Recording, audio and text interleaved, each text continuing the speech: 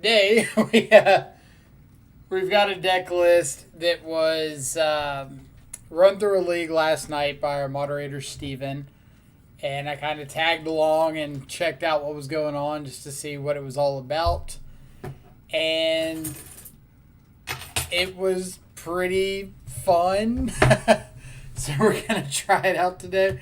I don't really have a better way of describing it. So the idea of the deck is to play the primary Grixis shell of Death Shadow. Actually, I might want to let's just go with these.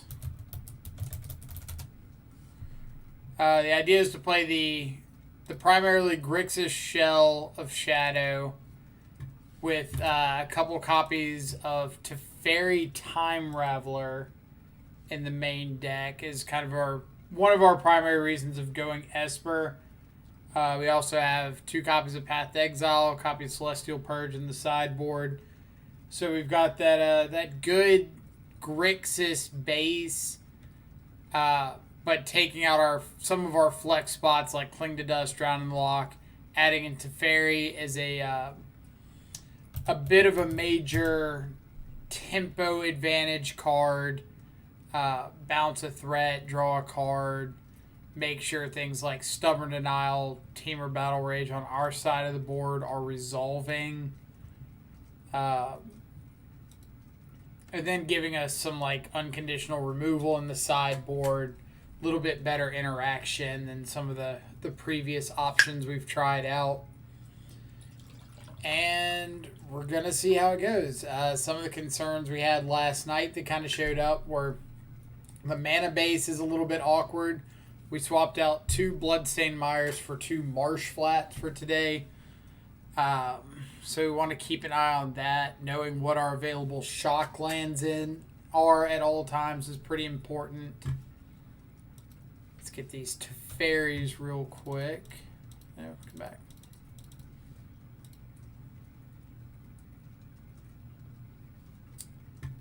But hopefully things like Path to Exile, Celestial Purge will help us a bit in matchups like the Shadow Mirrors, the Prowess matchups. Give us like a good answer to Stormwing as well as big Prowess dudes. I guess my primary concerns would be like, how are we doing against Tron? Since we're kind of slowing ourselves down a little bit with Teferi.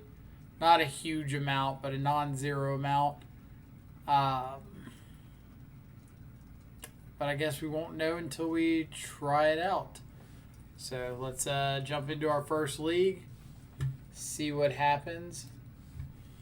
Again, this is a first league with Esper Shadow, Splashing Red, like Battle Rage, K-Return, K-Command, Alpine Moon, or Royal Scions. And let's see how it goes. I couldn't think of a better name than Fiery Esper, so that's what we're going with.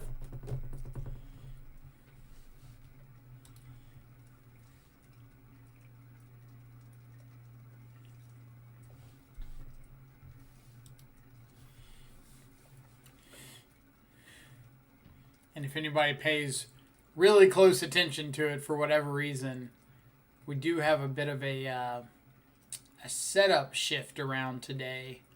So chat, I haven't decided where I'm going to have chat window ultimately. I might have it over here on the left. I might have it on the right. Can't decide. Depends where the lighting ends up being best and blah, blah, blah, blah, blah. So if you see me moving it around, it's because I'm trying to check out how the lighting looks from one way or the other. It's not spectacular. We can get Hallowed Fountain off of this Delta and just have all of our colors covered. So that's probably enough of a reason to keep it.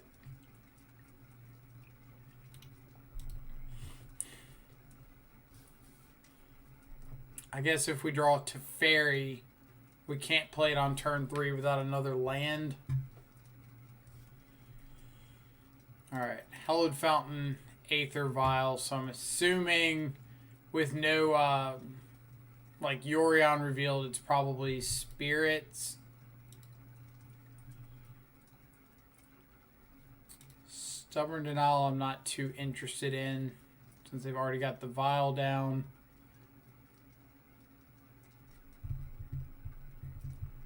If I get Hallowed Fountain, though, I can Thought Scour.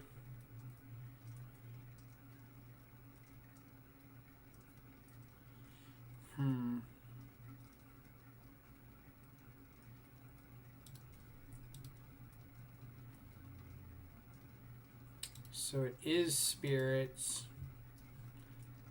I might just, like, scour over their Supreme Phantom.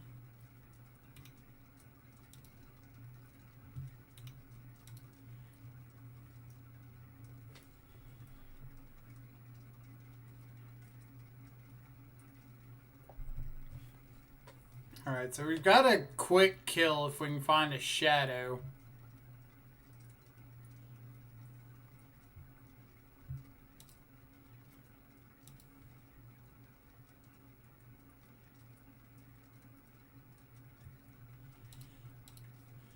Gus, how's it going? What up, what up?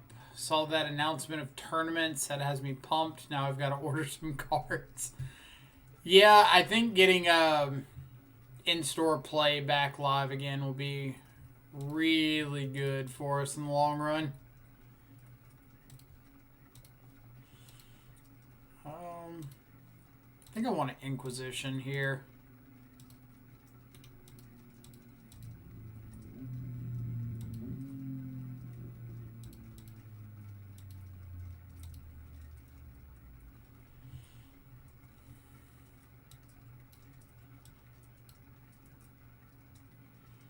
So if they're going to get to double spell next turn,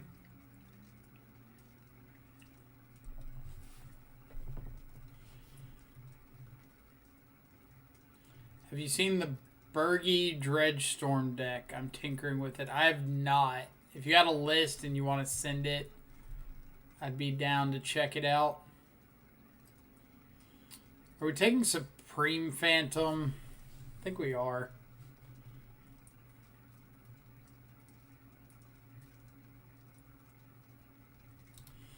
So there's just like a chance they won't get to cast the Drog Skull next turn.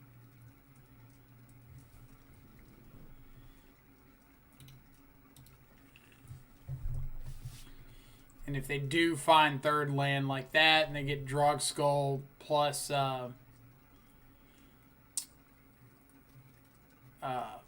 Selfless Spirit, I'm at 7. 1, 2, 3, 4, 5. I'm not dead.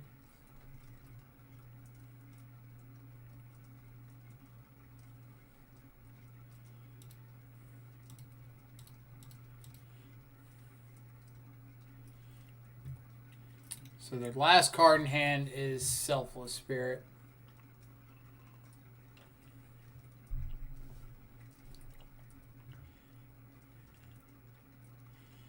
Alright, so we need to fade a Lord. Ian, what's up?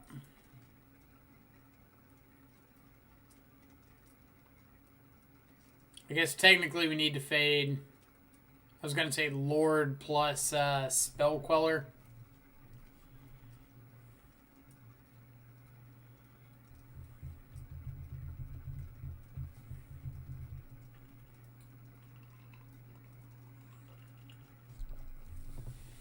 Choose not to attack.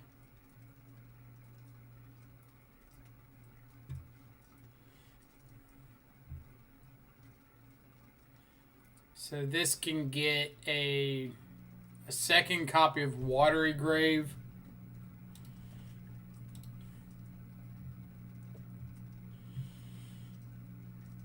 So this is going to be an attack to check and see if they block correctly.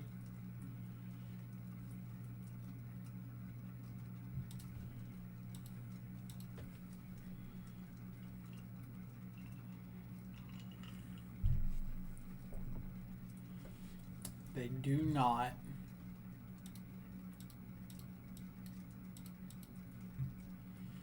Opponent has decided to call my bluff.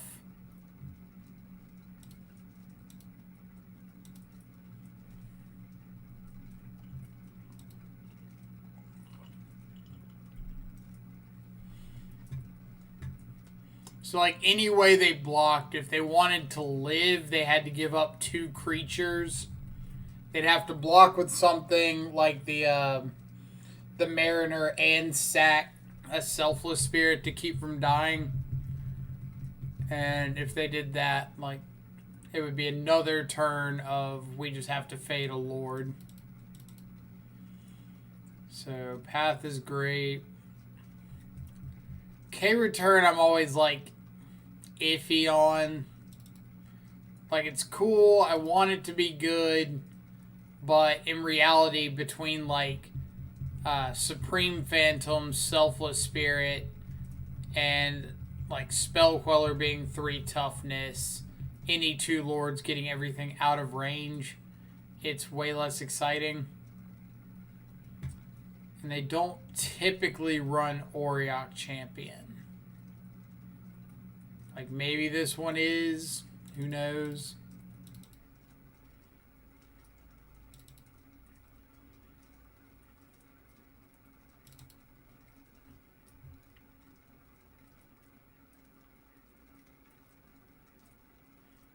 It's basically like all of our 2 damage removals is a little sus.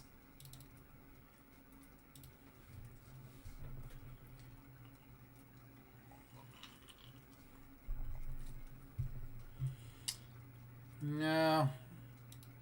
As much as I like keeping hands because of Shadow Battle Rage,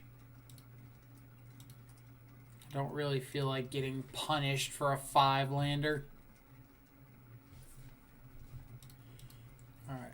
Novile is good.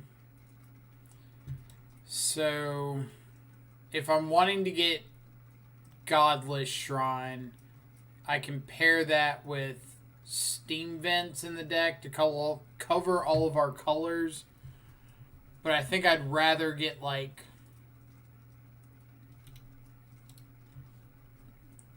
what would I rather get? Watery Grave.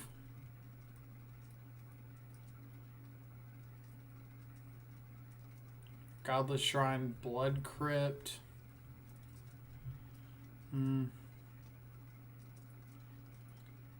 So this can get Watery Grave, Blood Crypt, Hallowed Fountain.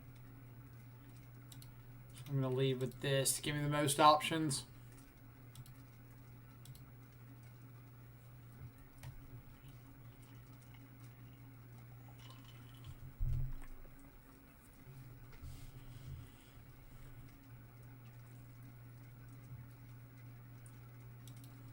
All right.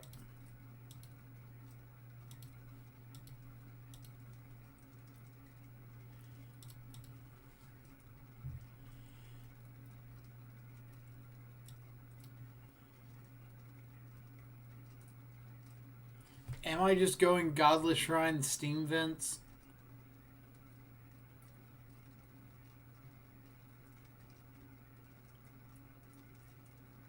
Maybe that's fine. If I'm just going like 1 removal spell a turn.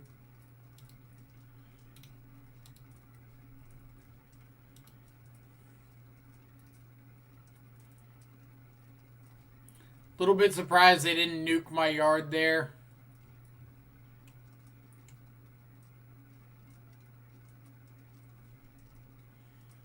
Unless they, like, meant to and just didn't.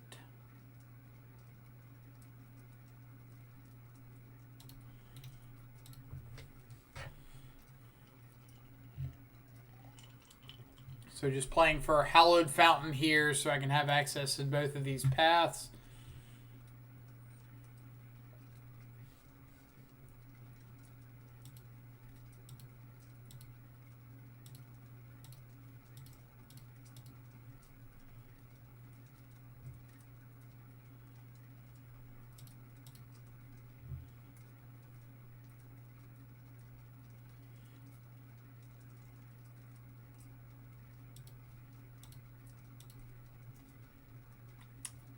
Teferi Time Raveler. What do I think about that one?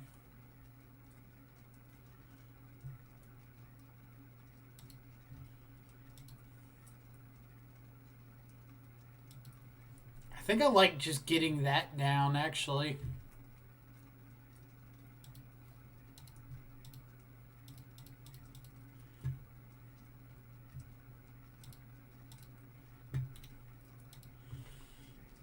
Stop some shenanigans like Spell Queller, Selfless, or not Selfless Spirit, Rattle Chains.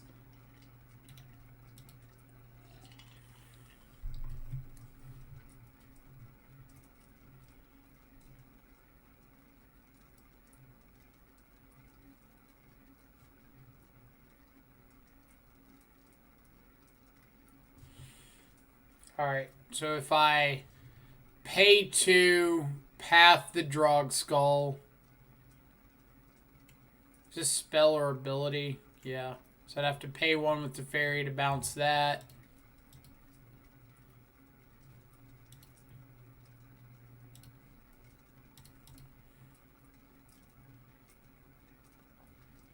Or I guess I would rather bounce the Drog Skull and path the Mariner.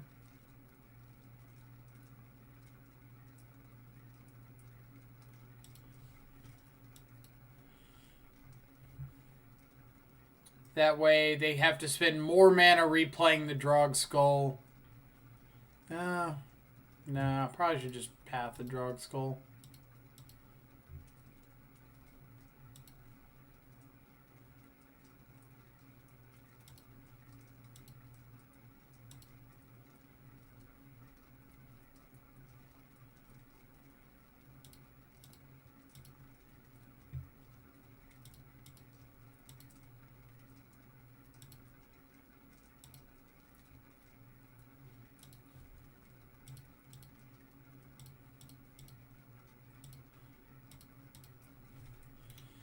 Alright.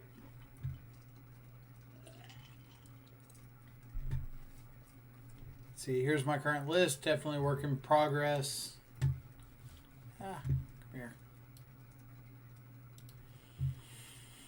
So, Neonate, Thug, Oracle, Burgie, Stinkweed.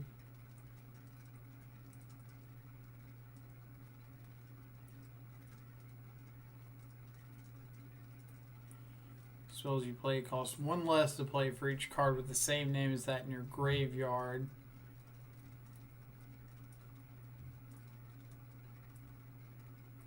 So are you just like Thrill of Possibility and Manamorphose with Burgie? Hit your dredge things, put these back in the yard. Like cast them off Underworld Breach, put them back in the yard, dredge through. Recast them, dredge again. Mill yourself out in either like Grape Shot or what's it called? Thassa's Oracle. Dogfish. The fuck, we have a Teferi. Yeah. Of course we have a Teferi. Why wouldn't we play Teferi? Card's nuts. I don't know if you've seen it before, but...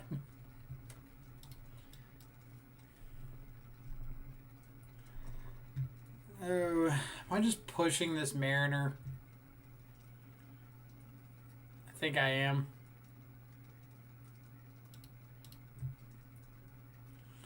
Like, opponent didn't cast anything on their turn. They can't cast anything through Teferi on my turn. So I don't have to worry about, like, Rattle Chains or Spell Queller or something here.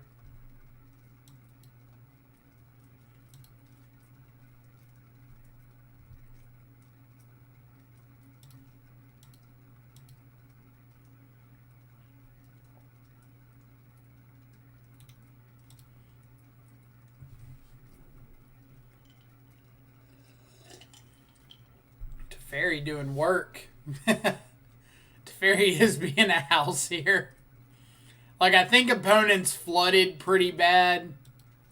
But at the same time, like, this Teferi is just stopping any sort of, like, shenanigans.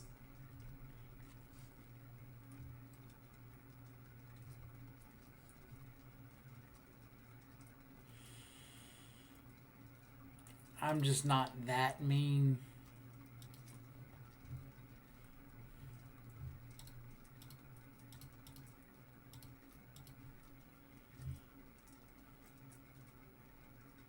Maybe next turn where we can like down tick Teferi, keep it alive and cast second Teferi.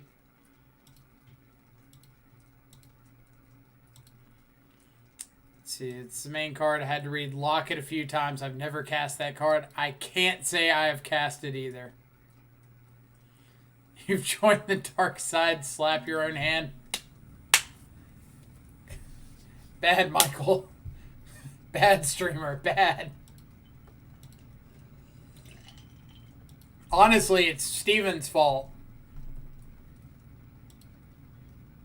Like, all I did was sign up to play the deck. He's the one that's like, oh yeah, play Teferis and Esper and some red cards in there. Alright.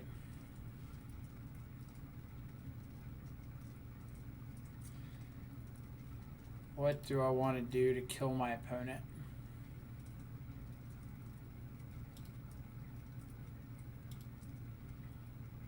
We like draw step brutalitying this Mausoleum Wanderer.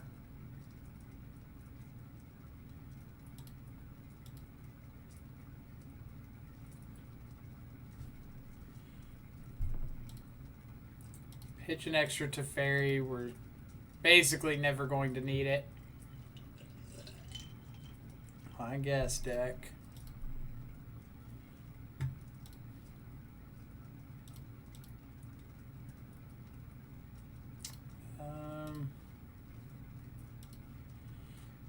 We'll keep Path, because I feel like at this point it,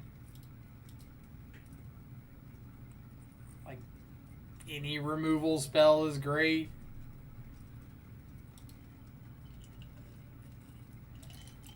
I guess we don't even have to like draw step this or upkeep since our opponent just like doesn't get to use the stack.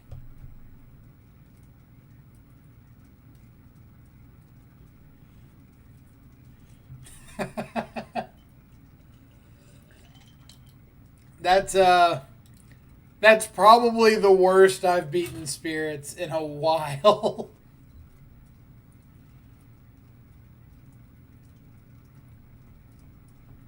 Like, that was kind of a dumpstering.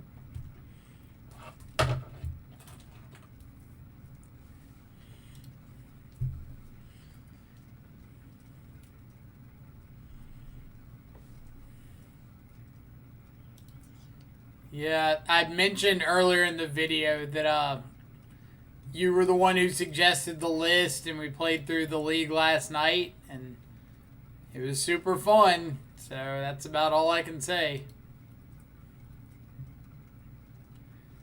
Alright, so opponent's never going to expect the stubborn denial off Marsh Flats pass, right?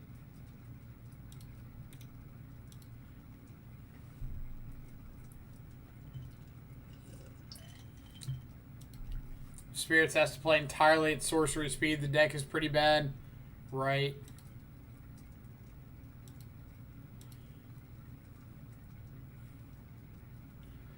So Mountain Swift Spear could be prowess, could be burn.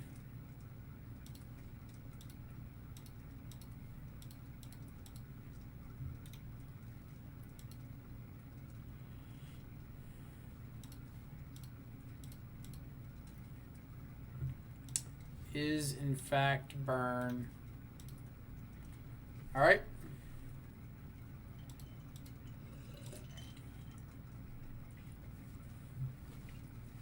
Oh, I need to update the deck list.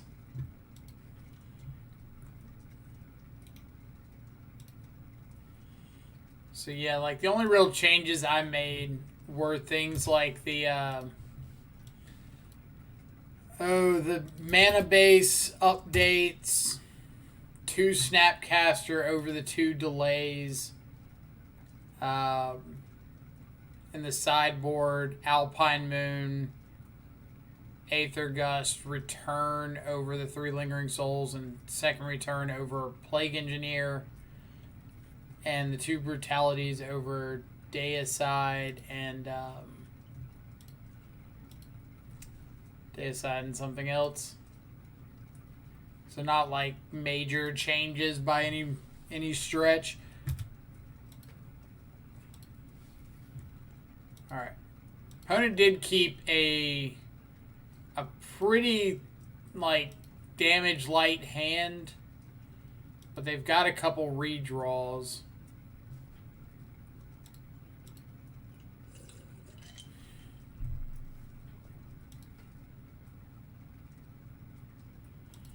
I thought about Tide Hollow Sculler instead of Snapcaster.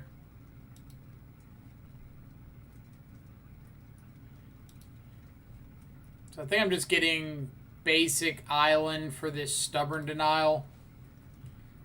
I don't need to Battle Rage anytime soon.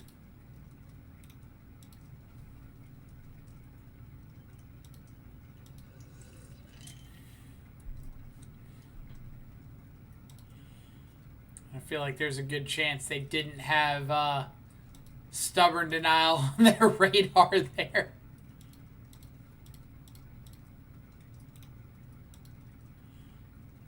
Alright, so we're looking for Shadow, Gurmag Angler. I guess.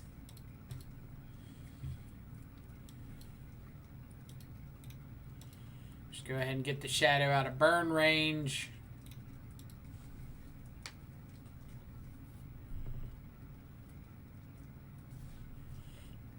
So we know Sunbait Canyon's gone, Arid Mesa, Boros Charm. There's Fiery Islet. Ooh.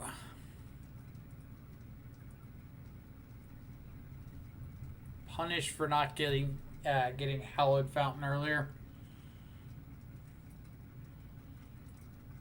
My Snap Thoughtseize.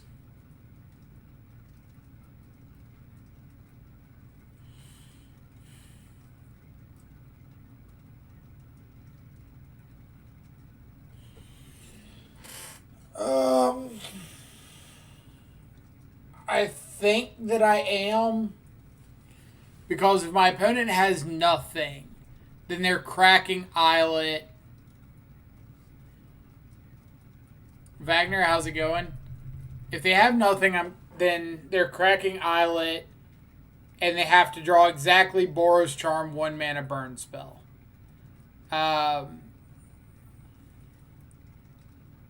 The upside is I put them on a 2-turn clock. I hit for 6 this turn, Battle Rage for lethal next turn. If they do have something like double burn spell, then it just comes down to a top deck. But I'm not Stubborn Denying a top deck anyway, since I don't have double blue.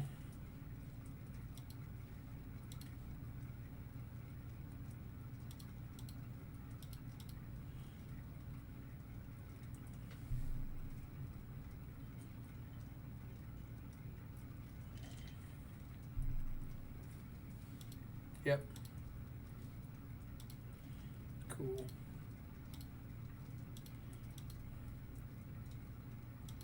So they have a draw step and a crack off Islet to put together 4 points of burn. Which pretty much means like Boros Charm or bust.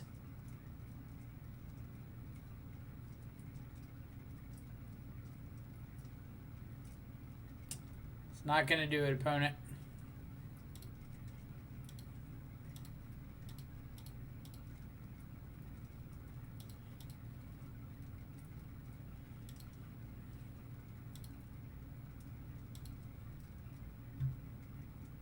Alright. Faden draws like a champ. So Aether Gust is great. Brutalities, Path, and Purge are all okay. K-Command's okay. Royal Scions is okay if they're bringing in, like, Rest in Peace. So this is like our maybe pile. I guess I would separate it into like maybe piles 1 and 2. Like, I like this pile better than these, but if I've got enough stuff to bring out, then those are considerations. So like Street Wraith is 100% coming out. Dismember, I don't mind cutting here. I'm okay trimming a Gurmag because between Path and Rest in Peace, like, I probably don't want to see multiples out of here. I'm okay not bringing in Royal Scions until I see Rest in Peace. Gotta make me respect it before I'll respect it. And Purge is just like worse than Paths. If I see something like Roiling Vortex or like a troublesome red permanent game 2, then I might consider Purge, but I don't usually expect those. Yeah, like Purge is better against in that situation. You're correct. But I really want the ability to like interact on turn 1 or 2 without having to fetch and shock if I can avoid it.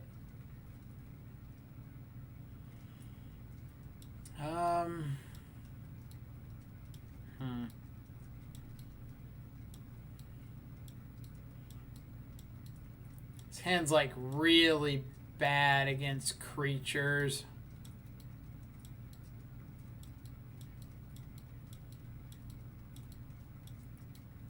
I think I'd rather mulligan and look for a hand with like a threat. Like these being my first pieces of interaction. It's kind of rough. Alright, this is quite a bit better. We've got our threat, we've got hand disruption, we've got removal.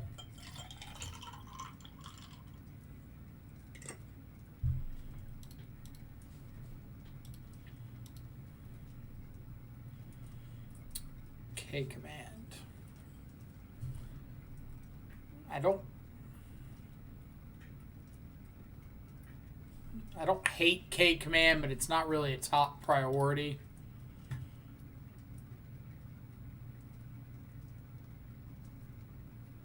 So I think I'm just getting Godless Shrine here, fire off this Inquisition.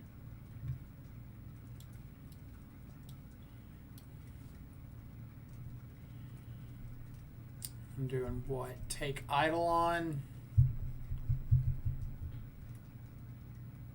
Or am I letting them have the Eidolon?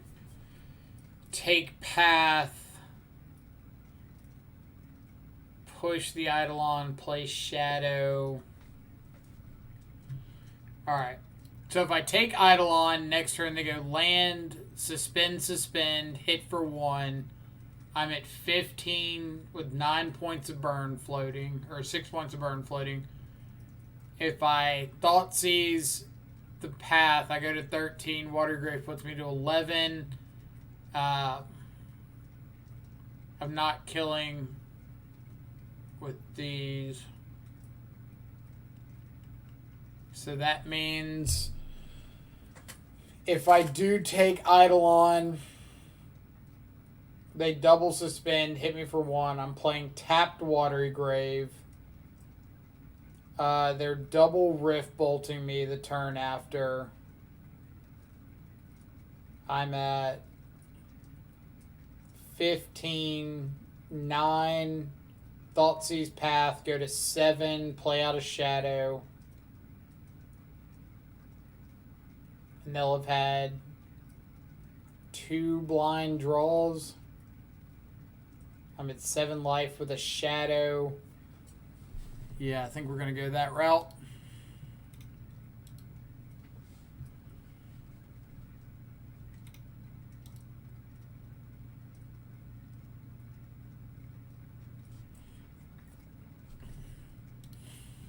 So there's the double suspend.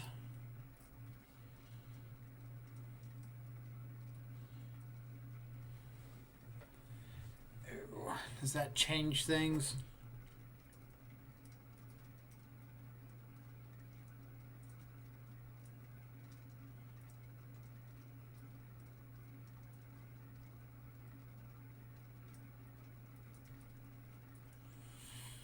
So path.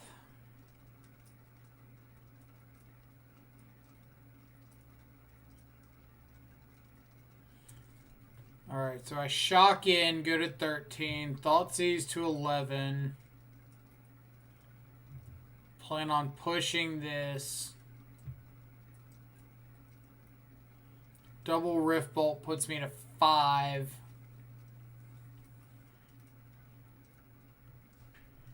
I still don't love that.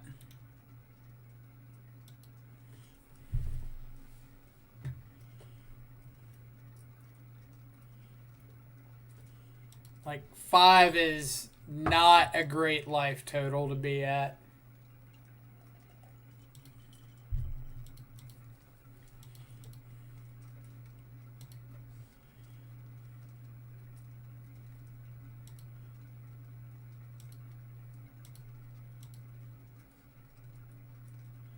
All right.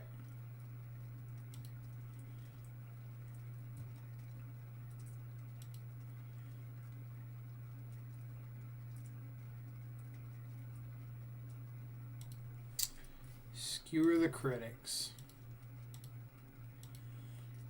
Chalky milk for the stream. Nah, some Starbucks for the stream. Way less exciting, I know. Stubborn denial off the top. So close.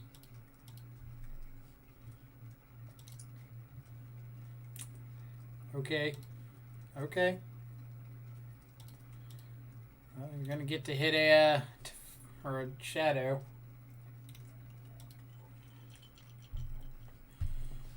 Just don't have top decked a Boros Charm and we're good.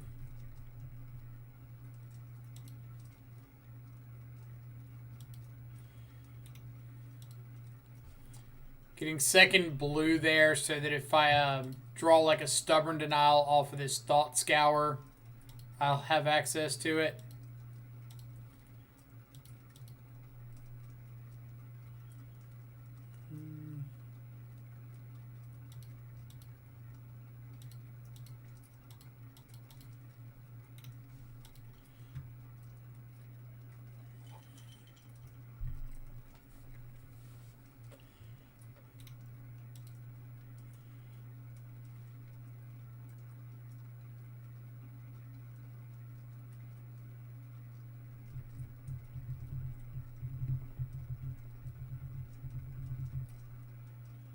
Skull crack me to 1.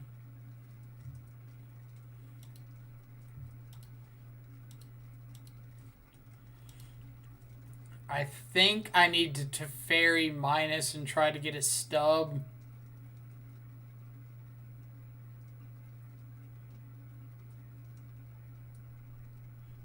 Unless I think this last card is a burn spell. I guess Cake Man's fine. I don't like it.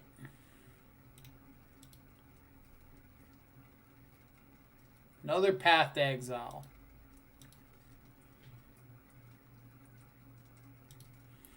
Alright. So they ended up finding enough burn spells, but I just want to point out, like, how dead we would be if those paths were, like, things that killed us. Alright. So we didn't see anything like Roiling Vortex.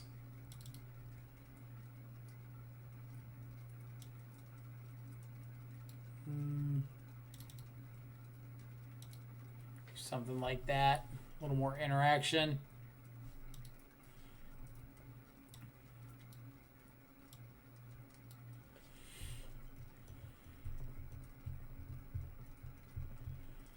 So the Scalding Tarn, I think, has to get Blood Crypt.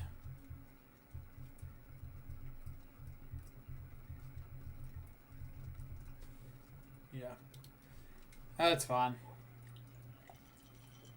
Being an adult is realizing that you can buy your own chocolate milk. Truer words have never been spoken.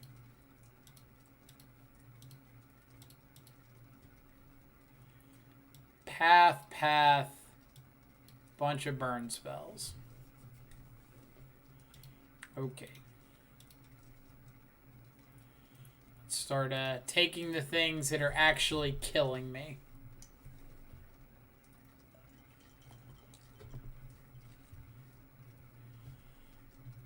Yeah, the Goblin Guide off the top, as one does. I didn't even realize they only have one card or one land. No, they have Mesa. I'm stupid.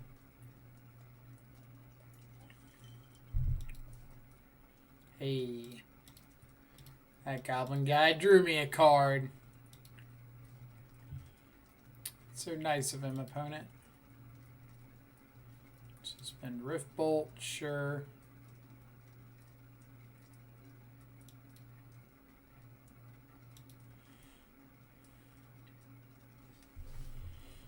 Interesting. Alright. So let's say I fetch and shock, get a Godless Shrine, snap Inquisition, take a path. I'm at 12 life. They untap, Riftbolt me to 9, skewer me to 6. Pass the turn, I get Shadow, hold up Stubborn Denial for the second path. They've got 2 unknown cards.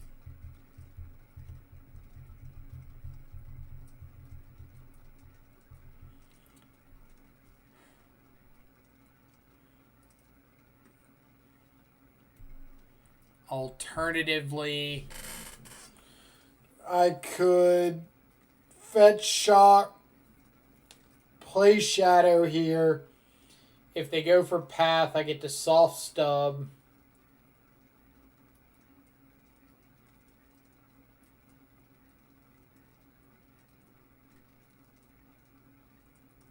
I could fetch basic swamp, snap Inquisition, go to 14.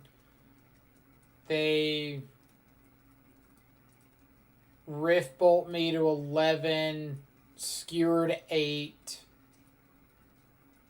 I've got stub for the path. But I don't have access to my white cards.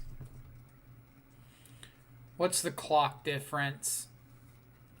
If I go to 6, Shadow's a 7/7, 3-turn clock. Or I go to 8, Shadow's a 5/5, 4-turn clock. If you factor in Snapcaster as well, a fetch land or a way to lose life makes it a 2-turn clock with Shadow plus Snapcaster, or a 3-turn clock with Shadow. I think I like 3-turn clock at 8 life with Shadow plus Snapcaster.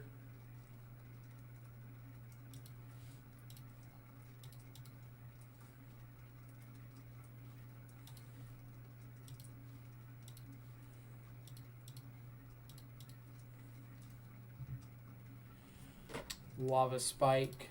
All right.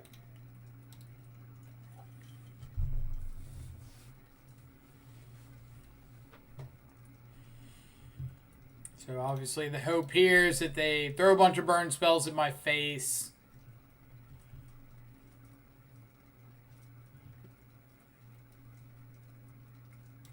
Skewer, yep. I do not cast the Lava Spike.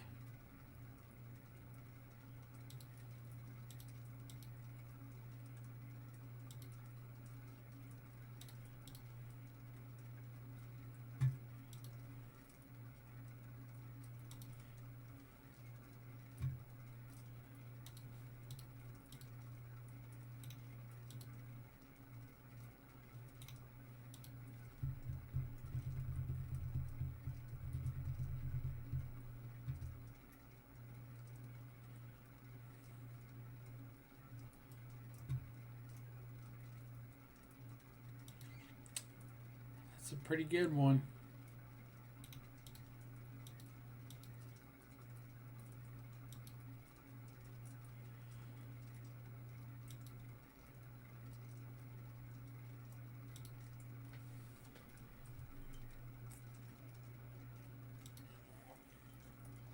Yep. Bolt. So I K-command the Lava Spike, and it comes down to their top deck.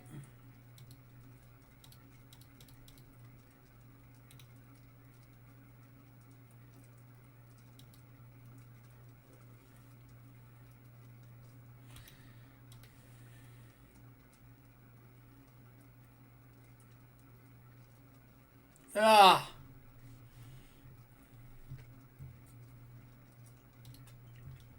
Needed a land, needed a Swift Spear instead of a Goblin Guide, Eidolon.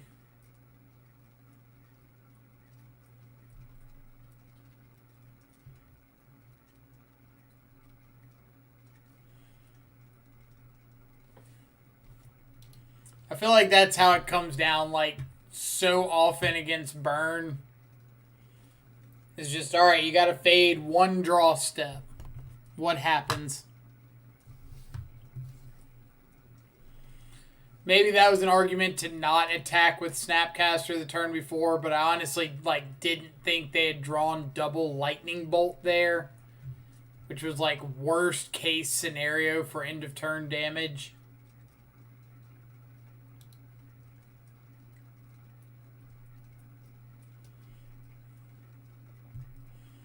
Alright, so we'll keep this, and I'm going to bottom what?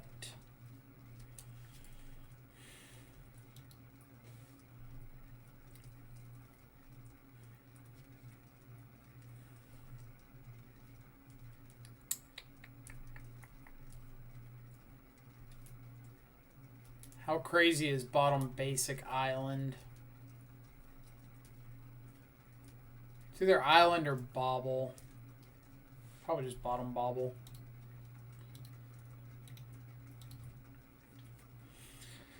It means that if I don't draw a fetch land, I can't play turn 2 Gurmag Angler. I guess now I can play turn 2 Gurmag Angler.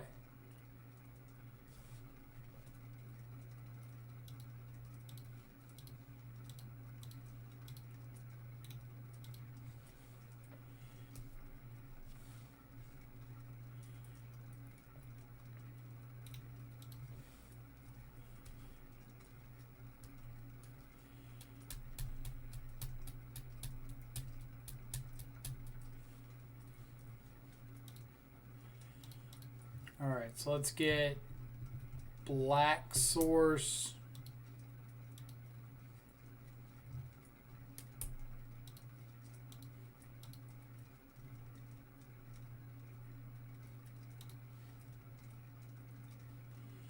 Oh, I'm short. God, I forgot. I ditched the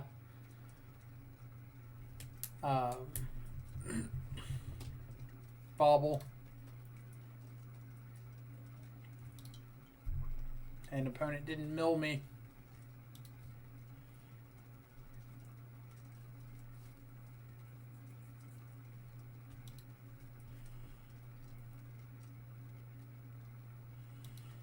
They didn't have Archive Trap, which is really nice.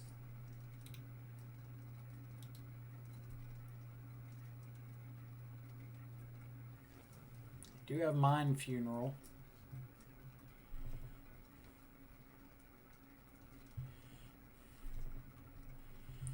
Not one you typically see out of mill decks nowadays.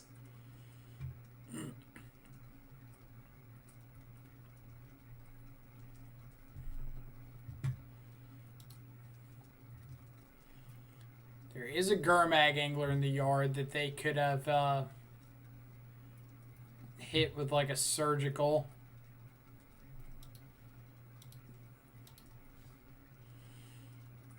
Alright, so let's hit Gurmag Stub,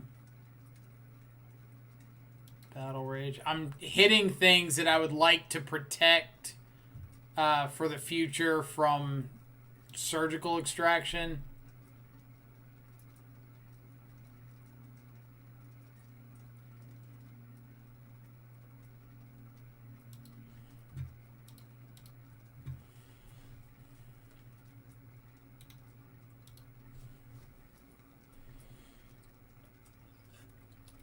Viking coming in with the 2-month resub. Thank you so much.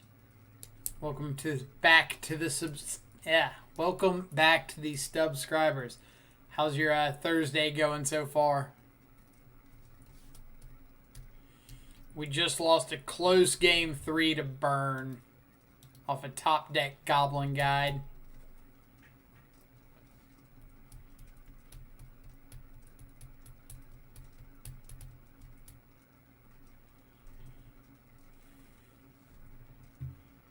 Another Mind Funeral.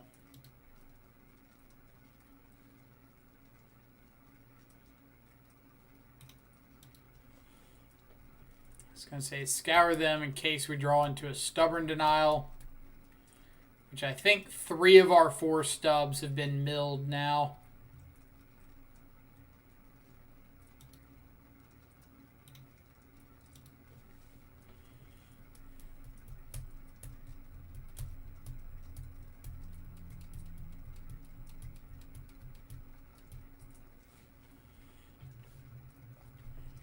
I honestly could not tell you what this Polluted Delta can or cannot grab.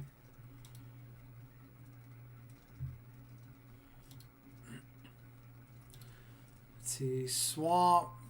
That's our second Blood Crypt.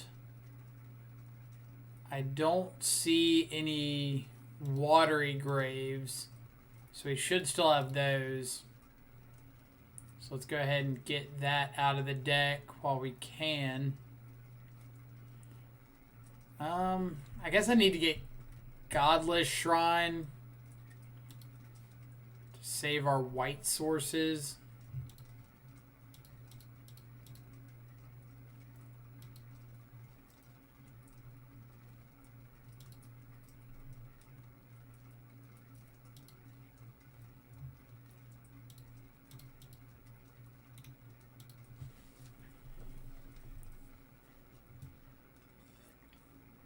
Those Gurmags are not signed. What's going on? I'll just get a Sharpie and like scribble it in on the screen. I'm sure the artist won't mind, right?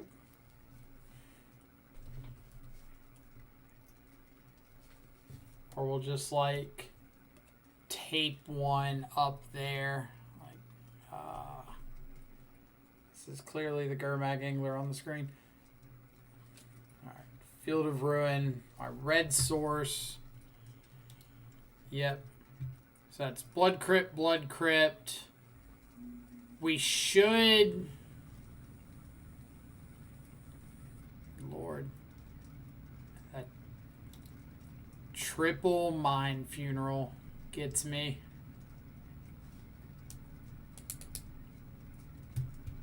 Rough. We only have 18 lands in the deck, so yeah, hitting 12 of them with Mind Funerals. That will do it.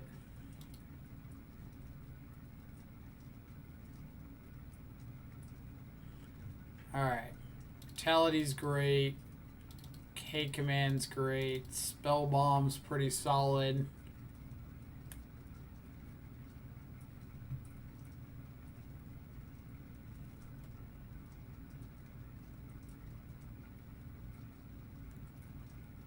Teferi seems less exciting here, and it means we don't have to rely on white mana.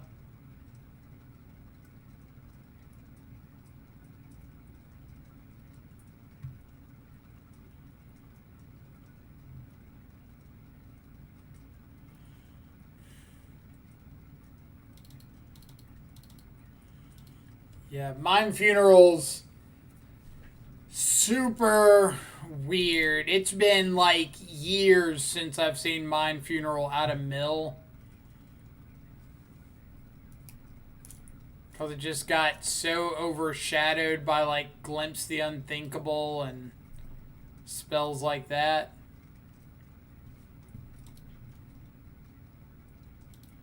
clearly we're mulling aggressively to put cards back into our deck.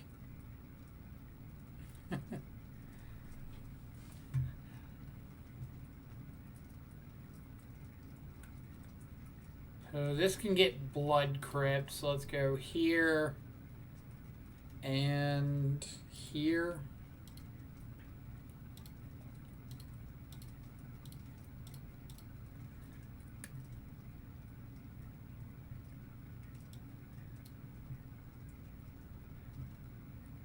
Triple Crab. No Archive Trap. I do have a Mind Funeral and a Surgical. So I think I have to go like take a crab, Brutality, maybe escalate, take the second crab. See what we draw. My favorite card I own, an altered full art Liliana of the Veil, signed by the artist in gold Sharpie. That is a very solid one. Steve Argyle has a extremely nice signature. What did I see?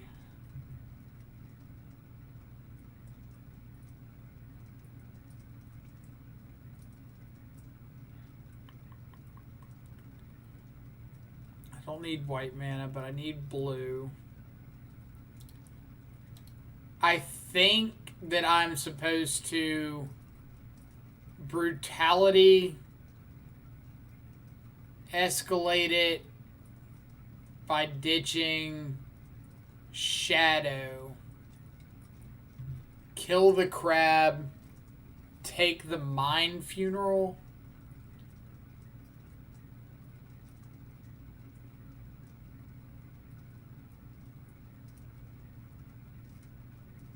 Or I guess I could ditch Shadow, kill the crab, take...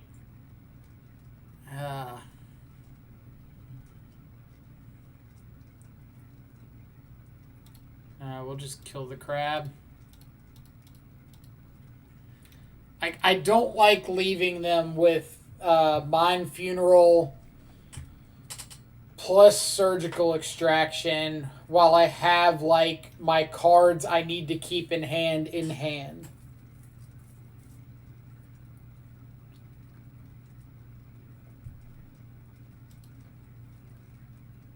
Because, like, if he just flips over a Shadow off of this Hedron Crab and Surgicals it, it's pretty rough for me.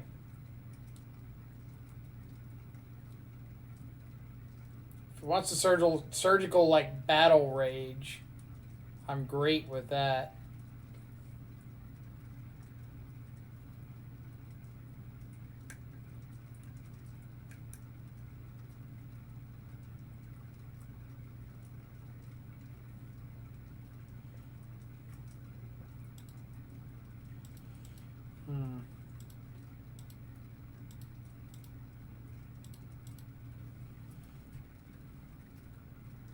So he responds to this with fetching.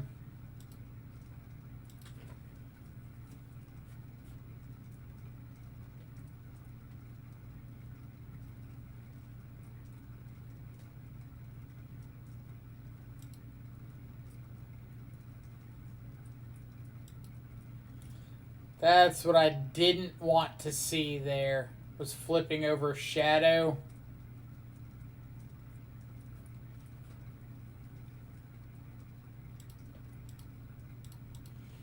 Like now I'm locked into Stubborn this.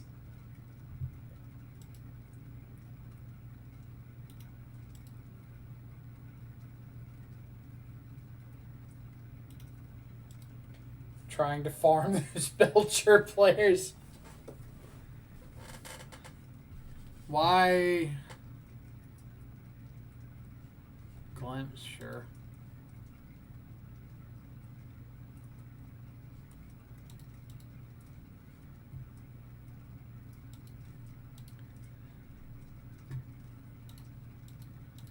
Another glimpse off the top.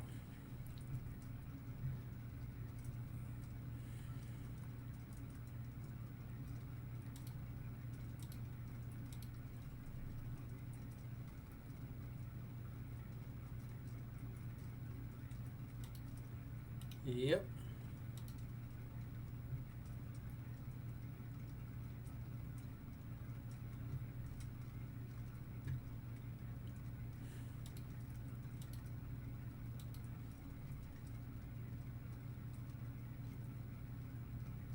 So that's supposed to fetch and shock there.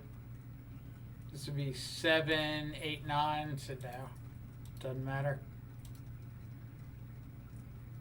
The reason to not fetch is it gets another land out of my graveyard, which makes it possible that this glimpse or this Mind Funeral could kill me. I got 1, 2, 3, 4, 5, 6, 7, 8, 9, 10, 11, 12, 13, 14, 15, 16 lands out of my deck. Street Wraith. That I've got Dismember in my yard, and I've got Thoughtseize. So we've got 2 Blood Crypts, 2 Watery Graves, Grave, Blood Crypt. So this should have targets.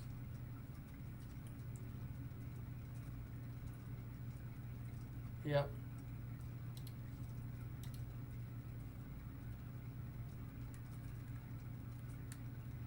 Is there any way that I can play around Surgical Extraction as their last card?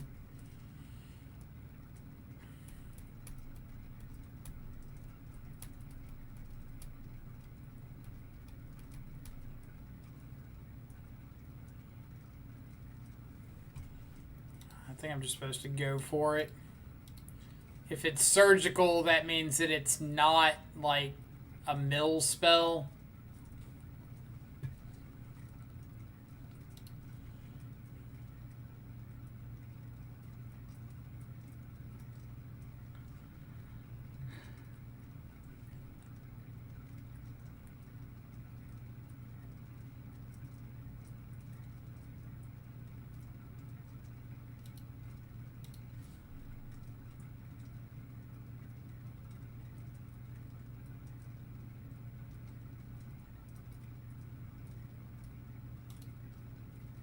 You got it.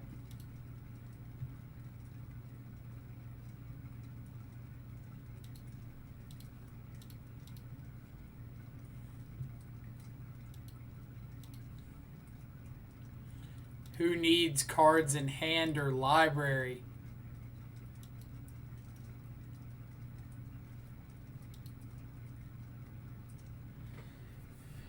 All right. Game 3. I haven't seen, what's the draw spell? Visions of Beyond? I haven't seen Visions of Beyond or Drown in the Lock. So, like, if I don't see those, Nihil's Spellbomb gets a lot worse.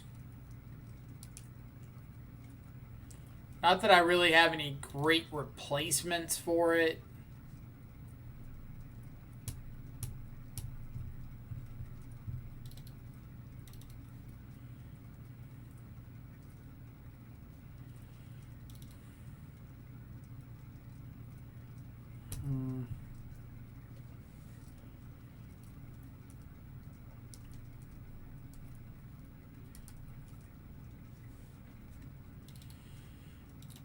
Yeah, like, Lurrus is a consideration, but Lurrus is a slow card, and if they're Lurrusing, it means they're not casting, like, Glimpses and Mind Funerals and that stuff. I'll keep this.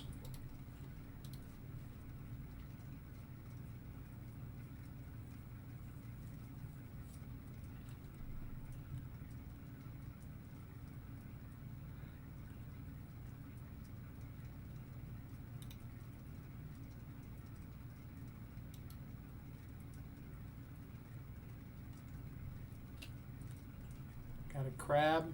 No crab. Third Gurmag might be a bit much on those, but So they are on Visions of Beyond.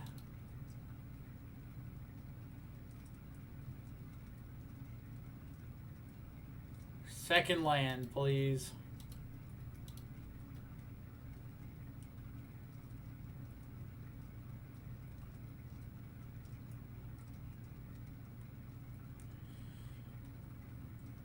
So I'd probably counter like a Mesmeric Orb here.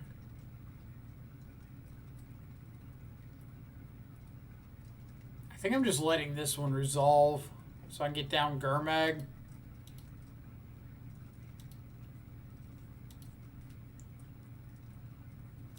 Land. Land. Thank you.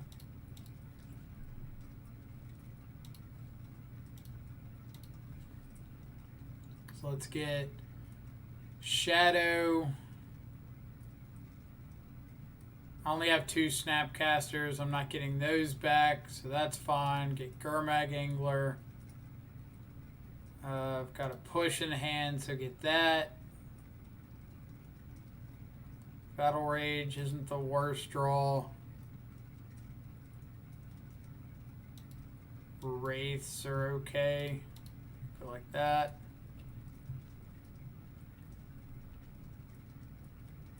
I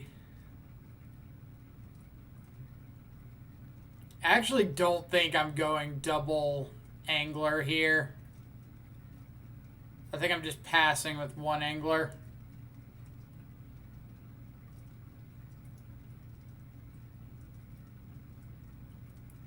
So this is kind of like crucial turn point for them.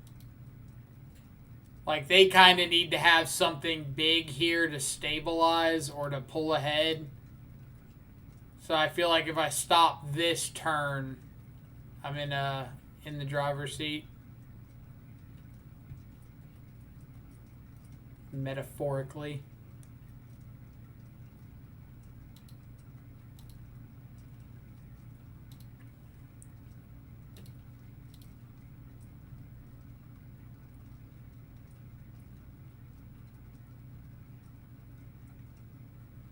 See. Burn enables Shadow, Mill enables Gurmag. Both matchups are a bye. I mean, you saw what happened against Burn, right? Drown and lock my Gurmag. Something. This is the turn where they need to find something to turn it around. Getting Gurmag off the board would have been a good start.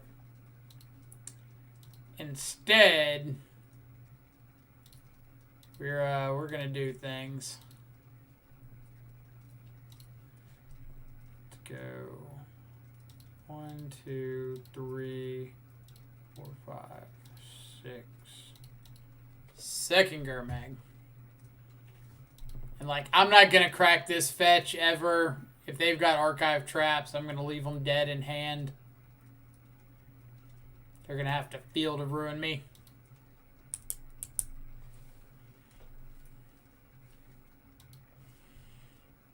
So I know they've got an Ancestral, or Visions of Beyond, basically Ancestral, in hand, which is kind of dead right now.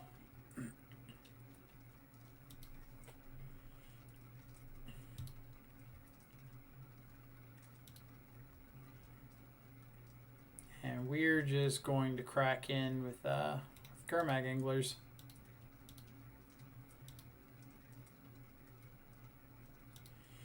Like opponent, it's up to you to answer both of these Gurmags and mill us out.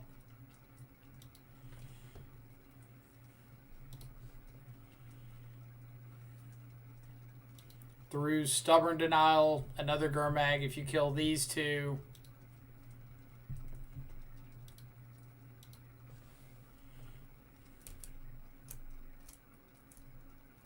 Ha ha ha.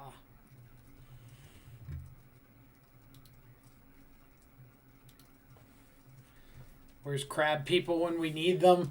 They never draw them when you have removal, but when you don't have removal, they see like 7 of them. It's pretty impressive, honestly.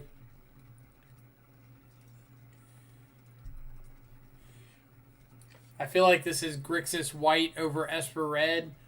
Well, if we look at like the breakdown of the cards in the deck, let me pull it up.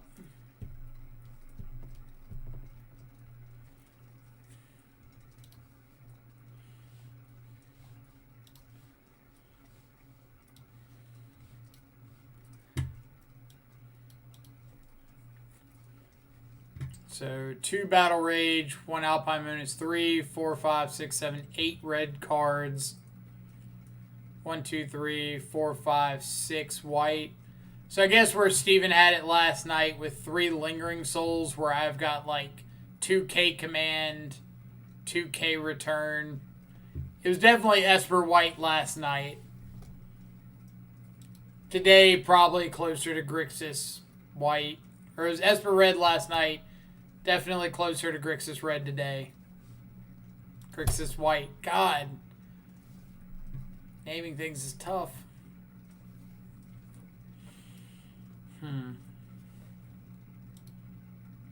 Yorion. So probably like Niv to light, in which case his hand's pretty bad. His hand's worse.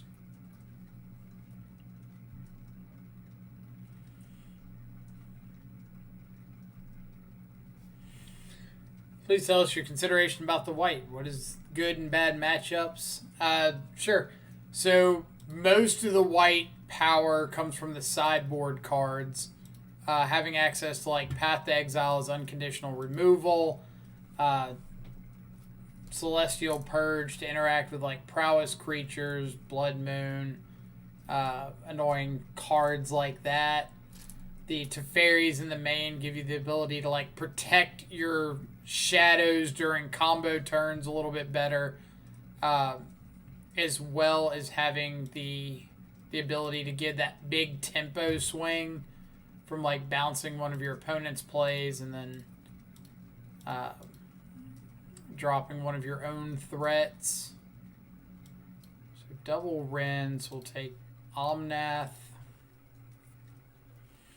Calling it Esper and not playing Ranger Captain just seems wrong. Well, I've talked about it a little bit on stream before. Like, I don't think Ranger Captain is a good card in Shadow decks. Because if you're playing Ranger Captain, you're playing it at the soonest on turn 3. Which means that you're not playing a Shadow until turn 4.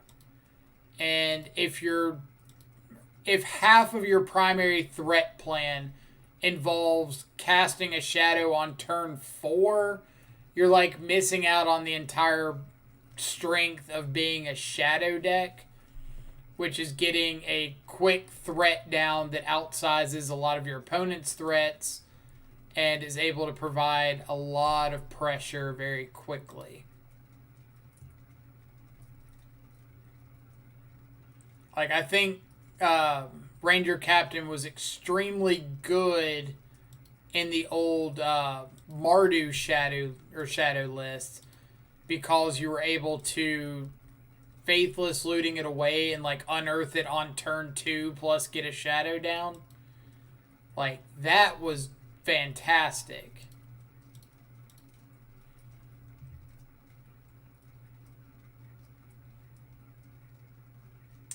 Picked up a Kaya's Guile and an Assassin's Trophy. Yuck.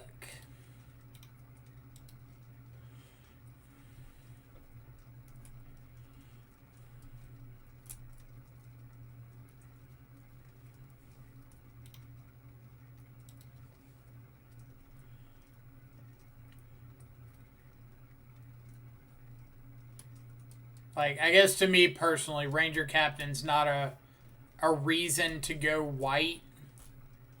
Because you have to go, like, heavy, heavy white to support Ranger Captain. Which means you reduce your consistency with, like, double black spells earlier. Like, double Hand Disruption. As well as, like, blue. Which, Stubborn Denial is a pretty big reason to play Shadow.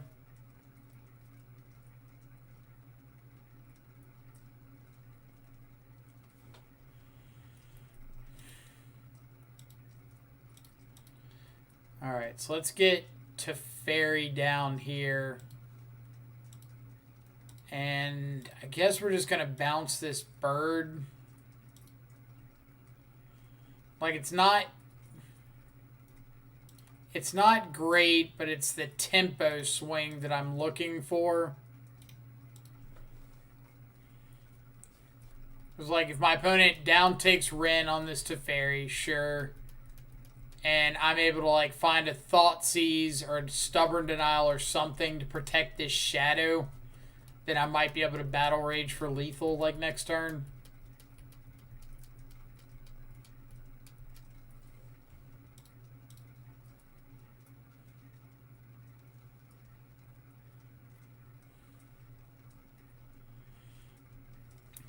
Something like that.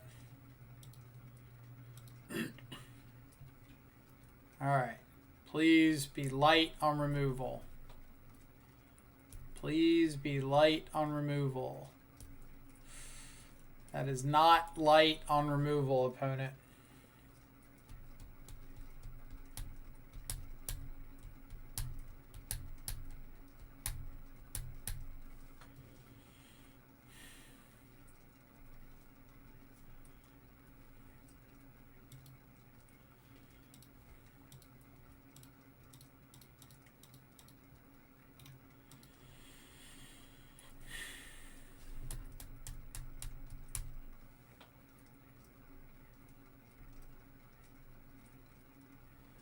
See, I mean, it's not terrible if we can back it up with a turn 2 Gurmag, but I feel like there's better things in turn 3 Ranger. Are you saying that turn 3 Ranger is acceptable if you've got turn 3 Ranger after a turn 2 Gurmag Angler? Because I feel like in that scenario, you just have a turn 2 Gurmag Angler. Why do you need a turn 3 Ranger?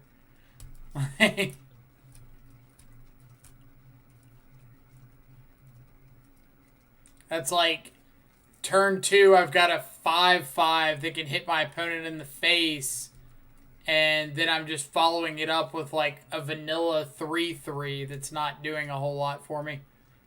Let's see. Did I die to Yorion? I mean, I was dying to Assassin's Trophy, right?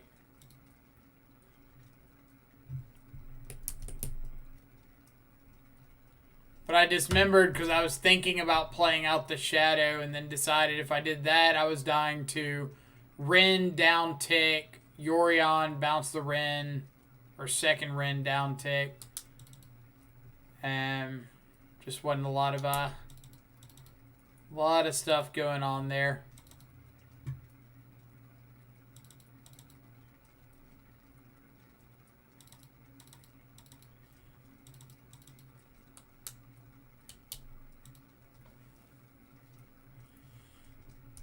See, good point, but I was just saying if we're playing Shadow and have no real threat by turn 4, we're probably behind. I agree. Which is why I'm saying, like, I'm not a fan of Ranger Captain, because it doesn't fix that issue.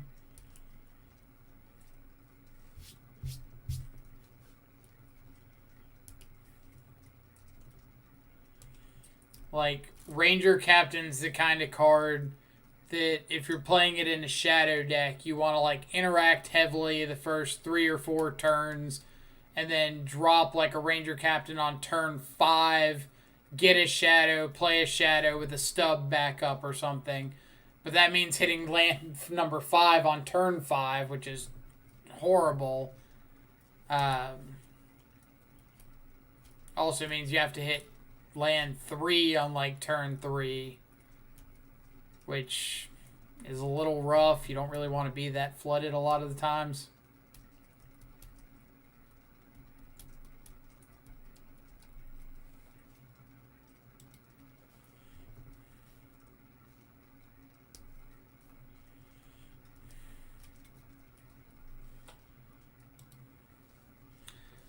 Let's see. Purge is good. So Purge hits Renin 6, Niv,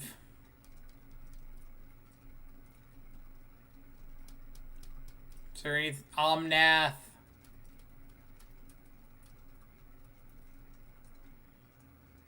So I guess when I think of Purge, I think of it like hitting their slower, clunkier cards. And if like they're resolving those things, that I'm not in a great position anyway.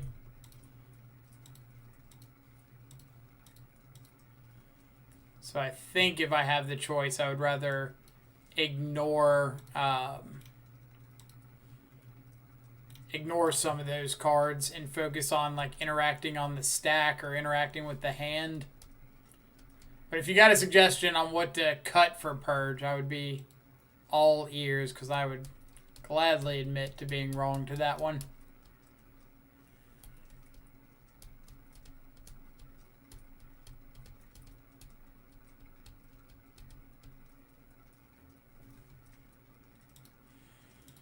But I guess like what I'm saying is I don't think that Ranger Captain is a bad card. I just don't think it's a reason to be going like into white for your shadow deck.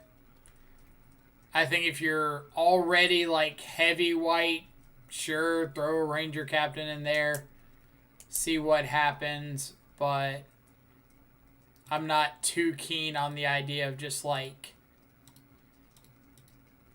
playing or adding a couple white cards and then just adding like this double white turn 3 spell.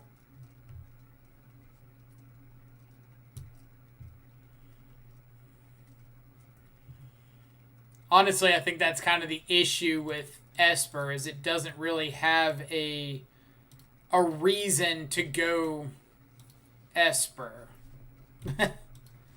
It's got like some good cards here and there, but nothing that just screams like this is your reason for doing this. Did you draw Dreadbore? God. Opponent. So their draws were Basic Mountain Dreadbore.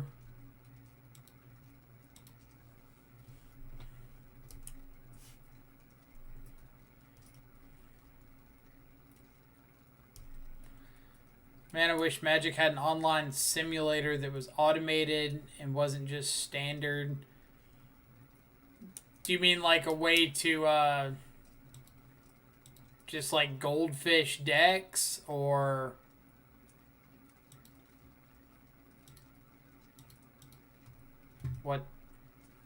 what's the end goal there?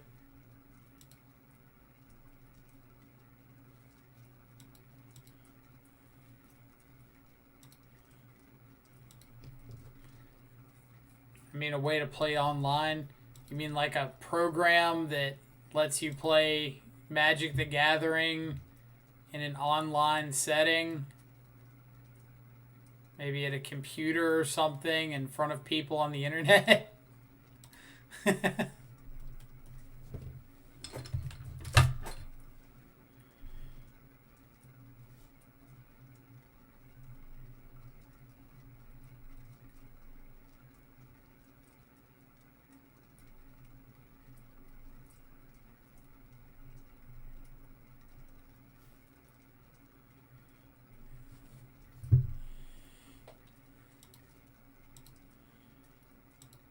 They added Yorion to hand.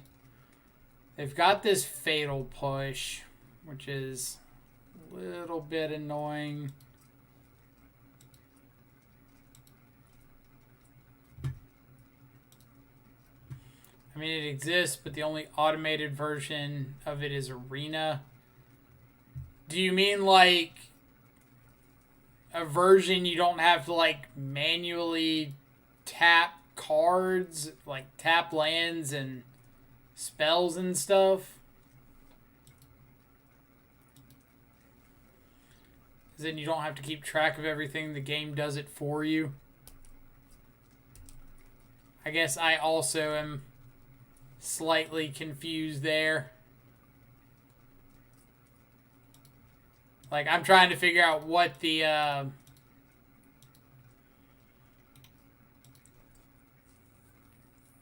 yeah. No, like, we're just trying to understand where you're coming from.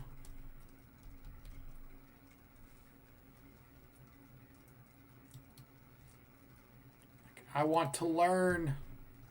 I want to know.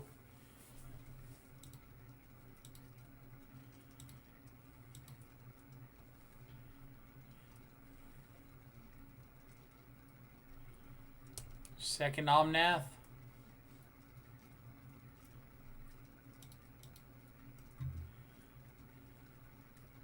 Well, opponent, let me introduce you to my good friend Snapcaster Mage. I just love that they're like dead set on getting this Omnath into fetch land into Yorion Omnath thing.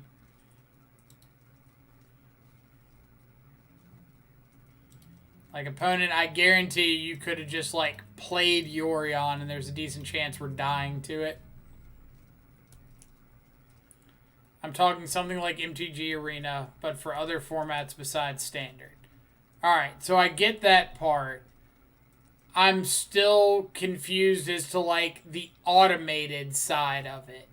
Like, what about Arena is automated differently? Do you mean, like, the auto tapper for mana and stuff like that? Or... That's the only part I'm confused on.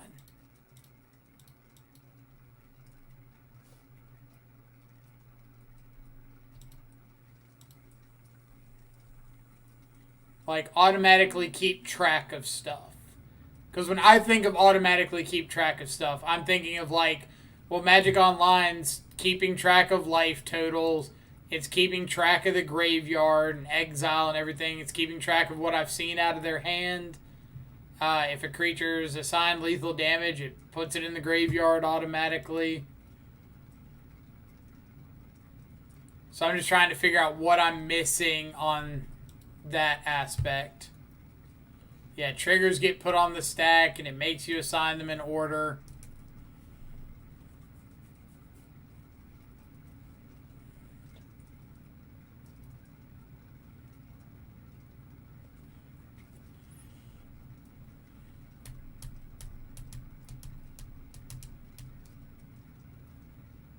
Yorion? Really specific mana tapping for Yorion?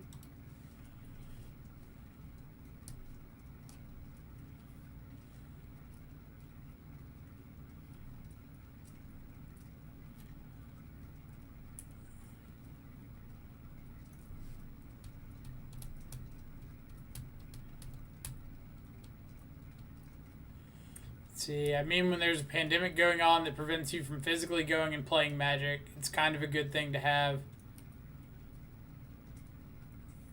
So, bring to light for Verdict. Sure.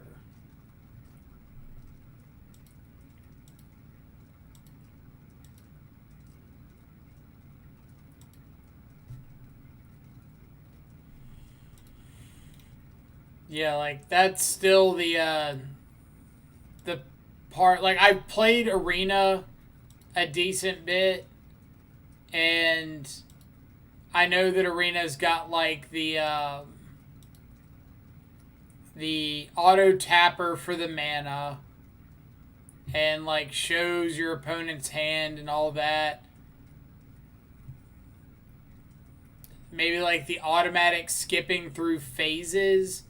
But, like, you can always set your stops and yield to whatever. Alright. Maybe this isn't a Battle Rage matchup. Always feels like they have a ton of removal. I agree, but there wasn't really anything else that I wanted to bring in over Battle Rage.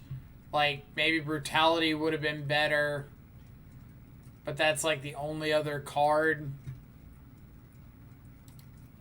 And I felt like I needed to take advantage of getting a threat down and ending the game quickly. Because their late game is just so much better than ours.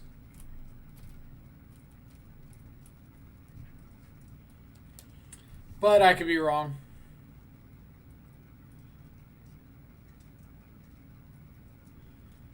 Lingering Souls. Why you do this to me?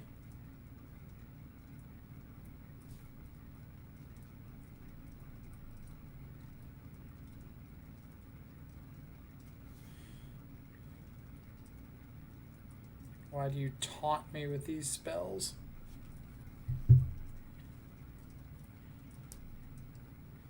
Is that Dito list, Yorion Niv? I mean, Yorion's been like a staple in the Niv to Light decks for a while now, hasn't it?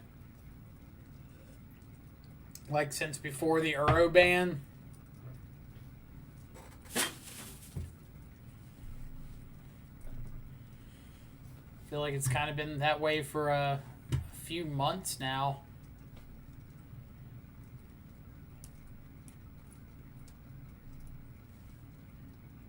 Oh man, Nikachu. Oh no. Oh no.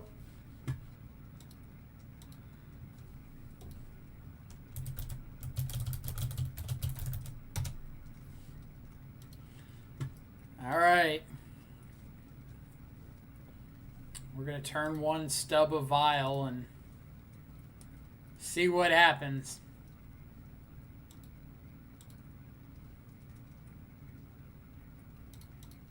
Bum, bum, bum, bum. Bum, bum, bum, bum. Bum, bum, bum, bum, bum, bum, bum. Bum, bum, bum, bum. Bum, bum, bum, bum. All right.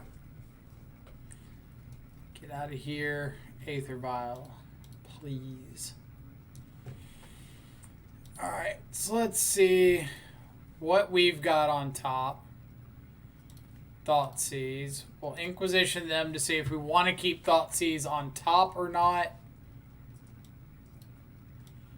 We do have second Vial.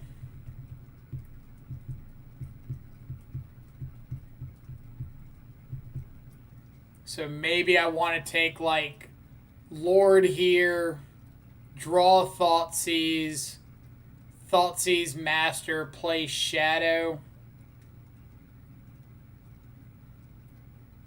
I like that.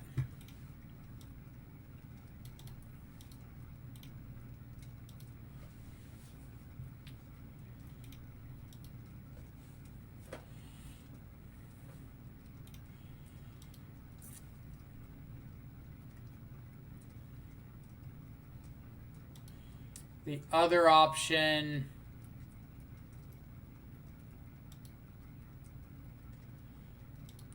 we could Fatal Push into turn just to get Gurmag Angler, but I don't think it's worth it.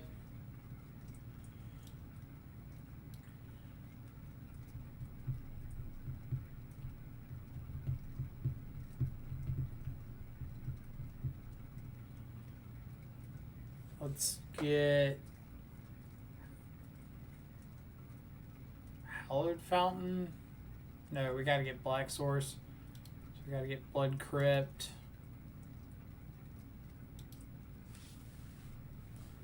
Alright, that's good. That means I can cast all of my stuff that I want to cast. Harbinger of the Tides. So we could take Harbinger, play Shadow Gurmag, let him hit with the Biomancer.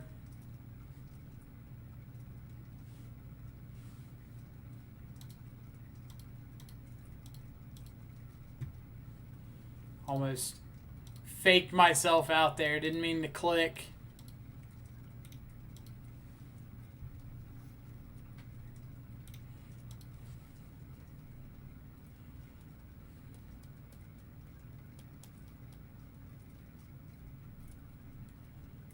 Let's see.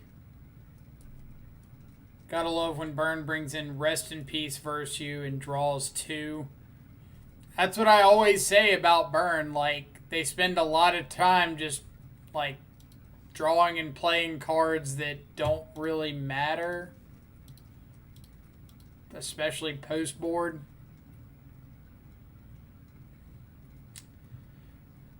Am I supposed to cycle and look for anything? It's probably fine.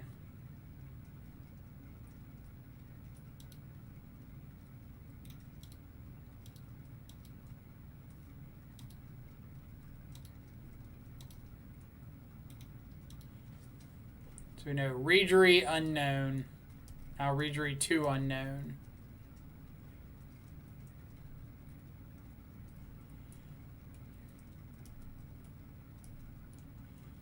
Your fish over there, fish.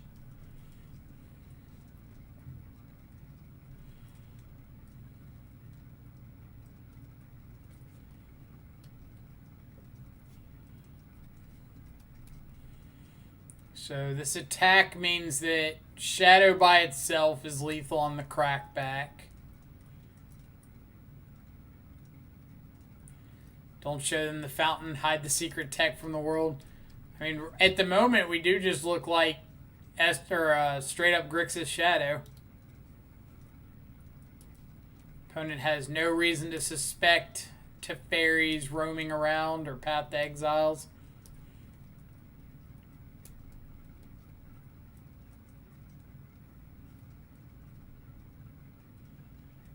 Alright. So no...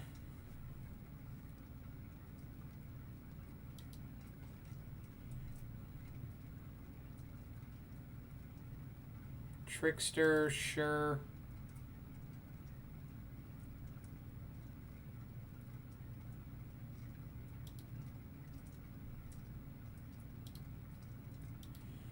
I've got to attack because if I don't, they get to tap it down with the Regery anyway.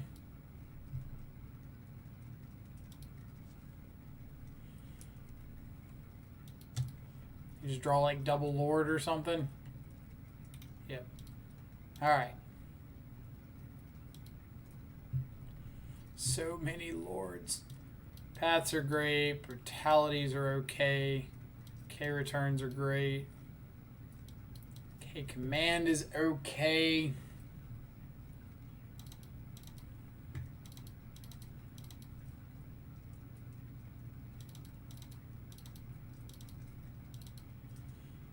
Maybe something like that.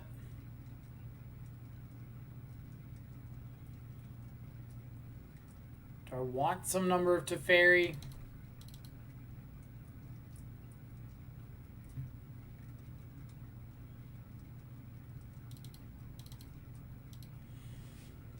Guess it could be okay.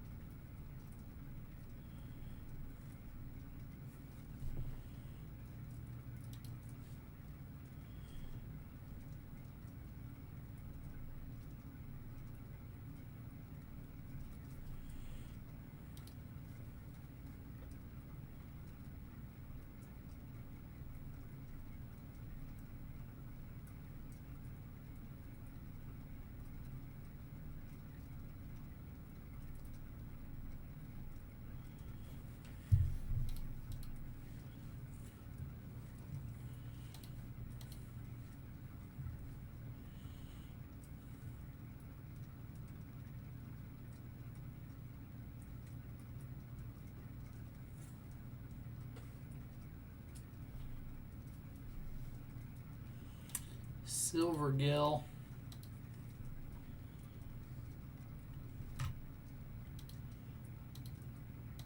Alright.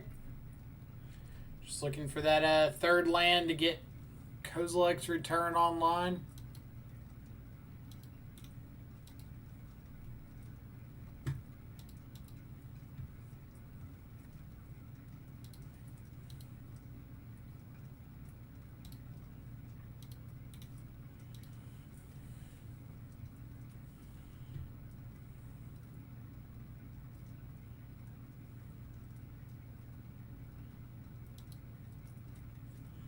He's got to be looking at this hallowed fountain like, what? Just excuse me?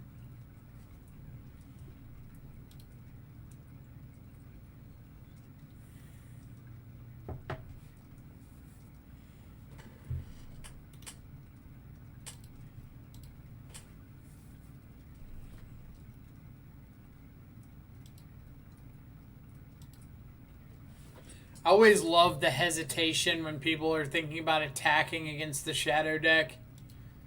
Like, am I swinging? Am I not swinging? What's the play here?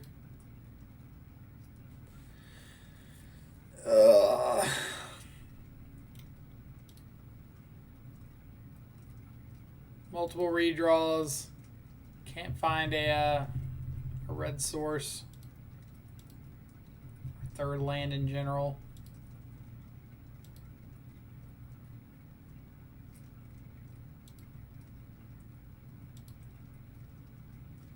Okay.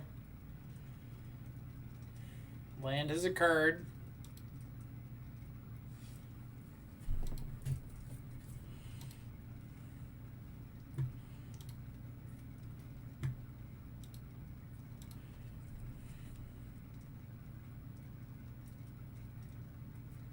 I'm kind of trying to see if I can get a Lord out of this. Like, sure, hit me. Univault's a little bit of a pain.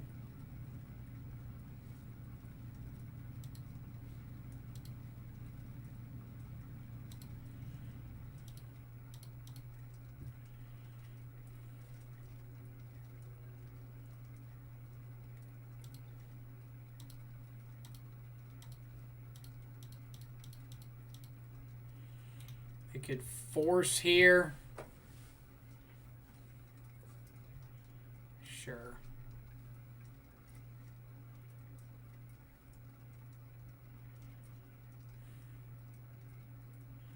So if I go shadow, shadow, and he goes animate Mutavault, Lord, 1, 2, 3, 4, 5, 6, 7, 8 exactly.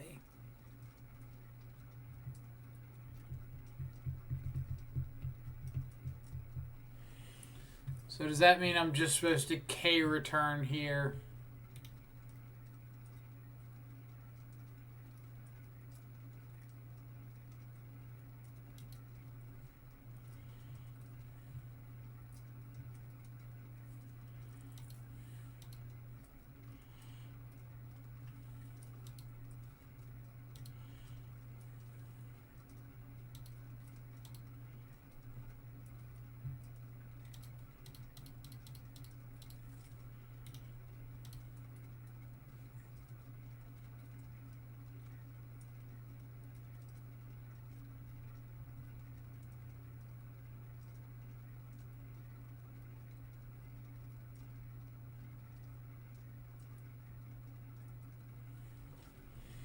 Need like a path here.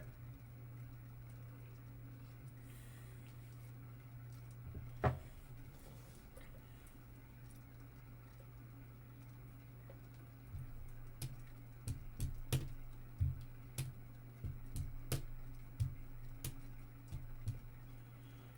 think path probably would be my best draw.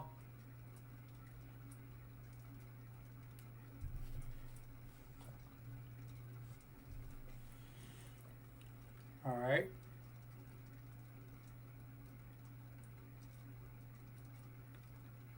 This is good for me.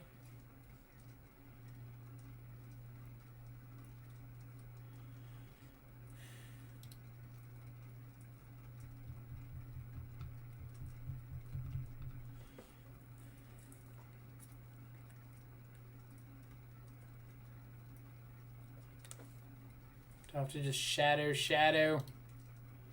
I think I do.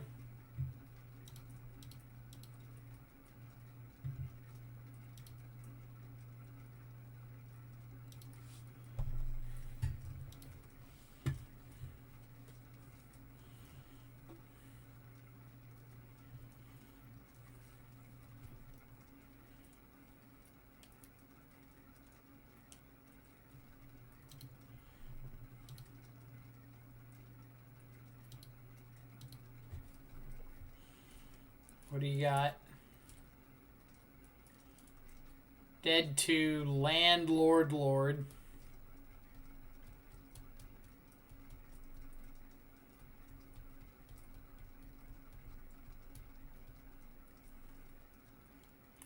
Second Lord would be annoying, but it's not lethal.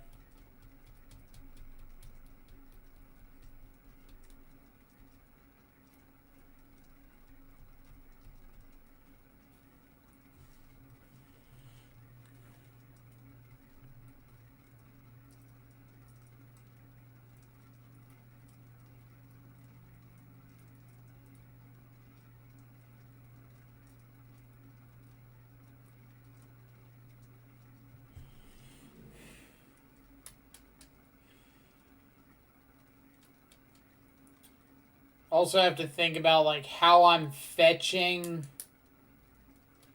based on what I see.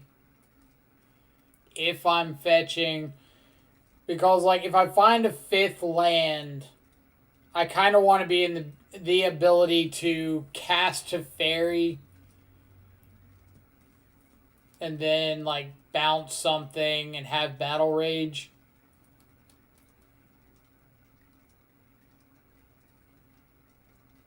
But like if he plays Lord get big attack in here, then I'm probably not able to do that. Alright, Readery. Sure.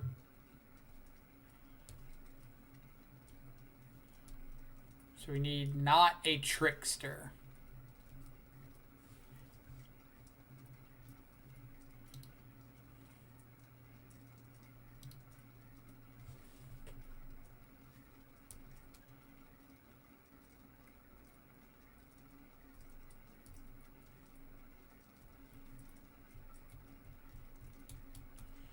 This island up means stub always for opponent.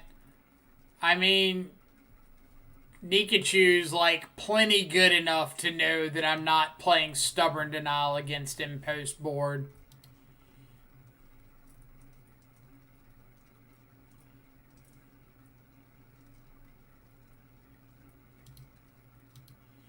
So I can't imagine that's like even on the radar.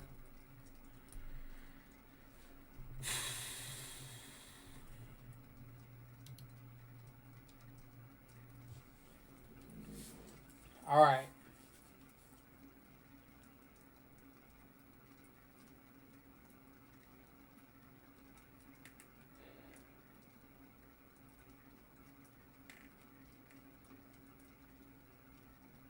So am I just going for the mistake here? Like he has to block 2 creatures to live through the Battle Rage.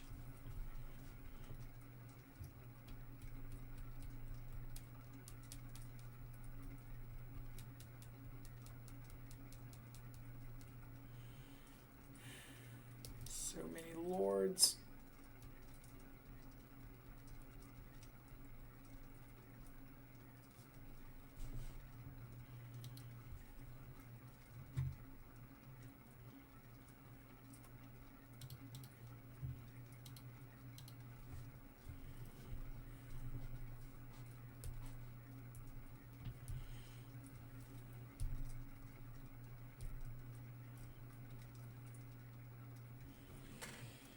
Like, he's in such a commanding position, I assume he takes the route of, like, blocking a way that doesn't leave him dead to, like, Battle Rage plus removal spell.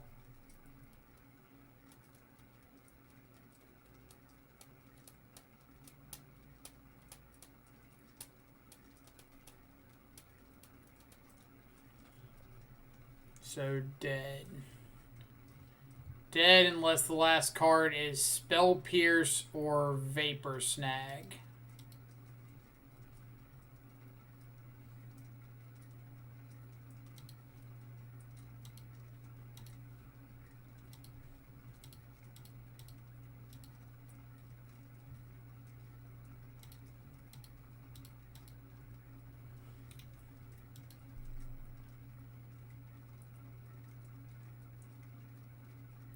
No Spell Pierce, Vapor Snag. No Spell Pierce, Vapor Snag. Alright. Game 3. So we saw Mana Leak. Didn't see Spreading Seas.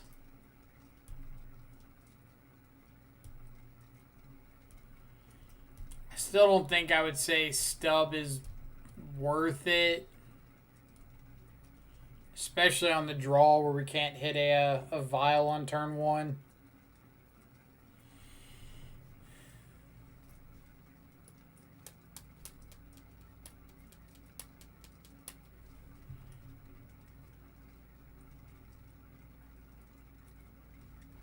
Maybe the extra Teferi is worth it.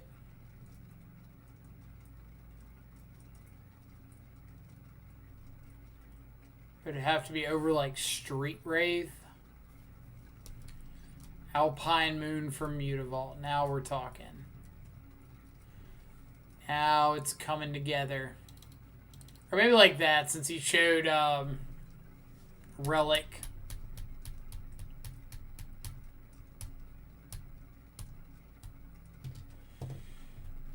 Alpine Moon because opponent plays lands.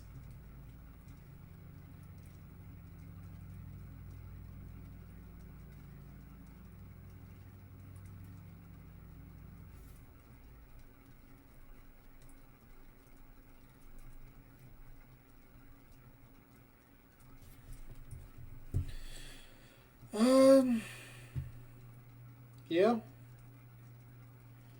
Take dude, kill violent dude.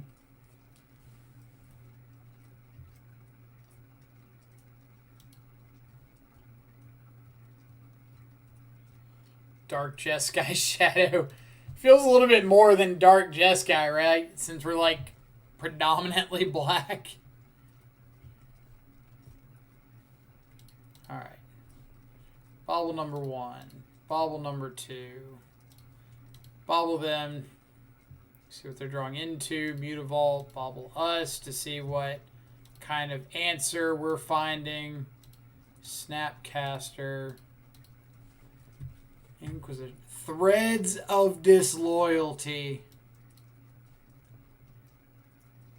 Oh, man.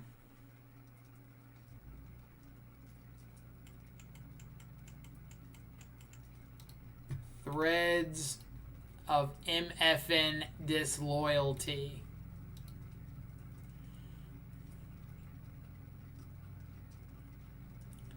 Threads of Disloyalty, chat. Threads of Disloyalty.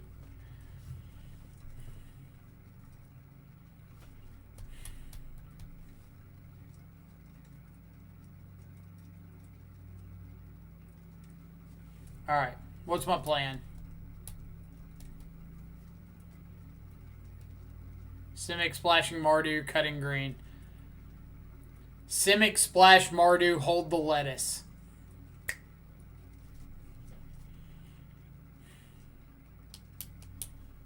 Alright. So we know everything in hand.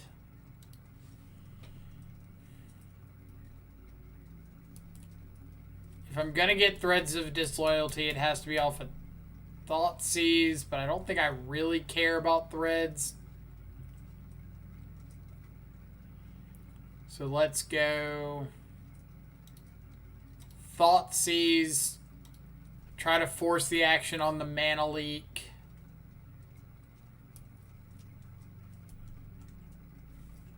Yep, and Dismember the Biomancer.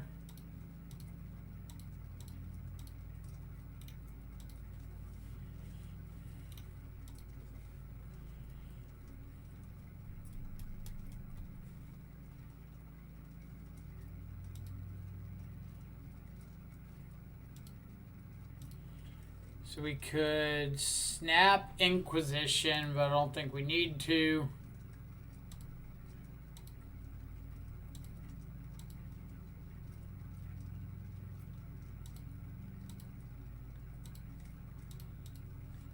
I know his hand is Threads Unknown. So let's get all of our colors online.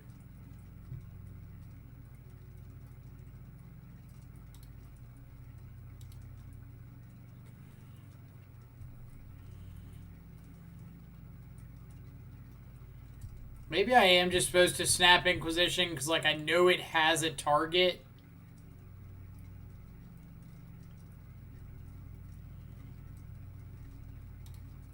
Alright. And like the only removal spell in my yard right now is Dismember. I don't really want to snap Dismember.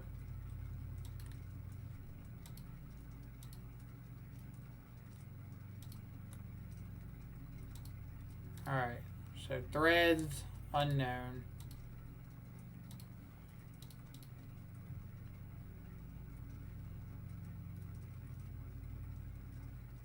And now I can K-command, get back Snapcaster.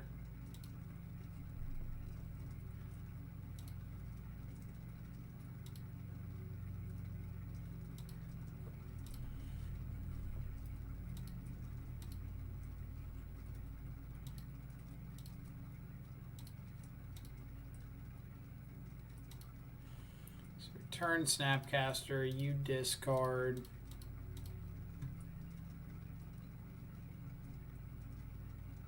Third mana leak. All right.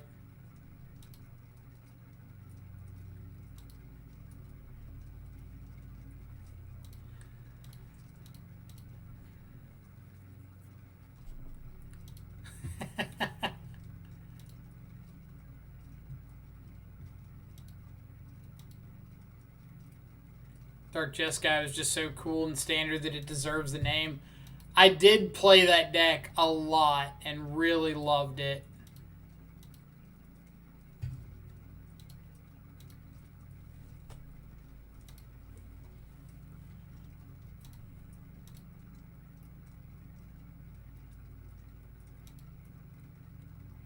Sure.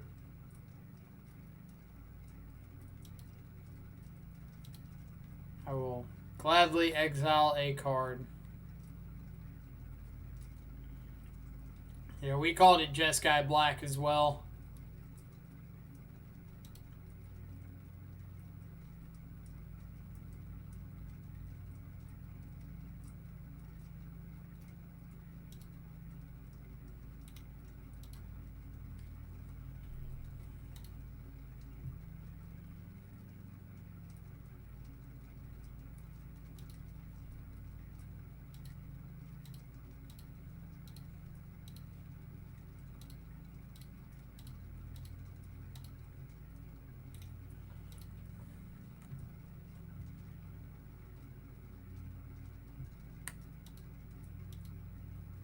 Alright, deck. We out here looking for a threat.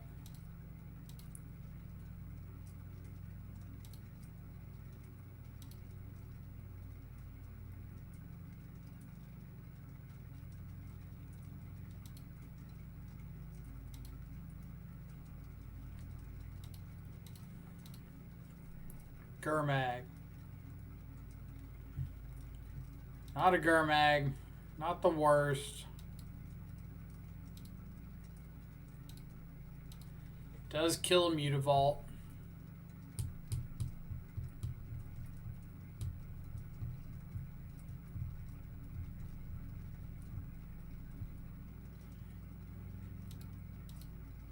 Alright. That one.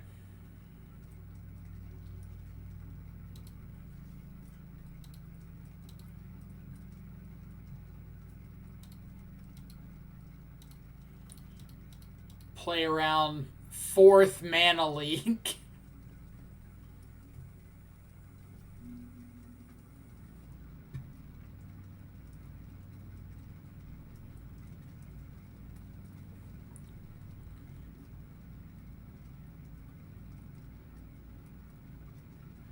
Is this still a Merfolk deck versus a Death Shadow deck? Not really at this point.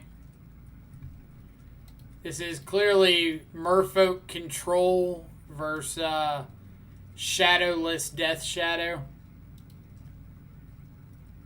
Can't play out the Shadow because of the known threads of disloyalty in hand. I'm just so excited I get to say that.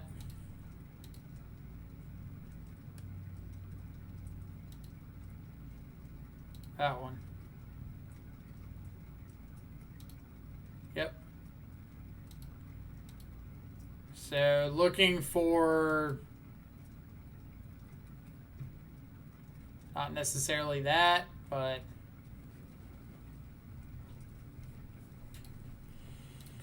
more something that like takes a Threads of Disloyalty out of hand or does something about it when it comes down.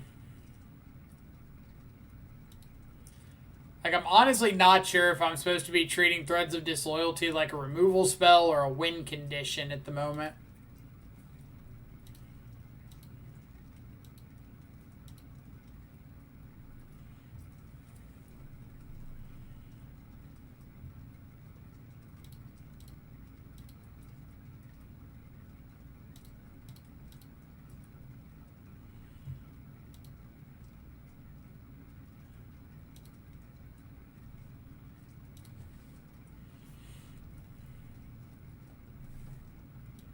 Bench was right about stuff. Don't tell him that. I'll never hear the end of it. Like, this is turn 13 of Shadow versus Merfolk. This is uncharted territory.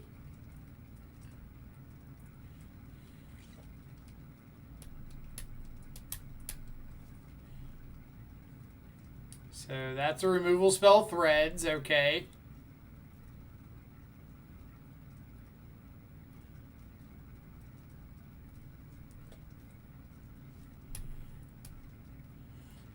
Told you to play sub. Well, if we win this game, I'm saying I didn't need it.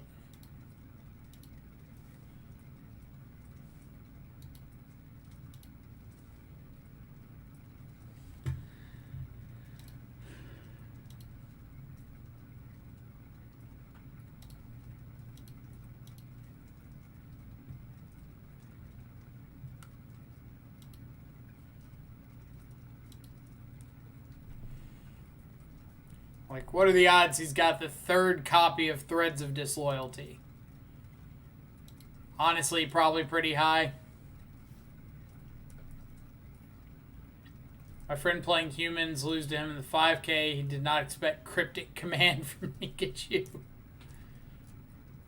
See, I wouldn't expect Cryptic Command, but like Brazen Borrower, some form of counter magic, those are all pretty standard, right?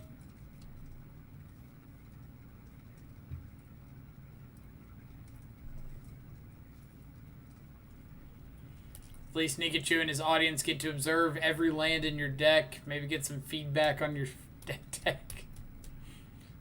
Fingers crossed. But no, like, I seem to remember a burn deck that didn't see as many lands as we're currently seeing. And we run fewer lands than burn does. Oh, heck yeah. You die.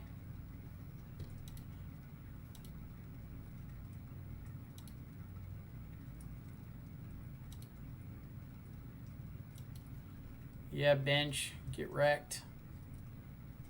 Your opinion's terrible and you should feel terrible. Who needs stubborn denial?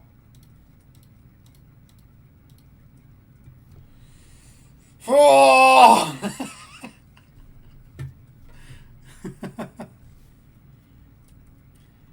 GG's. GG's indeed.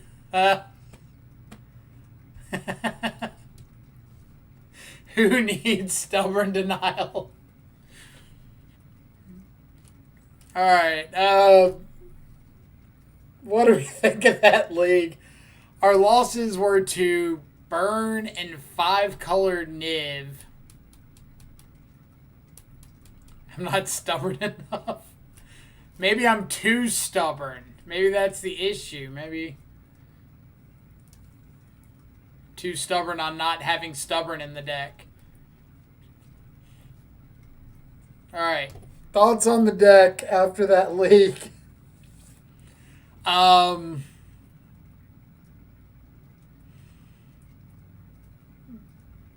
God. Okay. Mana did look rough a few times.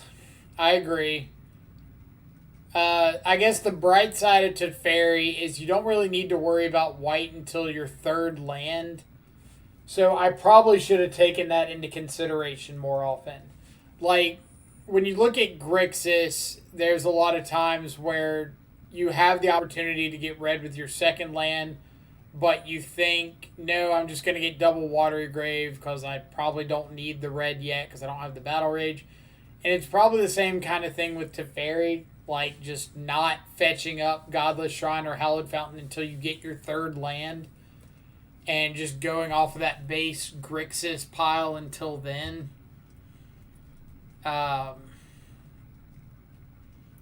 Double blue for Snapcaster was rough that league. Because I feel like a lot of times we were getting like Watery Grave into Godless Shrine into Blood Crypt or something and just didn't have double blue for our third land. The sideboard path was pretty good. I don't think Celestial Purge came up that league.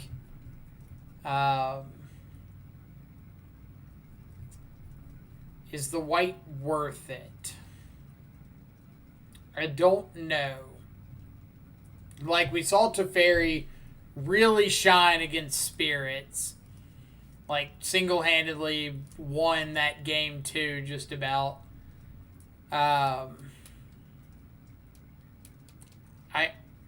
Did we play it any other games?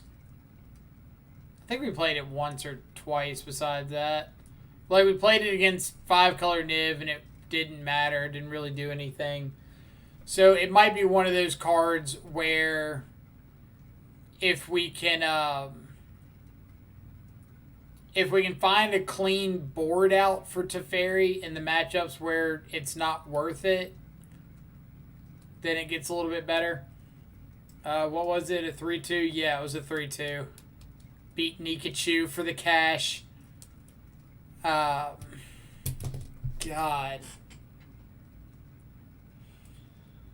I do really wonder if we should just be playing, like, 5-color good stuff Shadow. Like, is that Shadow's Fire design play? Maybe you only want 2 Teferi, 3 in the deck seems like a lot. It's possible. Exactly. Just say, like, if you got Blood Moon, you got Blood Moon. But we're going to play, like, Shadow, Snapcaster, Tarmogoyf, Stubborn Denial, Path.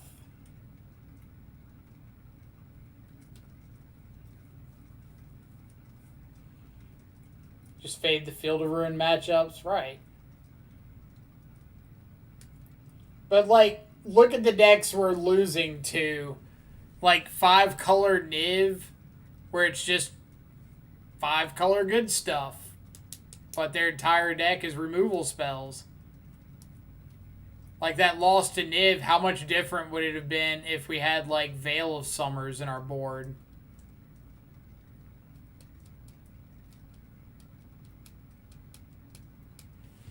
So let's see. What if we went...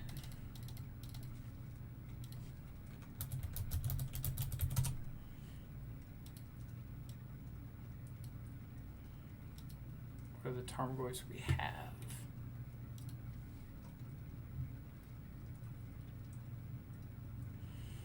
Think white is not worth it to play 5-color? I don't know. I thought Path to Exile was pretty good.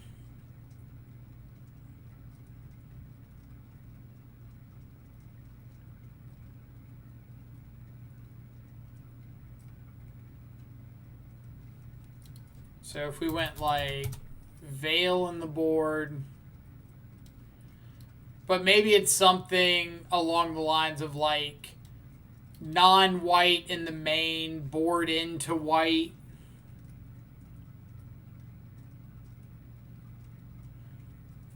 Let's see. I love that version, Josh Hutter Layton.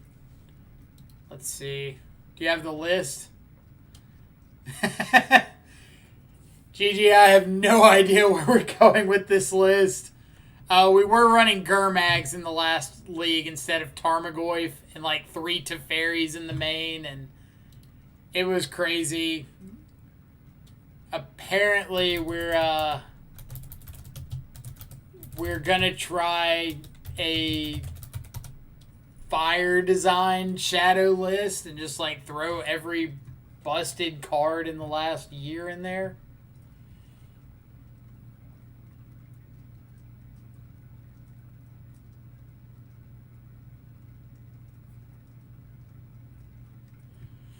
Yeah, so this is Utter Layton's list.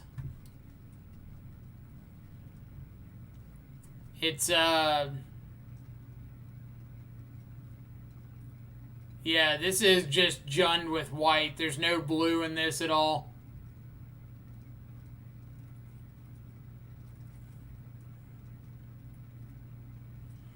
Trying to make Lurrus, Arcanist, Croxa. He said Lurrus twice with two different spellings. How are you going to say Lurrus twice with two different spellings? And he played against Nikachu in the finals. What a coincidence. It's a sign. This is what we need to be doing. Alright, so Shadow Goyf is our primary threats. Sure. I think we're going to go blue primarily in the main. Sideboard into like blue, black, green primary in the main. With a splash of red for Battle Rage. Sideboard into the white. Because if we play against like a Shadow Mirror, we want Path and Veil. We don't want Battle Rage. So we can drop down on the red. Me and Bam have been working on a nutty shadow list for this weekend.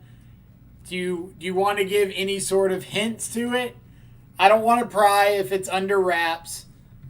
But I'm looking for what I'm going to play this weekend and haven't decided on like anything yet.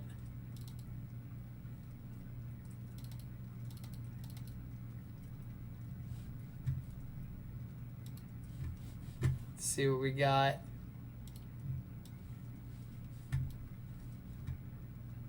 Alright, Lurrus is a companion.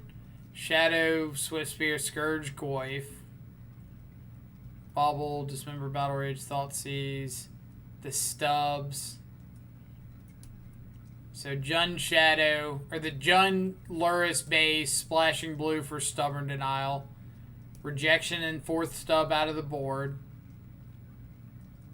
Veil, Trophy, Brutality, Glamour, Unravel, Split, K Command, K Return. It's honestly just Jund Lurrus Shadow that can actually beat Tron. Tron has been such a nightmare recently. Like, I feel like every time I run through a league, I run up against it in some number, and not having, like, Blood Moon out of the Rakdos decks anymore is, And I hate Cleansing Wildfire. It's the only deck I'm consistently losing to. Same. I think it's like Tron and 5-color Niv have been like 75% of my losses in the last 2 weeks.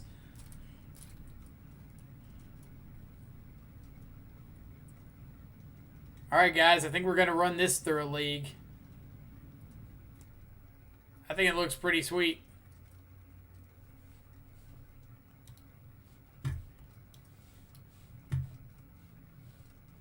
Let's see. What better way to decide if a deck is up to par than to run it?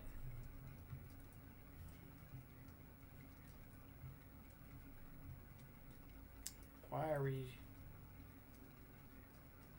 like halfway? Oh, I've made it a wish. Why did I make it a wish list? We've been going back and forth on Breeding Pool and whether it's terrible or not. Breeding Pool is a weird one. Like, I like Breeding Pool 65% of the time. And it's usually a little rough in like the heavier red versions. I'm usually going Stomping Ground in these. Breeding Pool does pair extremely well with Blood Crypt. So being able to go turn 1 crypt, turn 2 breeding pool, just unlocking all of your colors is really nice. But I don't know if that's necessarily enough of a reason to play it, especially if you don't think you need the blue until like turn 3.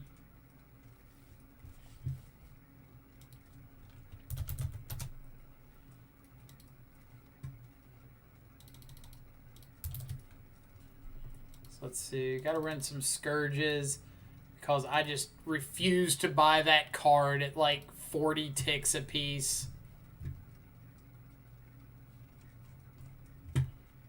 I've got to pick up a Deglamor.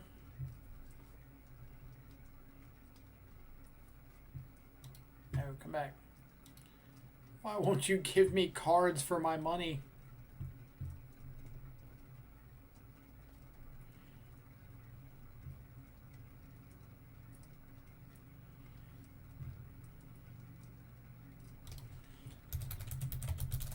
Tried to build a Lurrus Grixis shell for so long, but it's just so hard to turn on Scourge plus Stub in the same deck. Agree with that. It's kind of like one of those things that's come up several times. People have asked about in previous streams. And any time that like Scourge and Grixis gets brought up, the only thing I can talk about is how absolutely terrible it feels to turn 1 bolt your opponent is your only way of getting Scourge on, if they're on like Tron or Amulet Titan or something like that.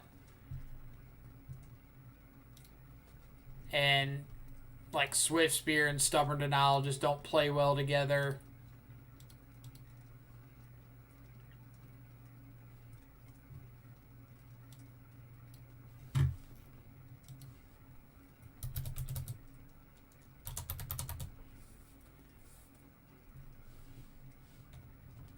See.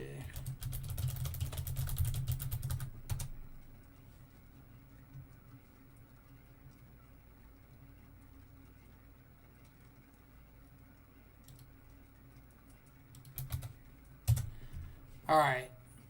So this, let me organize a little bit better so we can see everything. Veil has really been overperforming for me recently. So if you're ever like on the fence about a sideboard slot, that card is pretty nuts.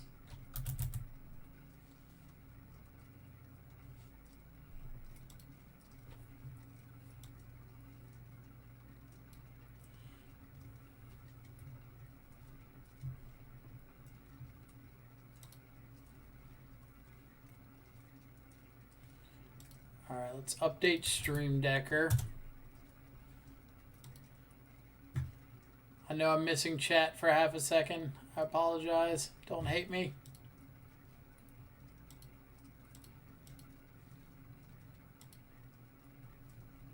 Come on, Stream Decker.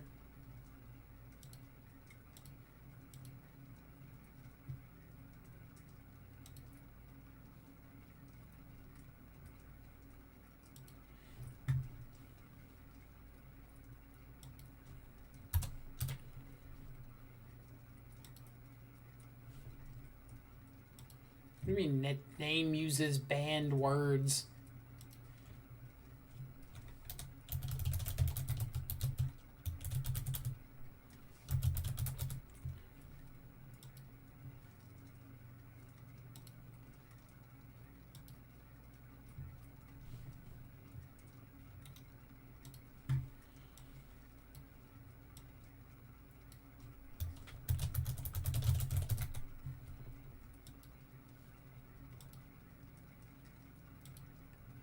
Stream Decker, you're such a pain. Alright. So what did I miss? Pike, 4-color, always has mana problems. It just depends on the variant of 4-color. Like, some can be pretty consistent. Some are a little off the wall. Let's just play 5 color for Faith Shield. Let's see. Heart you for playing the list, though. I have to go for a bit, but I'll pop back in later. I think it's nuts, though. Hope you do well. I appreciate it. I'm looking forward to seeing how it plays out. Bam, heard you're trying out this masterpiece. Absolutely am. Getting ready to start this league here. Just updating stream title and everything.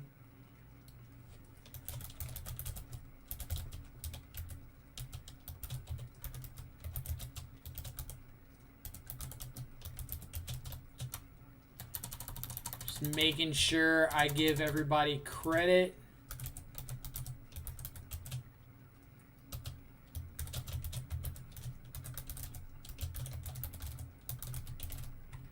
All right, update, and now we go. Gotta go. Good luck. Appreciate it. I'll let you know how it goes and any thoughts we have. All right. So we're playing the this 4-color list that GG and Bam threw together, and we're gonna see what is going on with it. If there's any thoughts, concerns, what the mana base looks like. We saw or we heard the concern about whether or not breeding pool is necessary in the deck. So first looks, kind of the Rakdos shell with Scourge of the Skyclave, Shadow, Thoughtseize, Monastery Swiftspear, 4 bolts, splashing green, which we've seen a lot of recently for Tarmogoyf, and then an additional splash of blue off of a Watery Grave for 3 copies of Stubborn Denial. In the sideboard, 2 more, or another Stubborn Denial, 2 Ceremonious Rejection. Really big help against Tron, which is showing up like everywhere recently. 2K return for the Auriok Champion, Menaces, K Commands, another hate piece for Tron, as well as good in the grindy matchups. Get back threats, get those discards, Assassin Trophy, yet again, fantastic against Tron. Also just unconditional removal. Unravel the Aether and D Glamour, Tron, Artifact, Enchantment, Hate, Veil of Summer for the Mirrors, anything interactive, Collective Brutality for Burn, and Lurrus as our companion. So let's go ahead and jump into our first league, see how it goes. Sorry, Nikachu.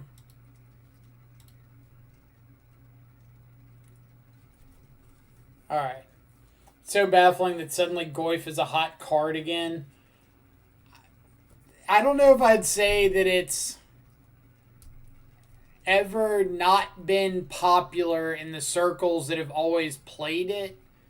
But, I mean, for however many months Urza's been around, you could play Goyf, or you could play or pay 1 more mana, get a Goyf that can come back if it dies, draws you a card, gains you life, puts a land into play. And so it's like, oh yeah, if I get all that for 1 more mana.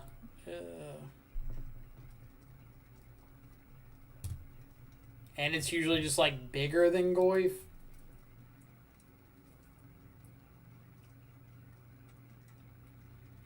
So I want to say the first big thing I like about this list is the fact, let me pull up the list here. It's the fact that you're not running like Seal of Fire or Tar Fire or any of these like little, in my opinion, bad cards just to turn on make Tarmogoyf bigger. Like, I think all those cards are pretty bad. Never got to try Uro Shadow. I played Uro as a one-of in the sideboard of a 4-color Shadow for a few leagues, just like for the heck of it.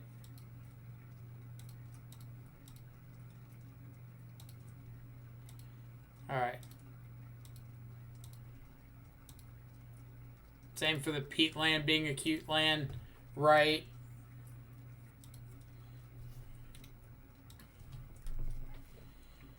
Opponent on land pass, eh? Alright.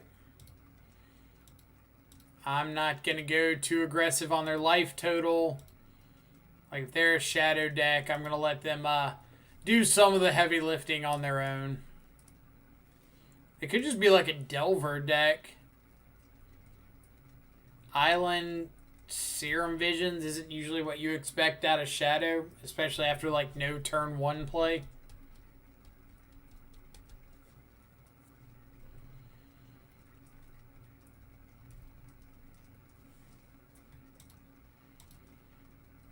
Sure, Seal of Fire is more justifiable with Lurrus as a companion, but I think we can all agree that it's, like, still just a subpar card, right? Like, outside of the fact that you can buy it back, there's just next to no reason to play Seal of Fire over a Lightning Bolt, or even Seal of Fire over, like, a Fatal Push.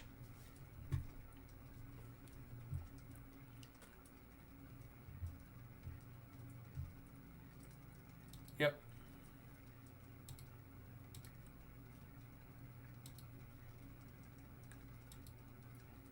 Alright, second land. Second land is online to a degree. There's probably a good chance they've got like a Fatal Push or something, or a Mana Leak. Logic Knot, whatever. You're lucky I don't have my Simian Spirit Guide, opponent.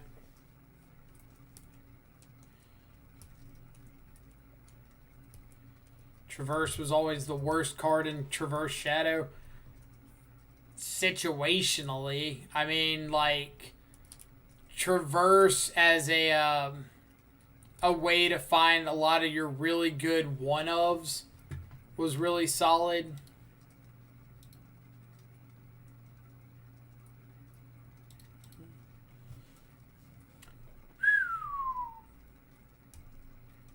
Calm down, opponent. It's just a game.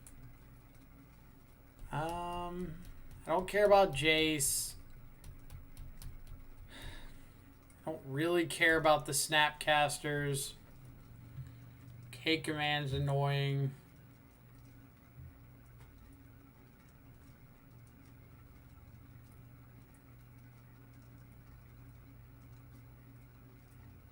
I think I'm going to take Archmage's Charm just because I want to make sure if I find a green source that I can resolve this Tarmogoyf.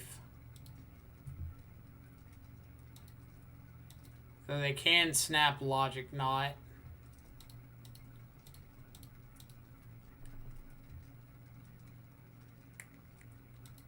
But I guess if I find a green source, I go for Tarmogoyf. If they snap Logic Knot, I can soft stub the Logic Knot.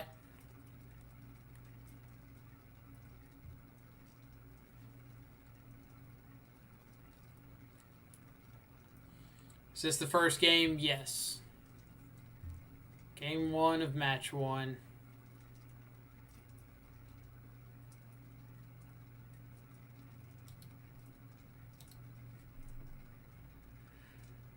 And unfortunately, our opponent's got a pretty stacked grind hand.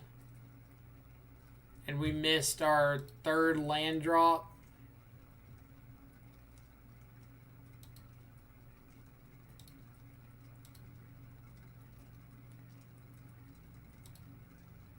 You should be able to delve to pay for stub. How nice that would be, right?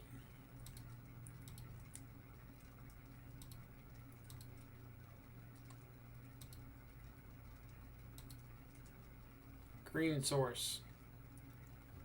Not a green source.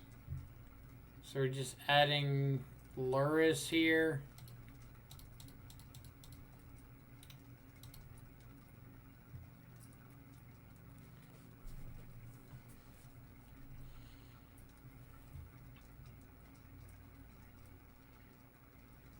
Cryptic Command, bounce my Watery Grave. Alright.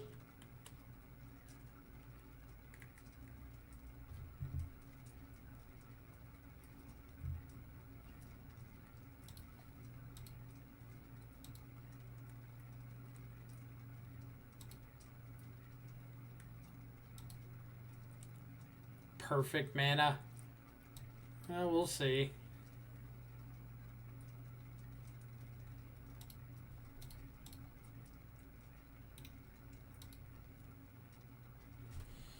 So we're through both of the K commands. That's something.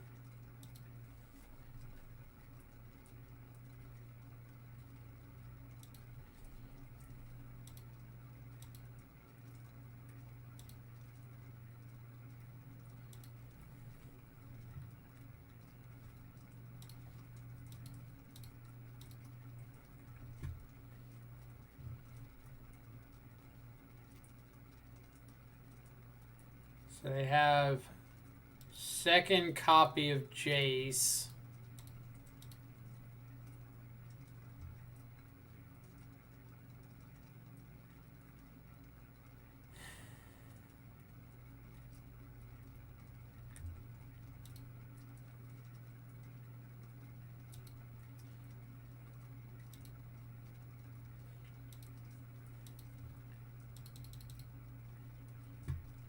Like, it's a little rough because we've been kind of right on the edge of getting back in this, but just like not finding lands in time.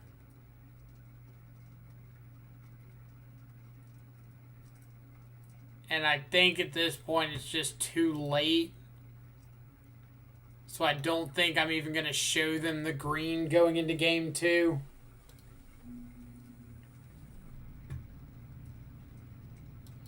Alright, K return's great, or K command's great, Veil's great, the extra stub is great, Brutality is an option, Battle Rages are bad,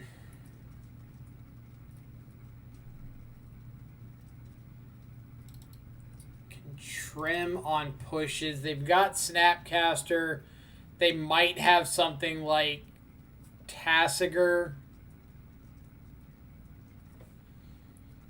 We're going to go like that. So depending on Grixis control, that's what it looks like.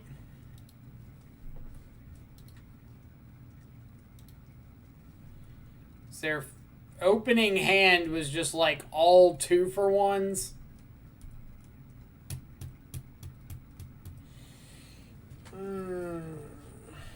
All right.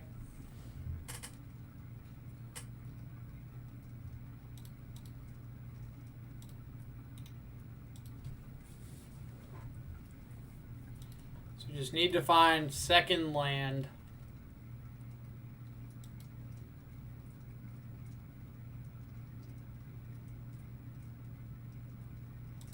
Yep.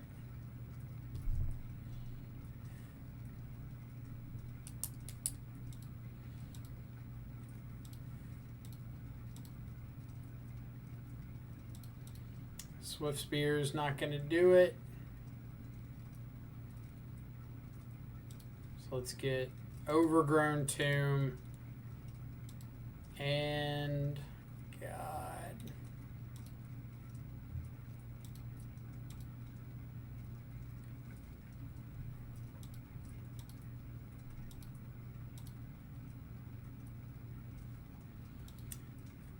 Jack, if you're one turn sooner, I would have felt pretty solid about that.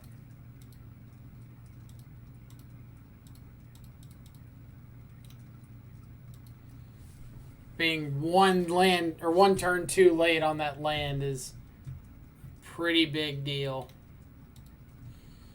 17 or 18 lands? 19 actually.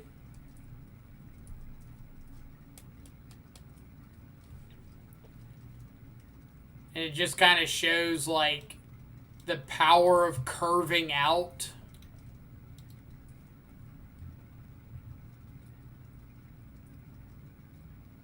Like, if you're not hitting your 2-drop on curve, that's a really big cost.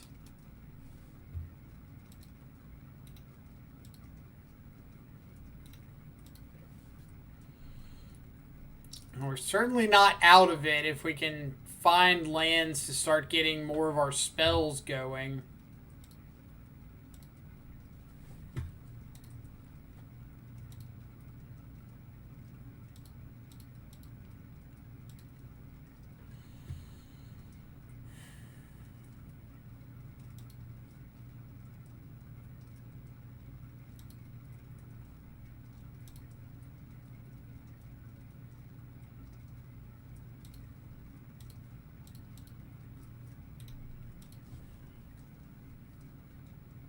Like, we can all pretty well guess they have a counterspell here, but I've got to fight through this stuff eventually.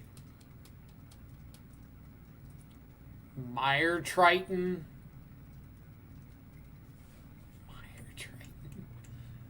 Okay. So this is kind of the we might be able to find a way back into this spot. So let's kill Jace. Play Shadow.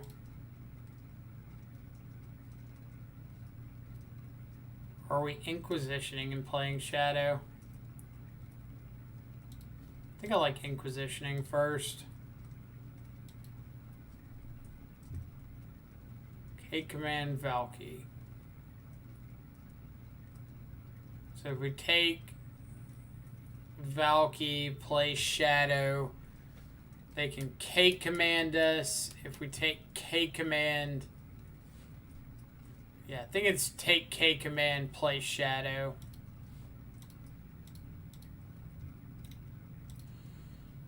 Kind of like give them this one turn to find a removal spell for Shadow, or we get to untap with multiple pieces of interaction. Alright. Lurrus in hand.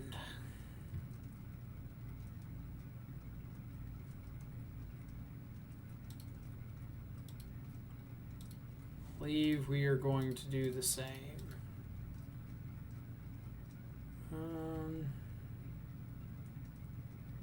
Lurrus plus Jace.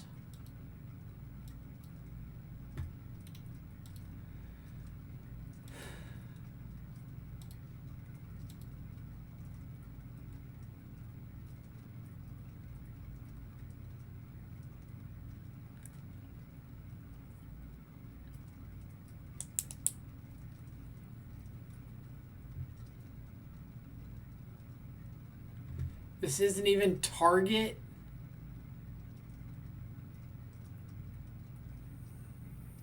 Oh my god.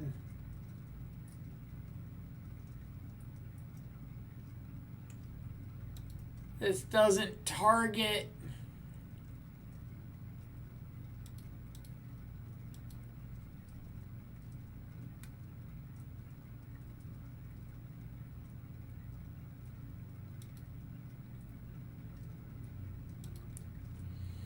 So I need to find a K command. I think that's like best draw here.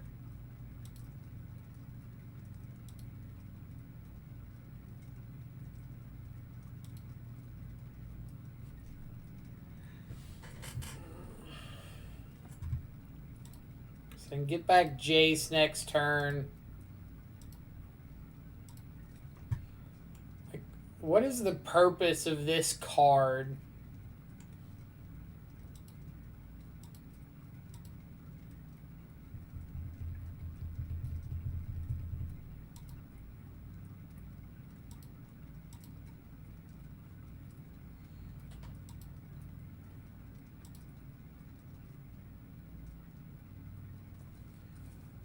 Okay.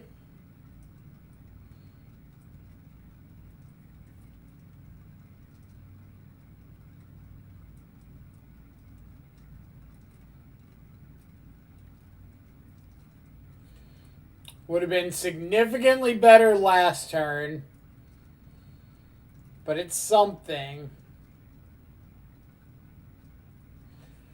So like K-Command shoot their Lurrus, gets our Lurrus back.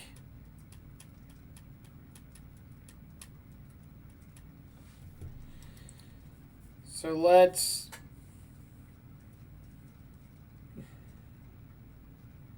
pass here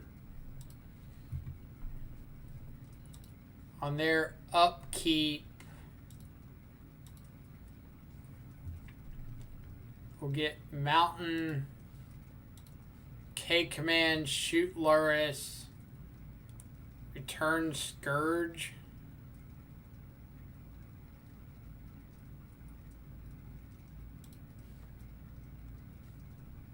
Or is, I guess Goyf is just bigger, but no, Scourge is just going to get bigger in the long run.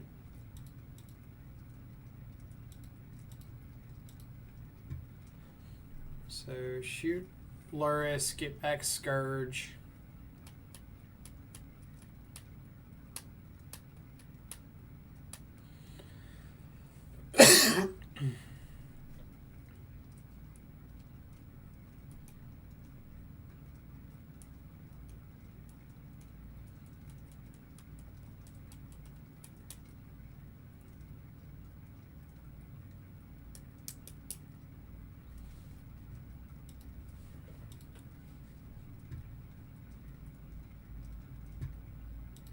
Alright.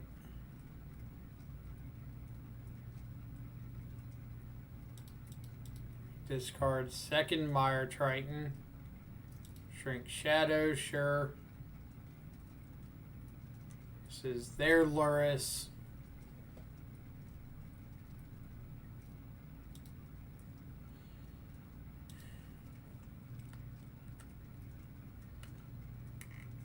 This whole Valky not targeting thing.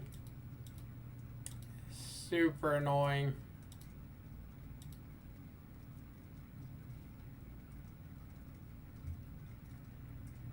Alright, deck. We're not supposed to be the control deck here. That's them.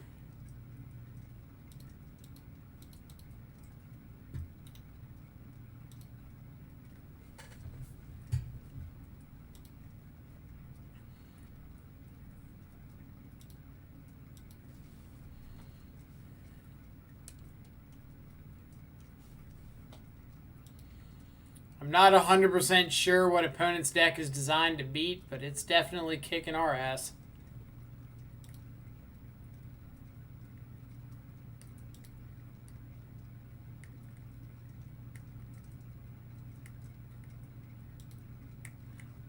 Like, if I had seen any more creatures than Snapcaster game one, we could have, like, left in pushes, left in the extra bolt. K-return something. But we just did not see those cards.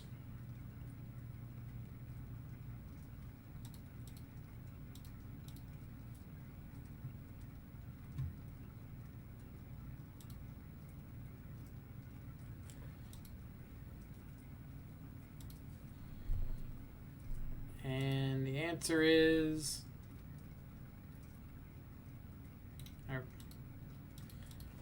Yep. Did not see Valky Mire Triton game one. That was rough. I believe the term is we got memed. Agreed completely. Like, super happy for opponent, like you mentioned, that they that their deck worked out. I don't think this is a deck that I'm planning on preparing for in the future.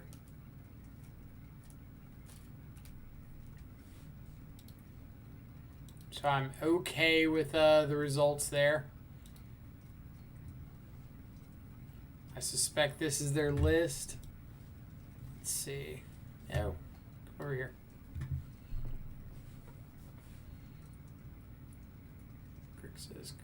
Grixis.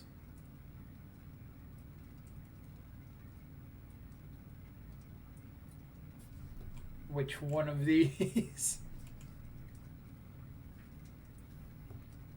Take a look in a second. Ooh, Eggy Benny. We rated Eggy Benny on their 24-hour stream that I believe was wrapping, or that was getting started when we were wrapping up our 12-hour Shadow Watch stream. Way back in like January. All right, let's see. This list. Come over here. Lurrus, Jace, Valky. So they saw like multiple copies of all of their 2-ofs. They saw 2 Jaces, 2 Valkys, and 2 Mire Tritons.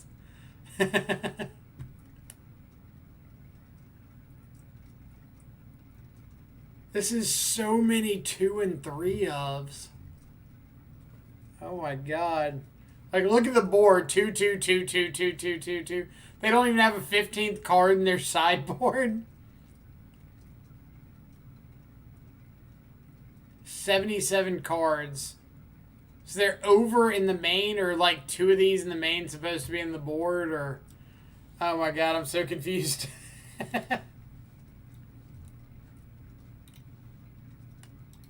Grixis dies to burn control. So their main deck... Oh, they got Lurrus as a companion. Okay. So that's 15 in the board, which still means they're running 62 in the main.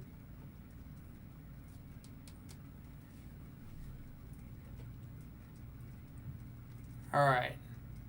Yeah, bam, good call. Was Lurrus in the board. So if I'm getting Blood Crypt off of here... I'm getting, like, Overgrown Tomb off of this, or I can get Blood Crypt, but I can't get Watery Grave off of this.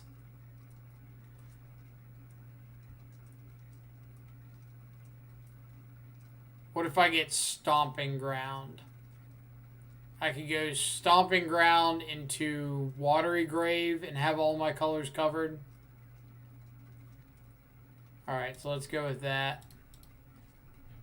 Let's get Stomping Ground, Swift Spear. Opponent did mulligan to 4, which means they probably have Natural Tron or like second Tron land plus Sylvan Scrying.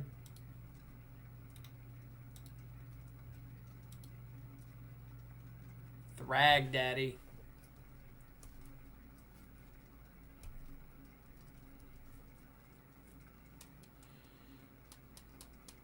Their second Tron land.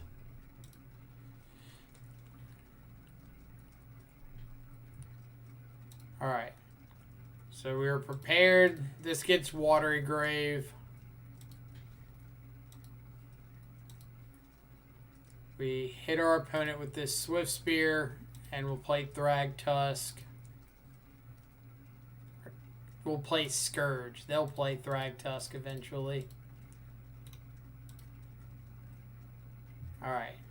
Do we think they kept a 4 with Natural Tron Sphere? They did.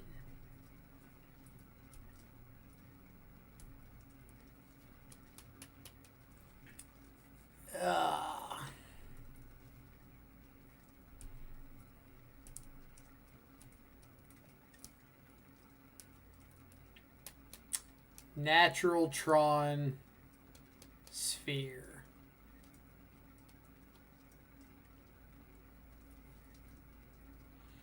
Yeah, like the hope was that they wouldn't have the Natural Tron there and would get in an attack with Scourge. But as we see, that didn't quite play out according to plan.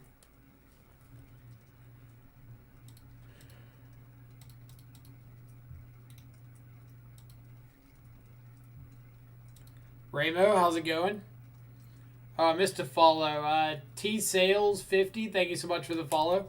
Hope you're having a fantastic morning, evening, or afternoon, wherever you're at in the world. Appreciate you coming by and hanging out. All right, what do we got?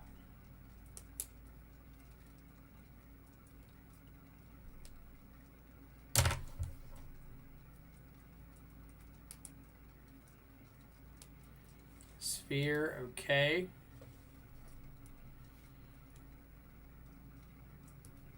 Like if I get to untap without staring down another large Tron piece this turn, I feel a little bit better.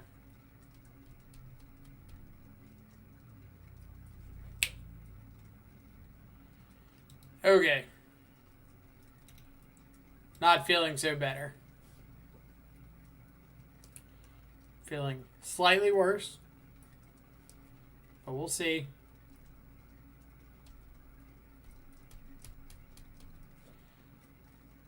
Blast Zone might be a little bit of a game breaker for us.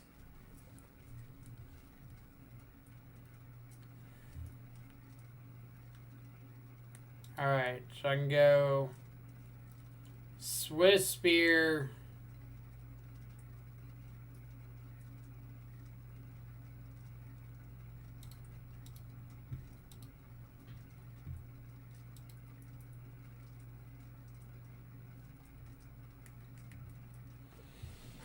Am I trying to attack into this worm coil? And just like go ahead and try to get it off the board? It's not.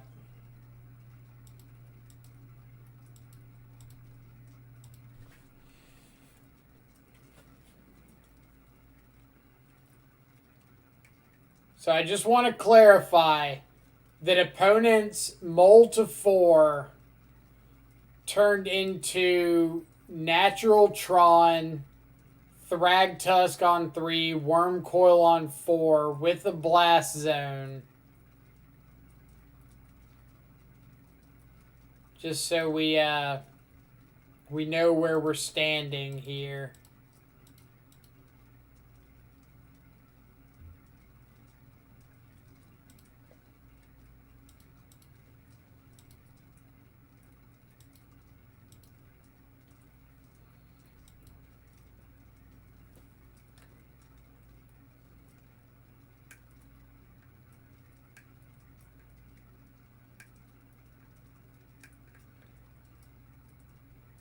This mountain doesn't look good. It's tough to say. Like, it certainly hadn't been a great mountain. So opponent just pops Blast Zone here and kills us. Yep. It hadn't been a great mountain. I don't know how necessary or not that it is. Like, basic forest could be better there. But I don't know for sure. Alright, Tron. We've got a lot of stuff to bring in for Tron. Or at least consider bringing in. I think, like, Stub and Ceremonious are no-brainers. And I think Trophy is a no-brainer. Once you get farther down, it kind of depends on how many board outs. I know I don't want Dismember. I know I don't want Fatal Push. So that's 3 spots left. I'm kind of in the camp of something like this.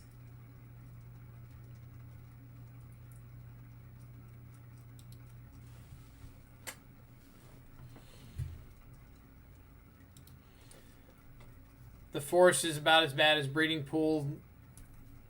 It's tough to make it good.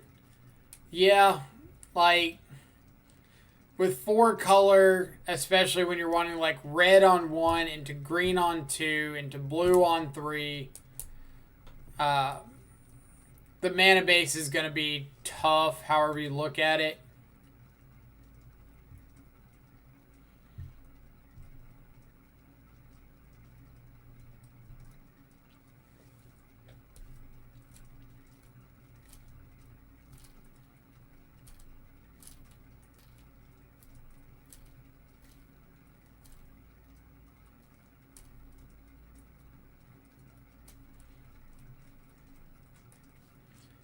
Pollinator can finally play Death Shadow in Arena. Today is a plus day. I know I saw Croxy messing around with a Shadow build on Arena earlier.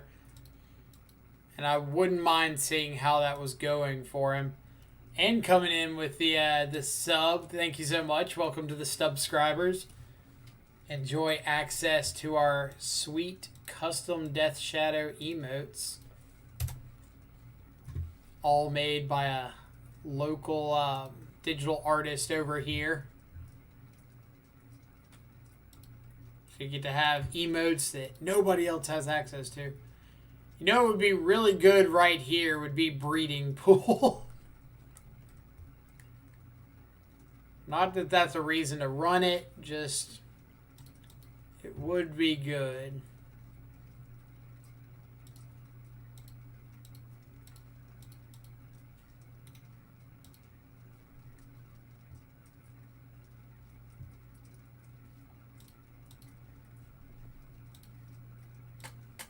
Alright, so what are you drawing into? Sanctum of Ugin. Alright. Wilt, Ballista, second Tron land. So we're taking Ballista or Tron land? Or not Tron land. I'd love to take Tron land. Ballista or Wilt. I think it's just Wilt to stop an extra draw.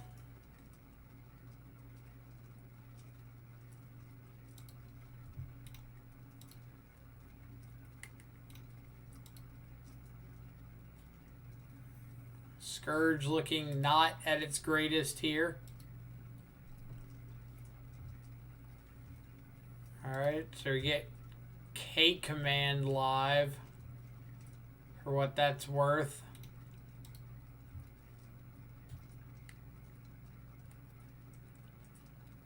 Instead of banning Urza lands, maybe they should make them hits from Thoughtseize Inquisition.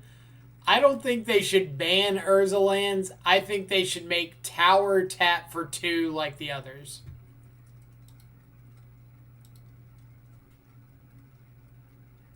I do get the mountain a ton. Alright. So their hand is Sanctum, Ballista, Karn, Unknown. If I K command 2 to them, make them discard. The downside is that I don't have a way to deal with like Ensnaring Bridge, but I think I just have to get one of my threats online.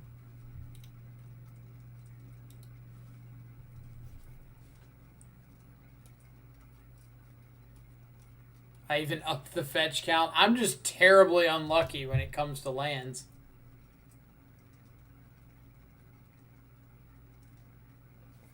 Okay.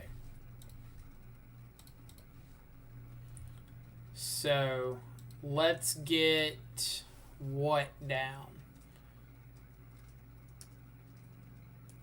Scourge, Goyf.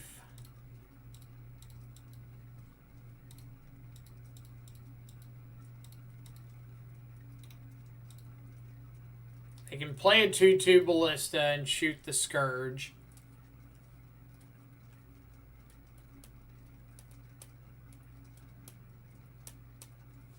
They can play Karn, like go get Bridge or something.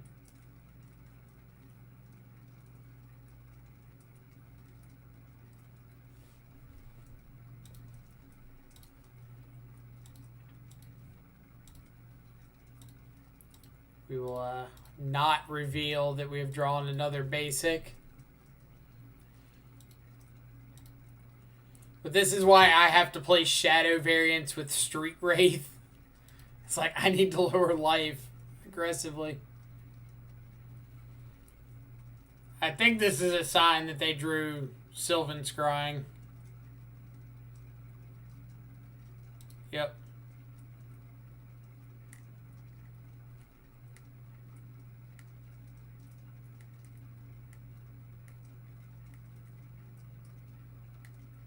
Like, adding Lurrus is fine there, but Lurrus isn't doing anything for me either.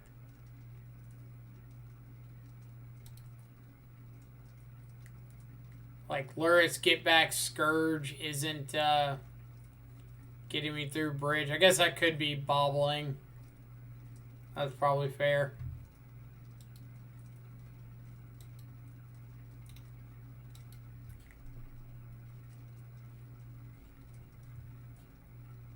Alright. So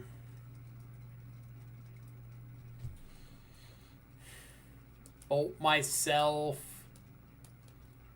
Shadow kill Karn. Tarmogoyf hit them. I can Bolt myself, hit them for 9 down to 4. I can hit them for 6 and bolt Karn. I guess hit for 6, bolt Karn is like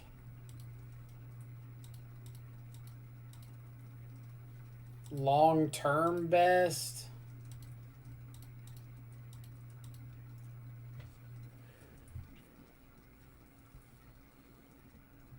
Let's see.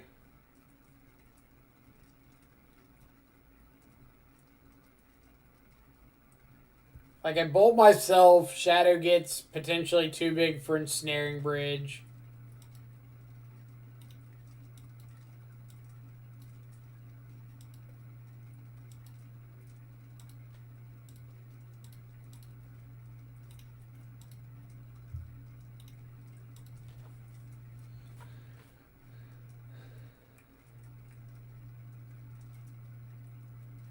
Well, like, it allows Shadow to attack under Bridge if they literally didn't draw anything else.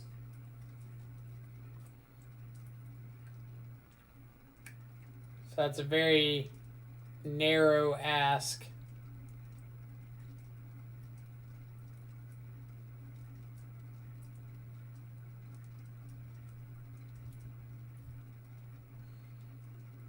Yeah, I do agree that I think Karn should have gotten something bigger than Bridge.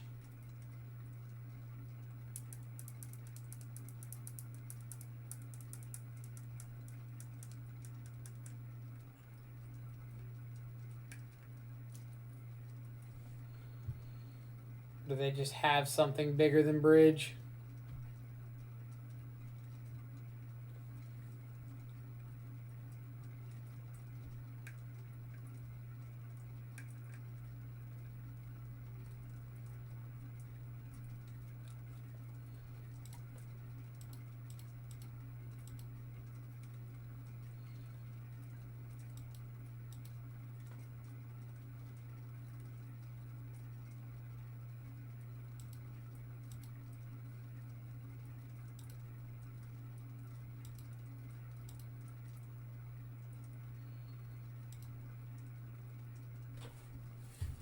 Okay. So that kills Bridge.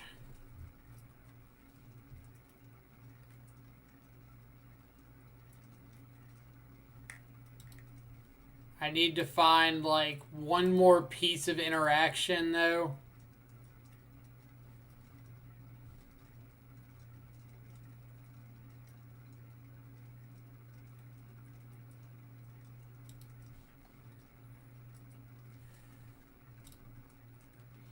How much am I diversifying CMC here? Start by seeing what they've got off the top. Forest is fine. So I think I want to Scourge here and play this other Shadow. I gotta make this blast zone like as bad as I can.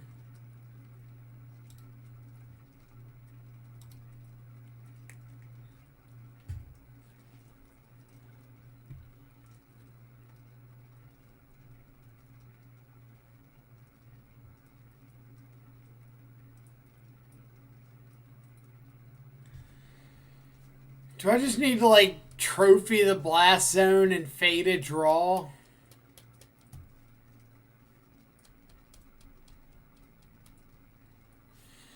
Let's think. I know that the forest off the top is dead.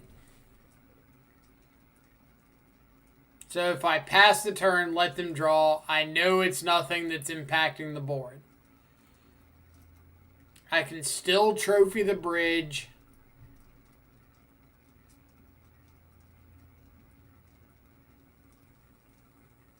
So it's probably fine.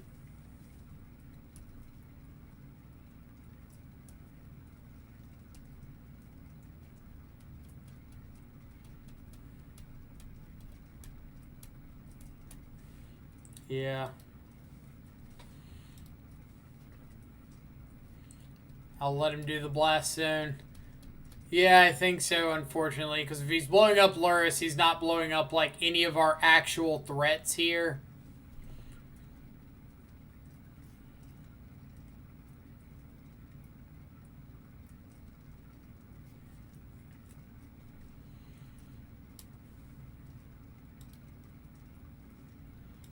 Alright, that should do it. He gets Forest. I end of turn trophy the Ensnaring Bridge.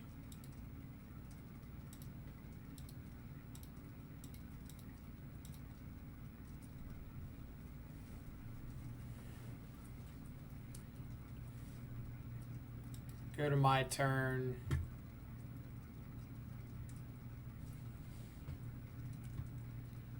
Yep, go ahead. And fetch, attack all. He blocks Scourge, he dies by a lot. He blocks a Shadow, he dies by a lot.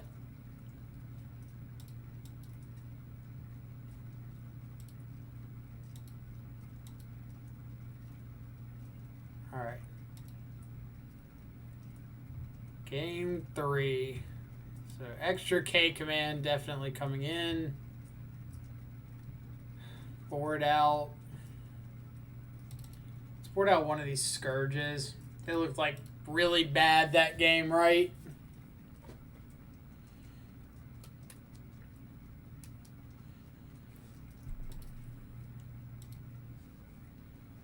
Math is for blockers. I mean, like, we had him dead regardless of how he blocked, so as long as we knew that part, we were good. Not sure why he ticked that blast zone, actually. Just made it worse for him.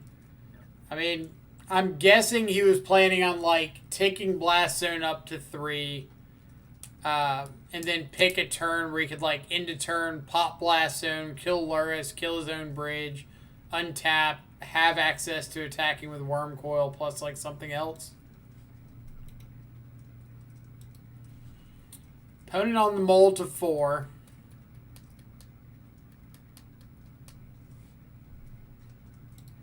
So we're going to pass with Stubborn Denial. Hopefully we can, like, soft stub a Sylvan Scrying or something.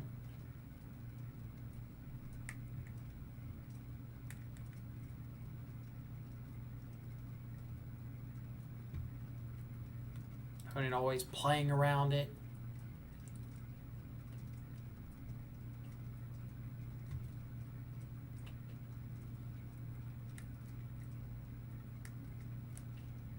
Love to see de-glamour a Worm Coil.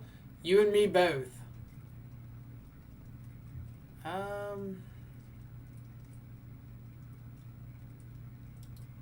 Yeah, I think I'm soft stubbing this.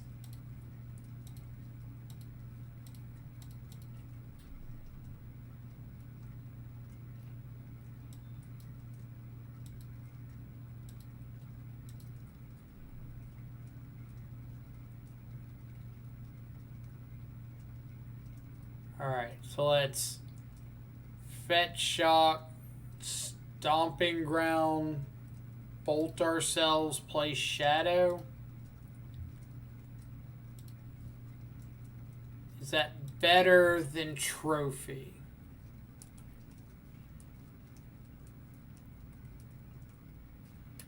What are the odds they have Tron in hand?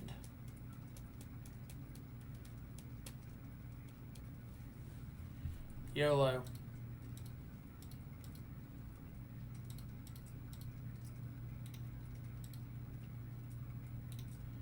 %. I like those odds.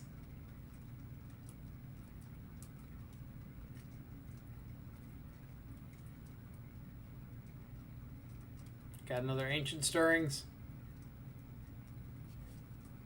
Ha ha ha ha. All right. I'm pretty incentivized to just, like, go ahead and trophy one of these lands so that they can't just top deck Tron. I think I am going to do that draw step. I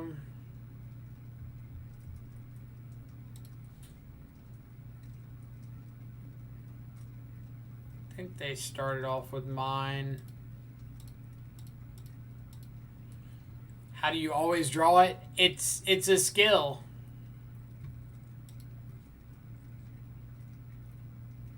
People just don't know how good I am at drawing the cards I don't need to be drawing. You should see me in Vintage Cube Reanimator. Like, I'll top deck every reanimate target ever. But not the reanimate spells. I guess I should have specified that portion of it. Get double green. I don't think it matters.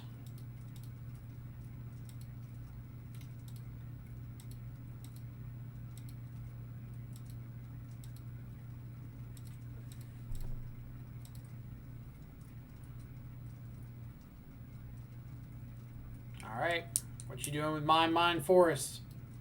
Hope it doesn't involve ensnaring bridge.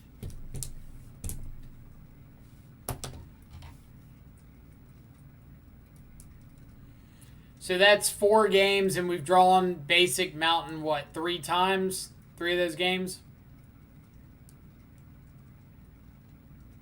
Is that approximately right? Did somebody call the Death Dweller? I saved that image, by the way.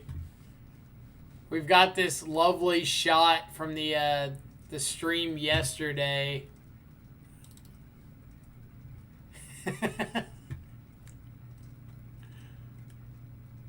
I've officially been memed. All right, what do we got?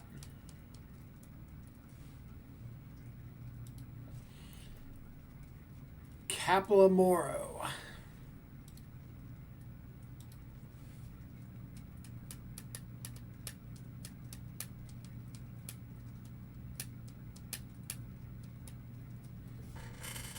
Oh, I'm aware it was your masterpiece. I am well aware. God, what are the odds of drawing a land? So we've got 3, 6, 7, 53 cards, 18 lands left, is little under 1 and 3. Mishra's Bauble, draw for the next turn. So seeing 2. So 67-ish%.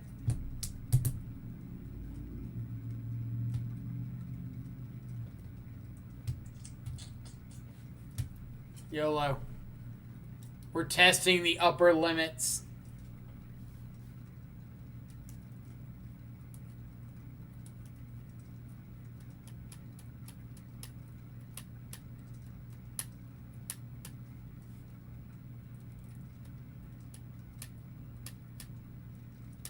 Gonna make that like my computer background so y'all have to see it all the time. Oh, let me minimize my screen and just Michael, call Death Dweller. Alright, opponent mold to 5. Could be another Tron player. No, no, no! I misclicked. No. No. Moto. Why hast thou betrayed me? It is a Tron player.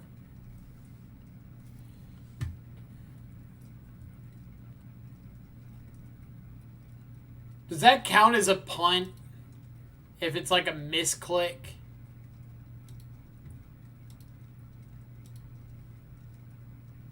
It's like, here's this thing that I totally wouldn't have done in paper, but because we're playing online, I have accomplished it.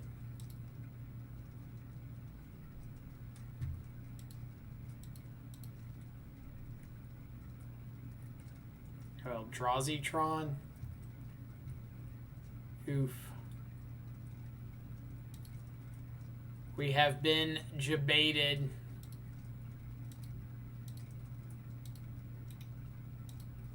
Only a half punt. I'll take that.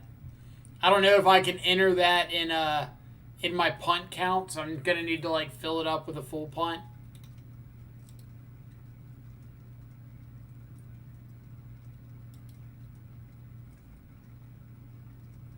Ballista for 3.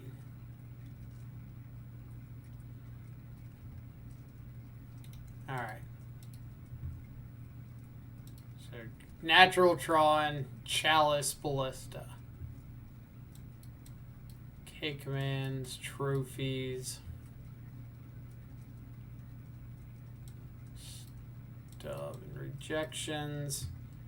Board out some pushes. Let's see.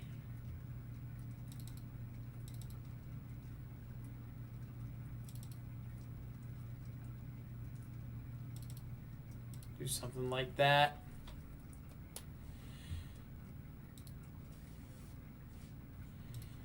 All right, what do we got?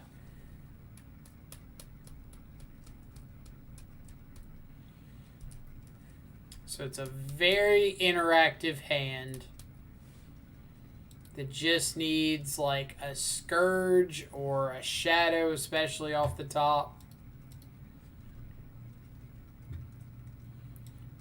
So this needs to get Blood Crypt.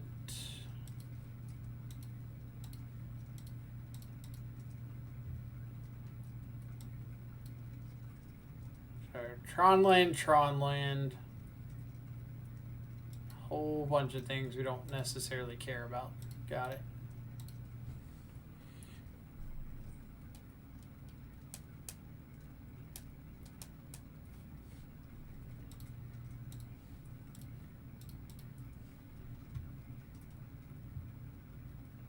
Pick up second power plant. All right.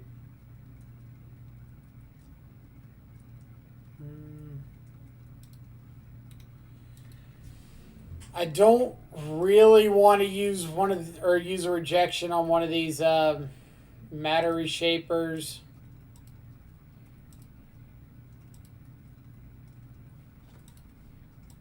But I guess if we're going to draw mono Thought Seizes, it's probably not the worst idea.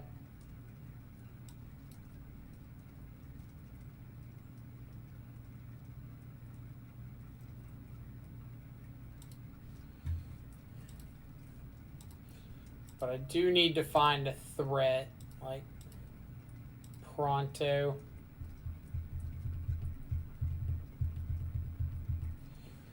And the downside of like getting Overgrown Tomb for Assassin's Trophy is I lose blue for Ceremonious Rejection. If I get blue for Rejection, I lose green for Trophy. Which is kind of like why I'm trying to delay this fetch for as long as I possibly can.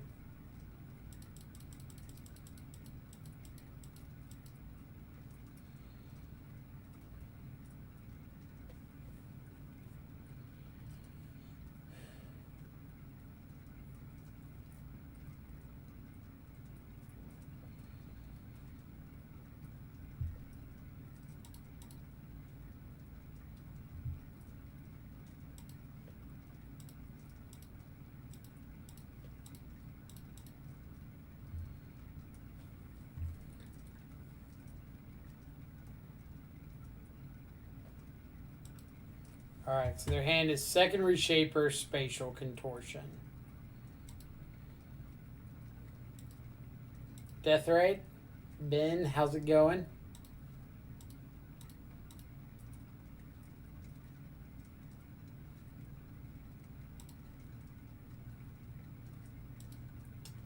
Matter Reshaper flips Matter Reshaper. As is tradition.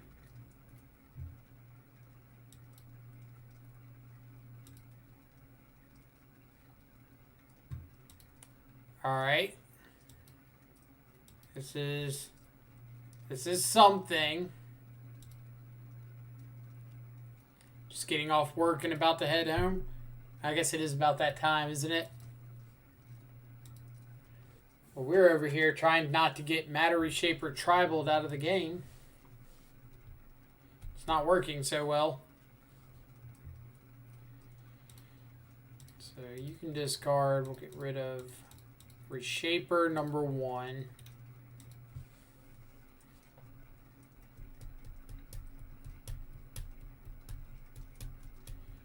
So we've got Spatial Contortion, Eldrazi Temple in hand. Or Eldrazi Temple in the field now. Alright.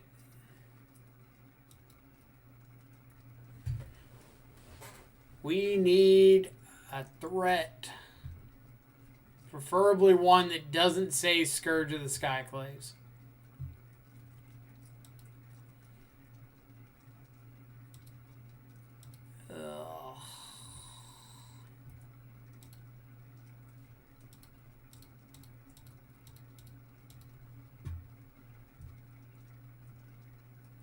Opponent, why you do this to me?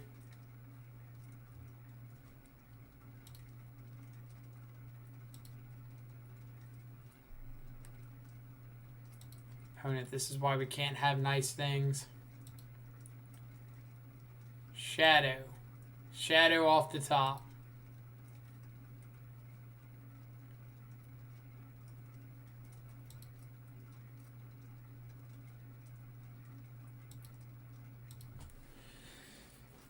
Oh, man. Don't do me dirty, opponent.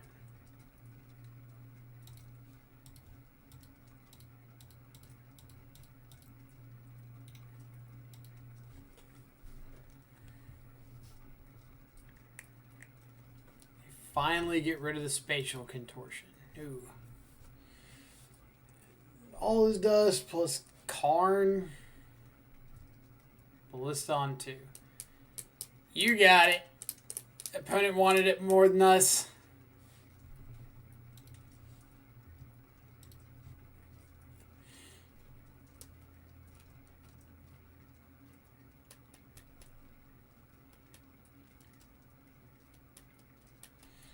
Alright, so 3 matches in.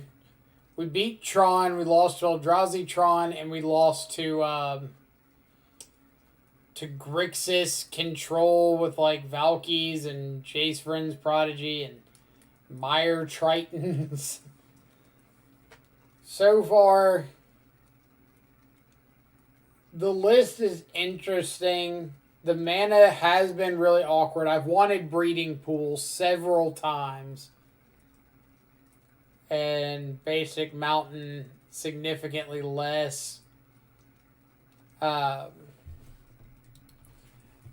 we've also played against 2 of our 3 matches where Scourge has been horrible. So, like, having our 3rd primary threat be uncastable, like, multiple times is really awkward.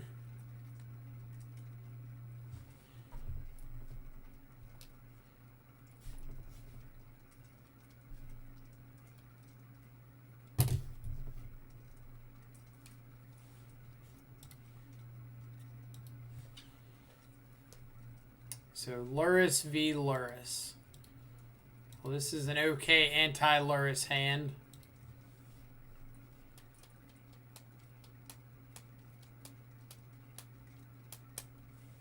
Yep. Take push or shadow. I'm going to guess push. See how right I am. I'm a genius. I'm a genius. Also, bam. I'm not saying that I'm cursed, but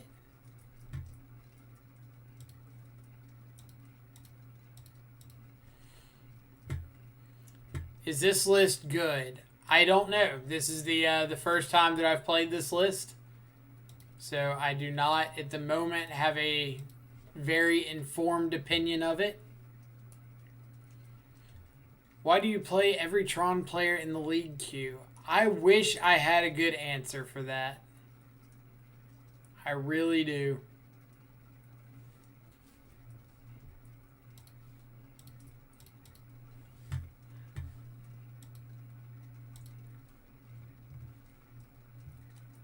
Coif, Scourge, Dismember. Let's take Dismember. Get down our Shadow. Because we got to start somewhere on this comeback train.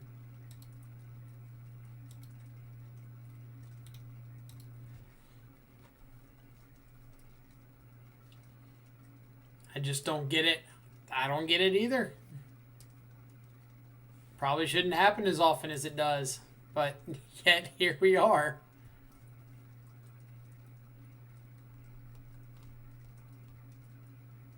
So, if they play Scourge here, Fatal Push off the top is lethal for us.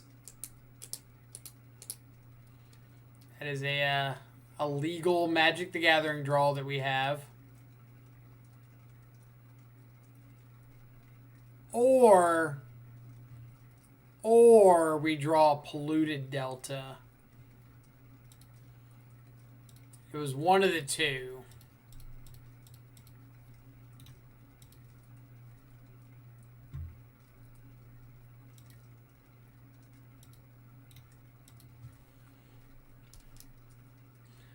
I'd like to think it's good, but right now this unfortunate sample size works against us.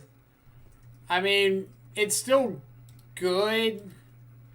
Like, we've had a little bit of the rough side of variance.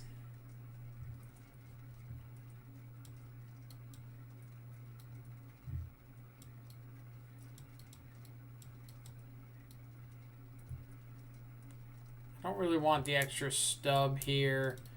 Battle Rages are bad. Okay, trimming some Inquisitions and some Swift Spears. Going like this.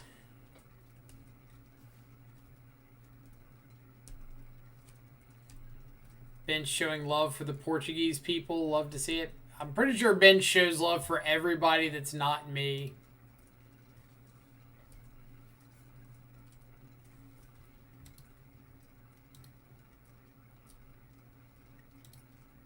All right.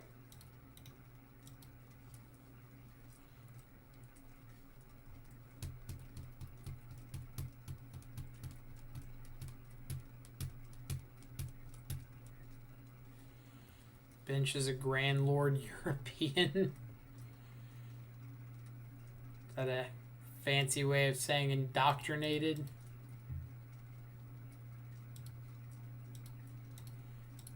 Alright, opponent. I don't believe that you have a lightning bolt here.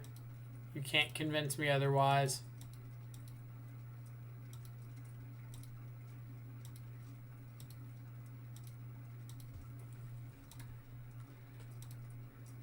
Also, props to opponent for not cracking the Mishra's Bauble on their turn, like everybody seems to want to do.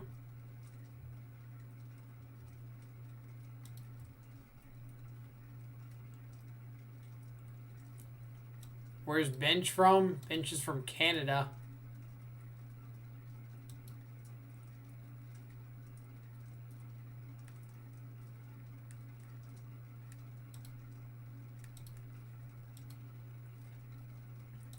So they're drawing Scourge. Pretty good.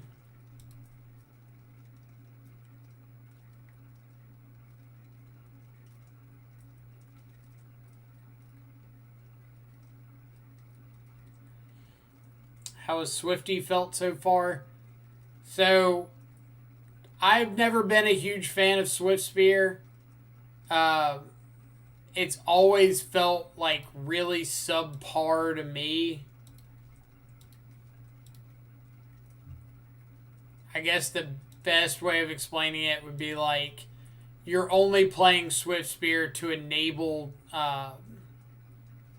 Scourge of the Skyclaves, and I don't feel like that's a good enough reason.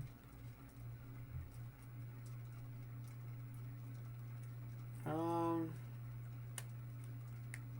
I trading Swift Spear? I guess with... I don't have to trade if I make this attack, right? Like, I can go bolt to the face and eat the Tarmogoyf.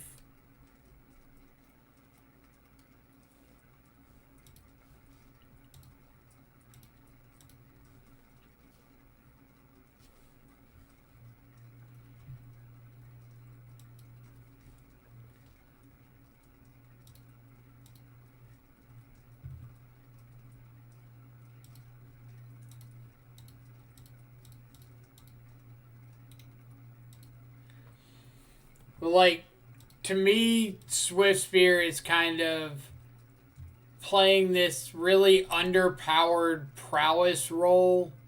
Like, we're not a prowess deck, so the odds of actually killing your opponent with a Swiftspear is extremely low if you don't see them in, like, heavy multiples.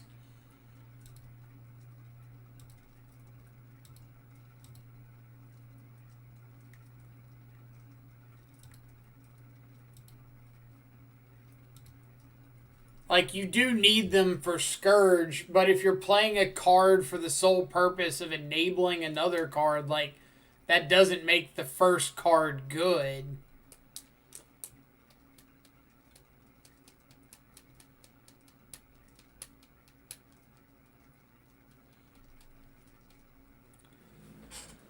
Alright, what's my plan? What are my attacks?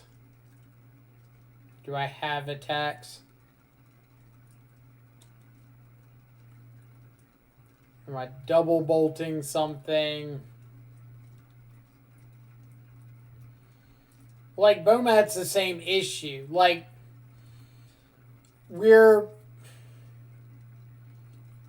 I think, in my opinion, for Shadow to adapt to the current, like, fire design metagame, we can't play cards that are dead or aren't carrying their weight individually. And I think Swiftspear is very much a card in that realm. It's like not a good card individually in this deck. It's just here as a support piece for Scourge.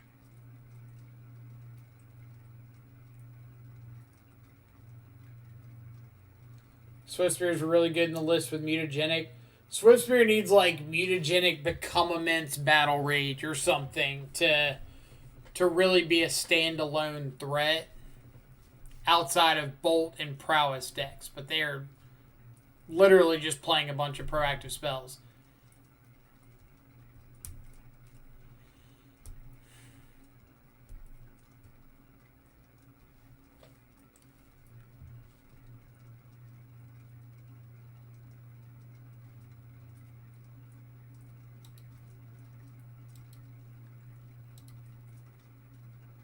Like, what am I doing right now? I come here to support Mike even if I'm at work making him my background noise. Because that is what he is to me. It's a noise. I'm okay with that. Like, I get to be a noise on Bench's background monitor. That's like the highest honor bestowed to someone in my country. Alright. So, if this is their attack...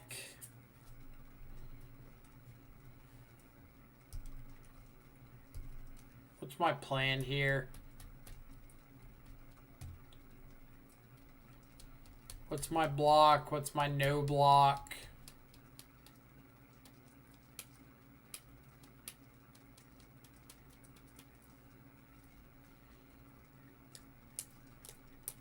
I could go... Like, what do I get blown out by? Because I don't want to do something like block Goyf and Swiftspear on Shadow, double bolt the Scourge, and have my opponent just go like, bolt you, bolt me.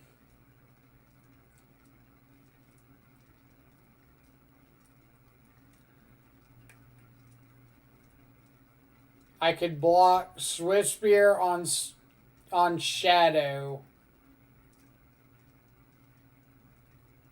and double bolt the Scourge.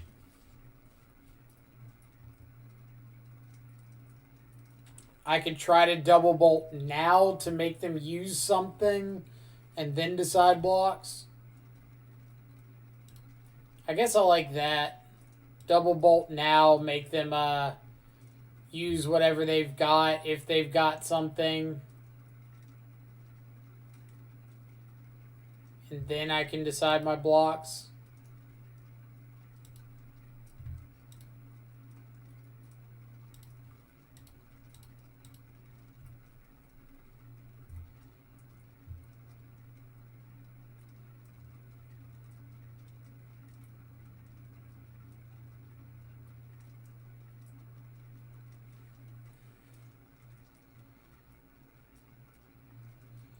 Because if they have, like, Lightning Bolt to bolt me...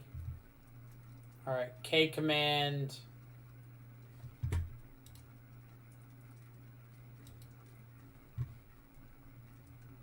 So this is both modes targeting me.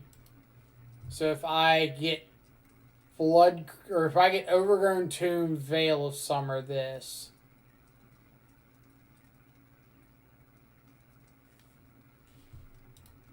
believe that's the play. Overgrown Tomb, Veil of Summer.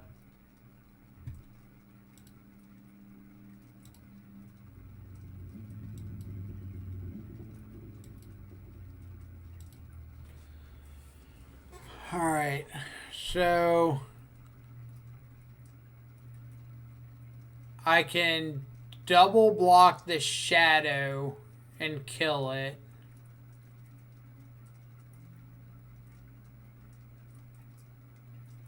I could block Swift Spear on Shadow, Goyf on Scourge, kill the Scourge. I could...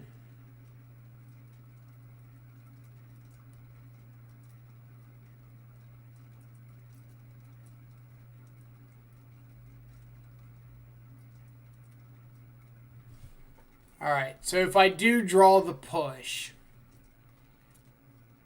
I need what to kill them?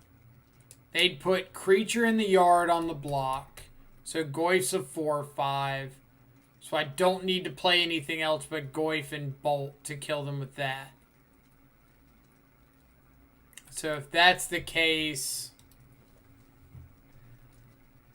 just Swift Spear on Scourge.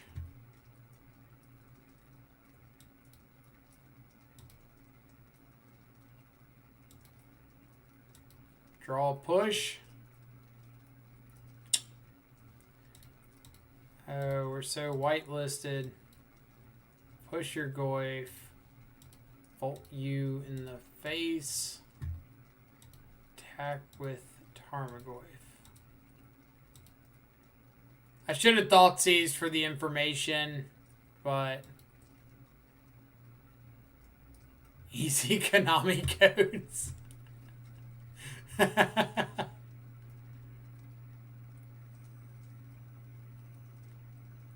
Alright. On to game 3. Let's see what happens.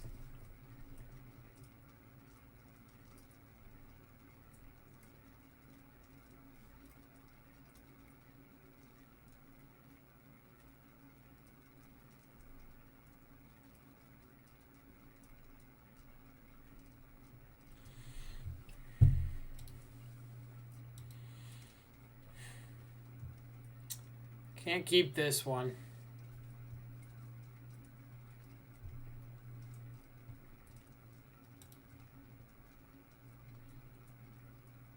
All right. I just bottoming Trophy and keeping the threats.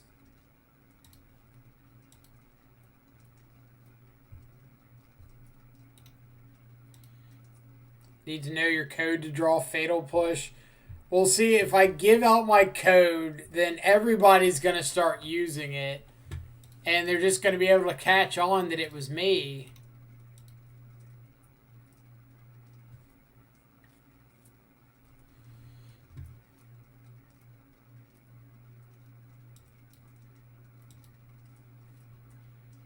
Up, up, down, down, left, right, BA start. That is, in fact, the Konami code. Take out all the Swift Spears in this matchup. They're worse, much worse than Inquisition. I don't think that's the case because of both Veil of Summer and your opponent's hand disruption spells. That I think Swift Spear is like a slight edge better.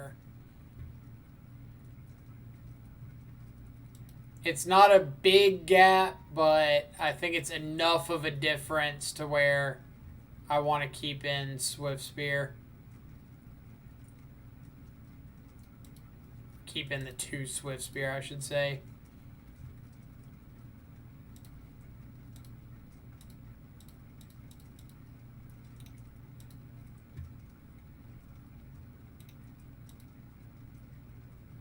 What's the code to draw basic mountain?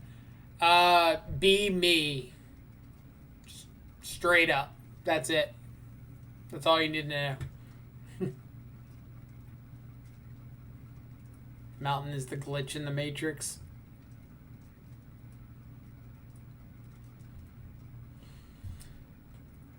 Let's see, David, thank you so much for the follow. Just tuned in and love this chat already. I like to think we have a pretty good chat. They don't bother me too much.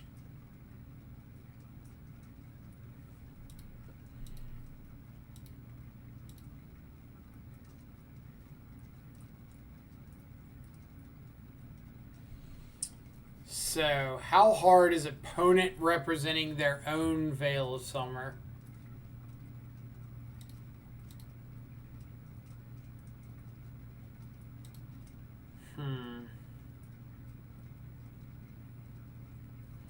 So I could pass the turn. If they fetch, I can go to push. I guess go to dismember, and if they veil it, I push. I could try to dismember now, but they could fetch and shock and save it. I can play out Goyf and pass. Probably my best bet.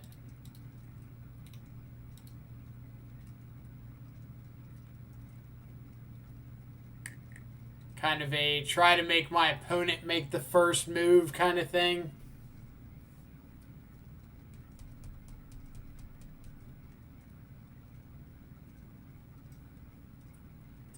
The power move is to play Shadow. I do like that power move quite a bit.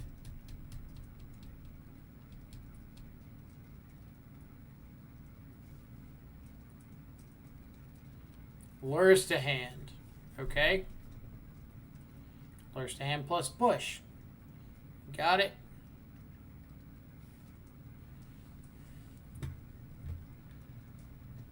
So we're gonna go Shadow pass.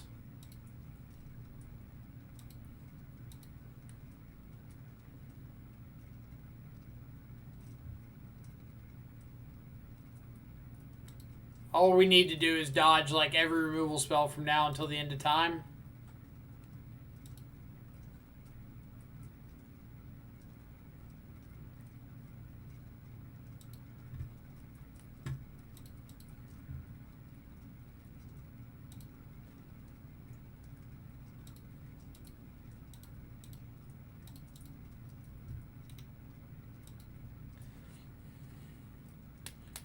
So you could Veil, Fetch Shock, trade Shadows. Or he's got another push.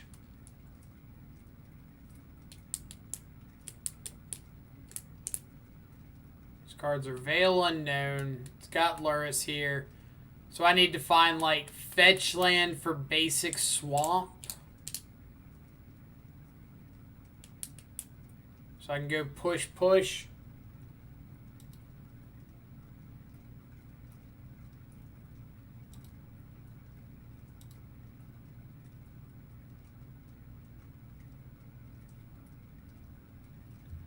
Almost.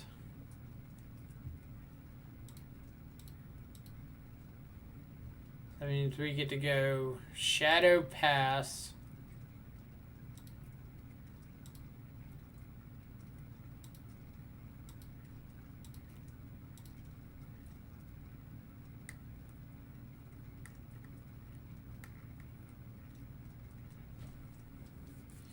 All right, opponent.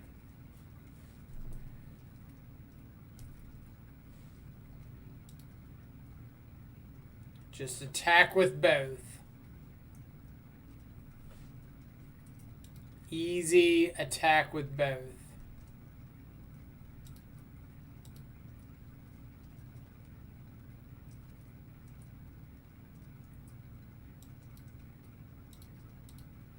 This one. I don't think they got the bolt.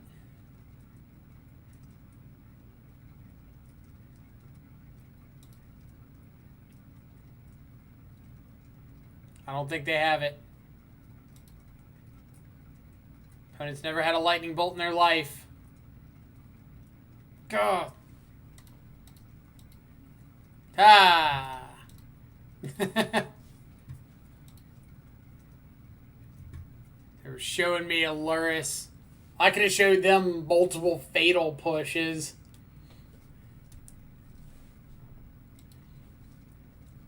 God. Ah. Alright. We're recomposed. We're only drawing good spells this game.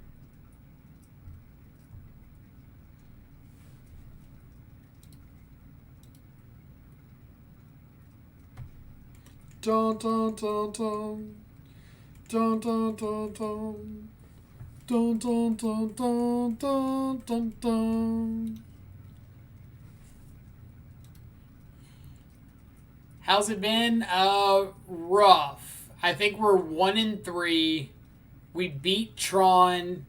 We lost to Eldrazi Tron. We lost to some like Grixis control meme pile with Valkies and Mire Tritons and like every removal spell known to man.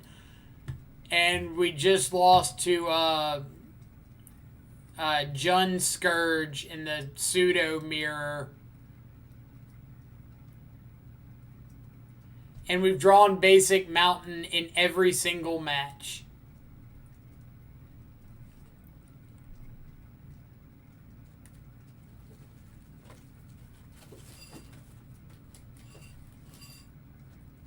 I think that's been the most impressive part. Been arguing replace Stomping Ground for Breeding Pool, but they both suck. I've wanted Breeding Pool multiple times this league.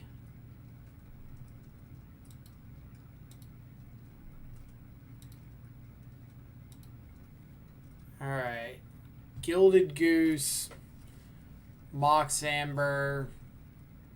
So I think I'm just going Watery Grave Inquisition here. And save the Swift Spear for next turn. Because like I don't want my opponent having Emery or something similar.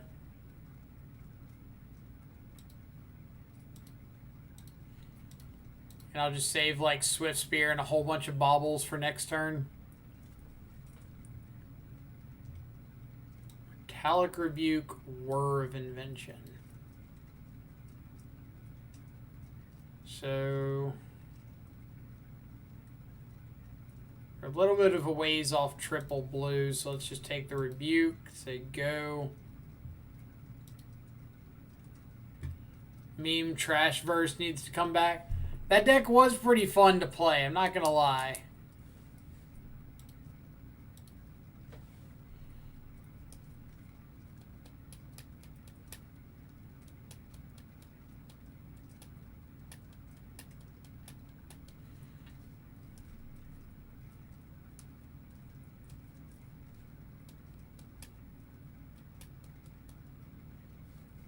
Got something to play? Do not.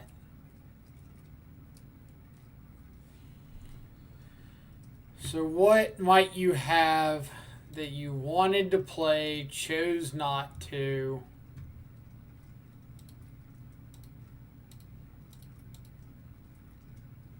Maybe like a, what's the blue-green dude?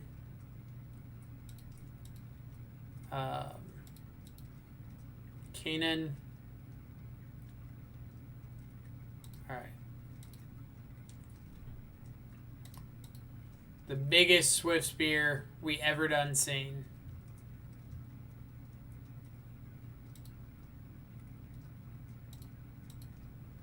So rough for me. I started playing Shadow so recently, and it seems like older lists are way cooler. The older list just, like, didn't have restrictions, right? Like, everything was a possibility, and you got to play really sweet cards because you weren't worried about dying to Niv Mizzets and things like that.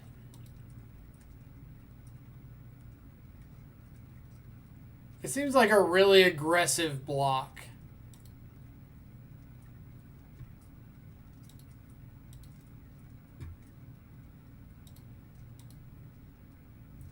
They just know that they were drawing another Gilded Goose off the top.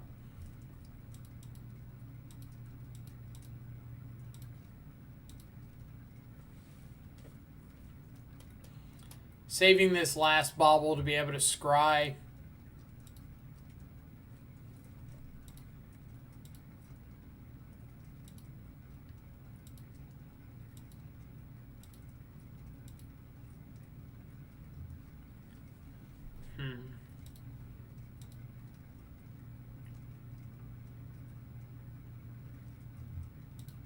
So, am I going for Lurrus, or am I just thought seizing here? Because, like, they can't currently Whir of Invention. But I guess they can. Yeah, I'm just going to go ahead and take Whir.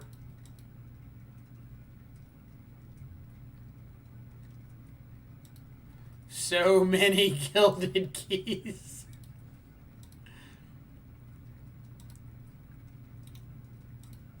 Alright, Scourge. Where are you at?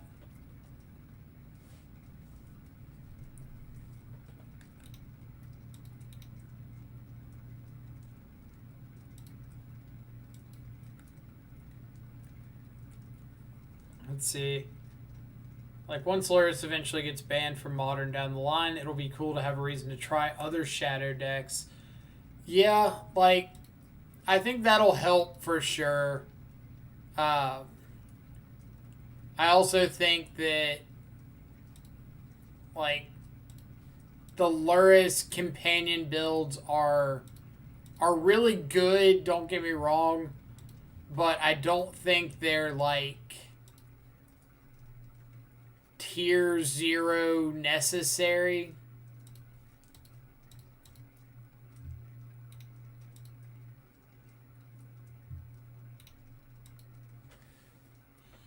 Colby81, thank you so much for the follow. Hope you're having a fantastic Thursday morning, evening, or afternoon, wherever you're at in the world. Appreciate you coming and hanging out with us.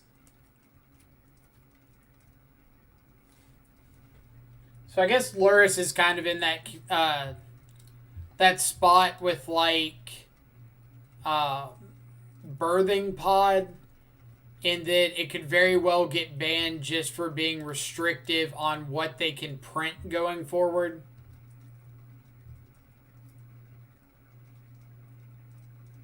Don't you dare Metallic Rebuke me.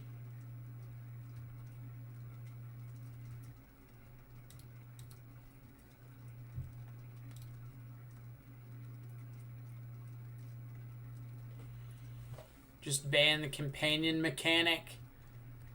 I wouldn't mind if they banned companions. Like, I think they're cool, but I don't think it's some, like, untouchable mechanic by any means.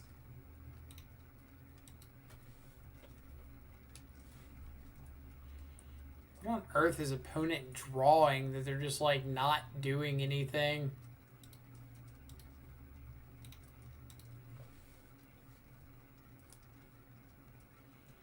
Sword of the Meek. You got it.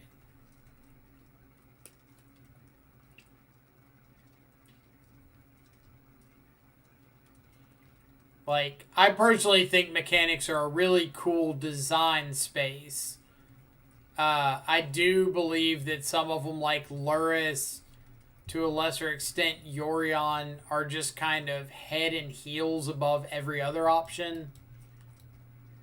I don't know if I'd say that's enough of a reason to ban any of them, but it is pretty clear that they're like significantly better.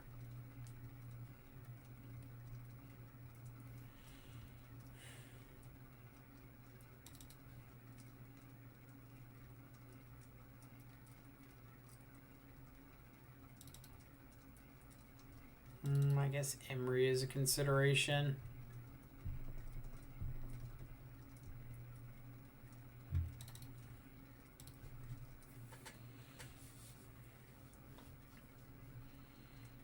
Companions are a mistake and shouldn't exist, but I'd be lying if I said Lurrus isn't my favorite card in Magic right now. It's like the best of the fair cards, right? Unravel could be okay, but I'd like to see more of their deck before I start going too crazy. Because like a good clock plus K-Command, Thoughtseize, like that'll break up Thopter Sword. And I have to board something out. But if they're heavier on like Emery, a lot of those cheaper interactions, and I'd rather have like Fatal Push over Unravel or Deglamour.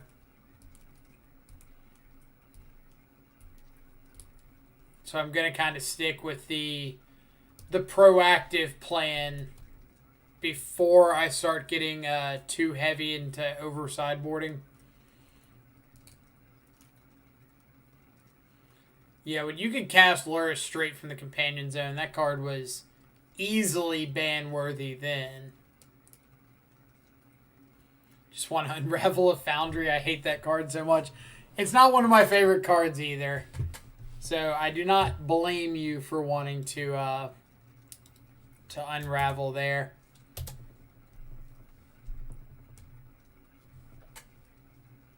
I'm just a big fan of, like, if our opponent has a really difficult time dealing with what we did game 1, I don't want to change that up too much going into game 2. Because I don't know how they're going to answer what we're doing yet. Like, are they a bridge deck? Are they a Emery Engineered Explosives deck?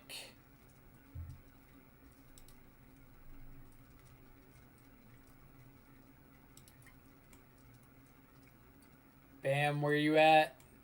Where you at? Every game. Basic Mountain. It's just staring me down at this point.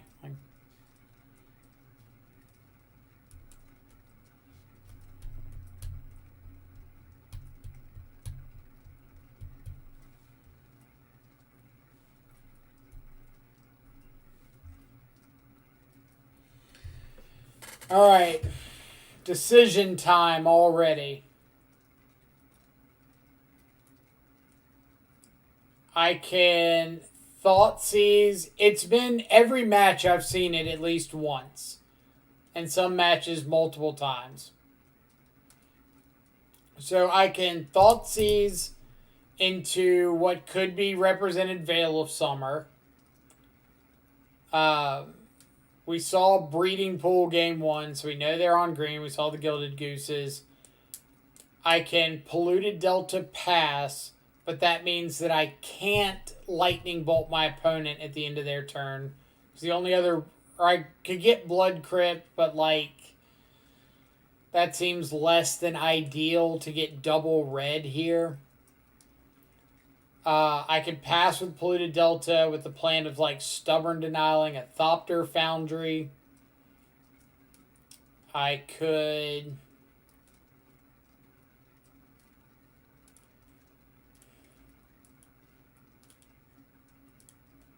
I guess it's just Delta pass. I don't love it.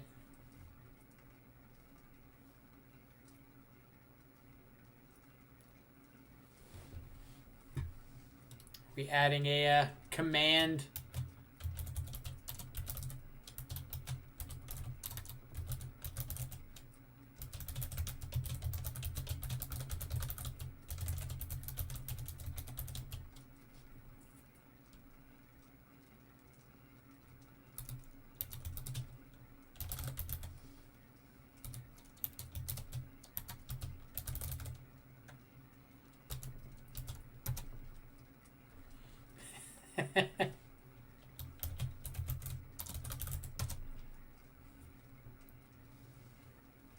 I think it's at least like 6 now.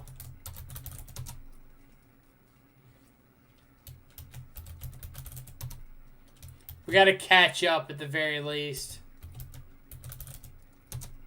Oh, did I not get the exclamation on that last one? Alright.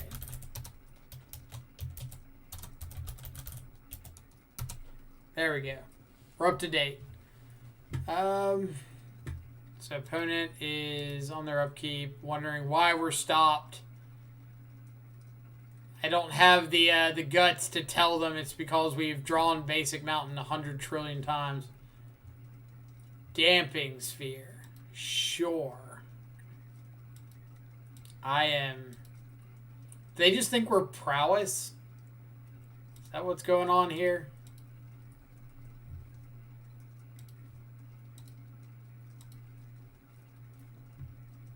Alright.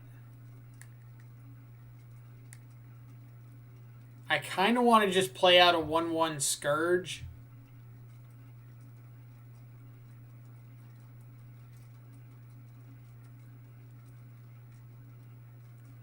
So I kind of think I'm going to.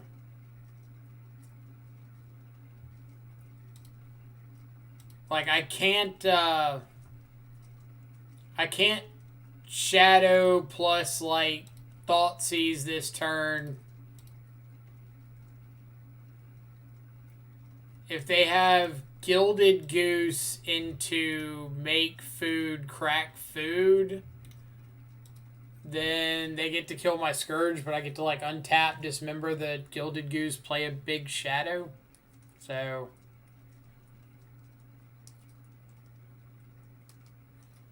Scourge is only punished by Goose plus Eat, right?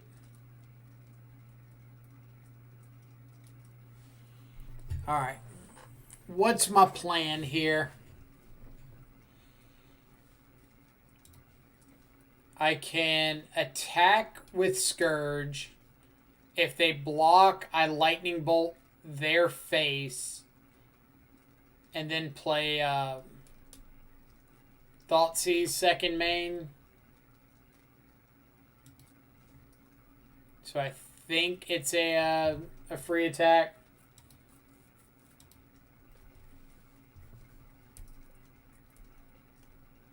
Second spell costs extra, right.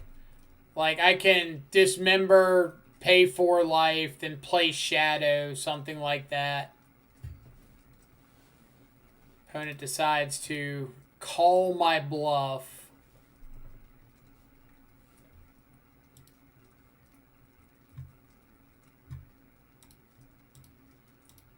Opponent, I'm not overly appreciative of the lack of trust you have in me.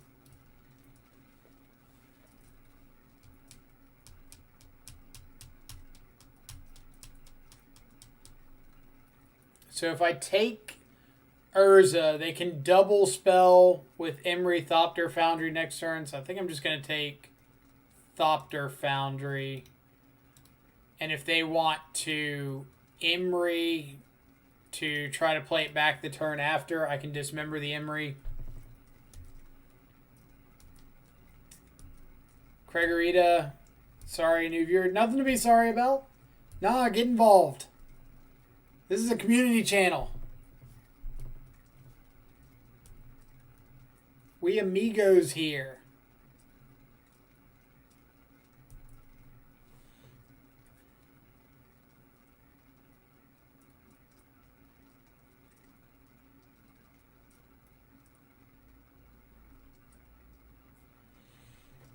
Alright. Unfortunately, we can't kill them. So let's think about what we're doing to set up our best ability to kill them next turn. We know their last card at the moment is Urza. So if we attack with Scourge, where are we going from there?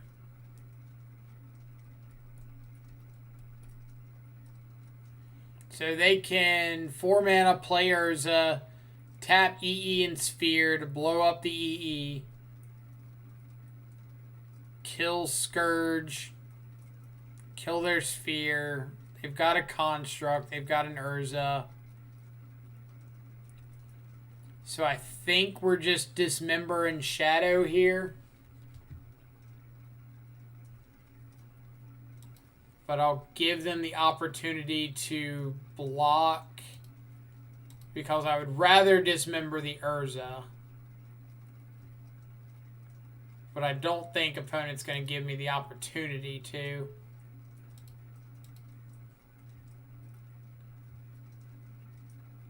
So we'll go...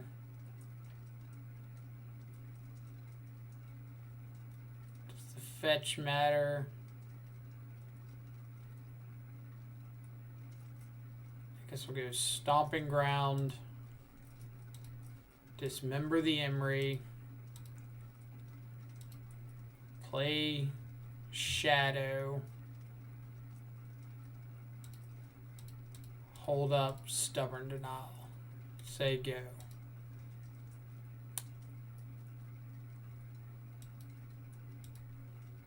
Alright. So if opponent plays Urza, we've got a big attack on our turn.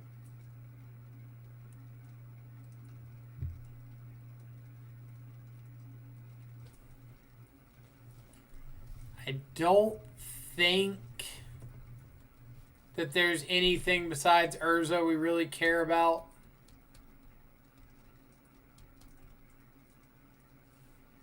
Yep.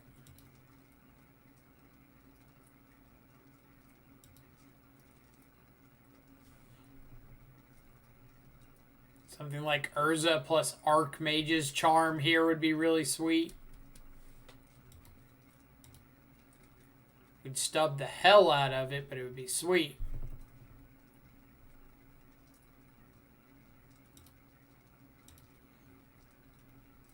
Alright.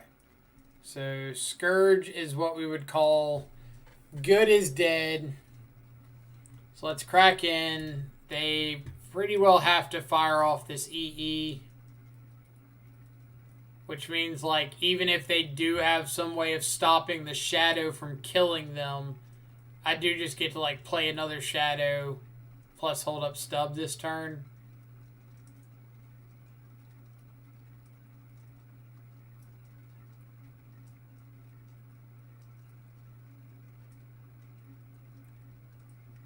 Yeah, I mean, I don't think he's double blocking. Because, like, a double block here is just saying, like, you're not winning the game, right? Like, you're blocking to not lose.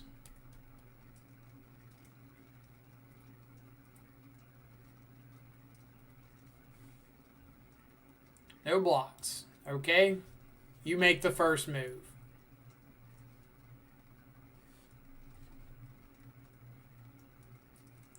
You have made the first move. I would like to make the second move.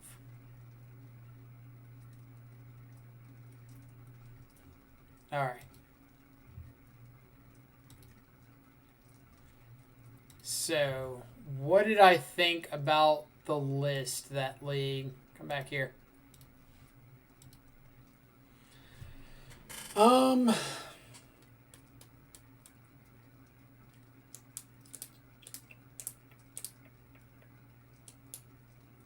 Not losing does not equal winning. Exactly. Desktop background is sick.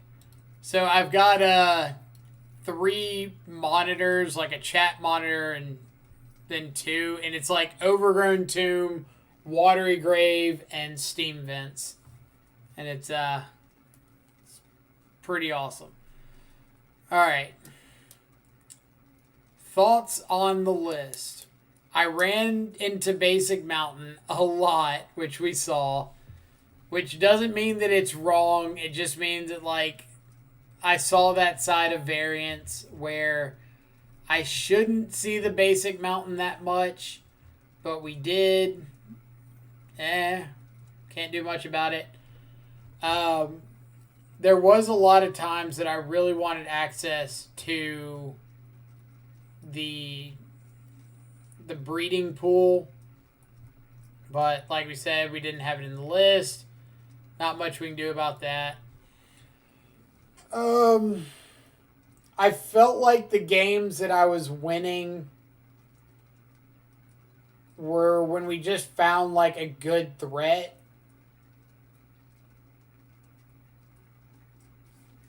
But Scourge was dead in hand for us a lot. Or like awkward to cast. But that also has to do with the matchups that we played. Like we saw Tron, we saw Eldrazi Tron. And Scourge is never going to be great in either of those.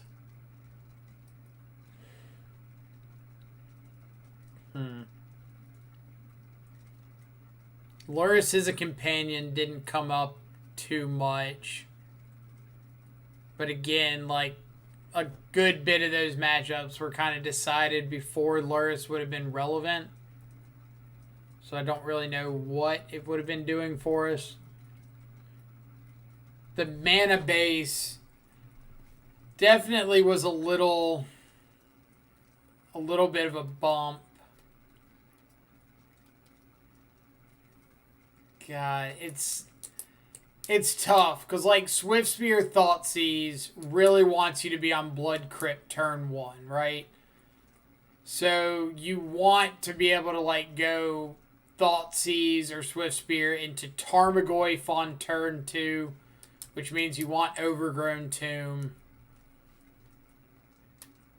But then you can't Stubborn Denial without seeing a third land. But if you see third land, then you're getting into the percentage chance of you having fourth land and flooding, and it's tough.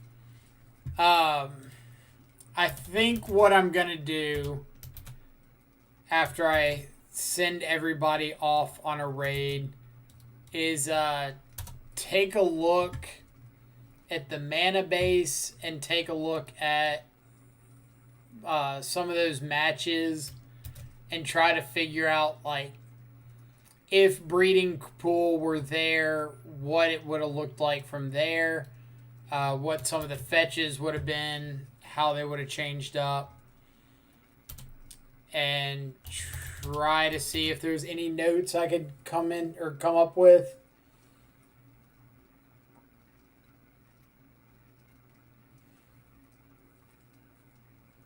Change Mountain to Steam Vents.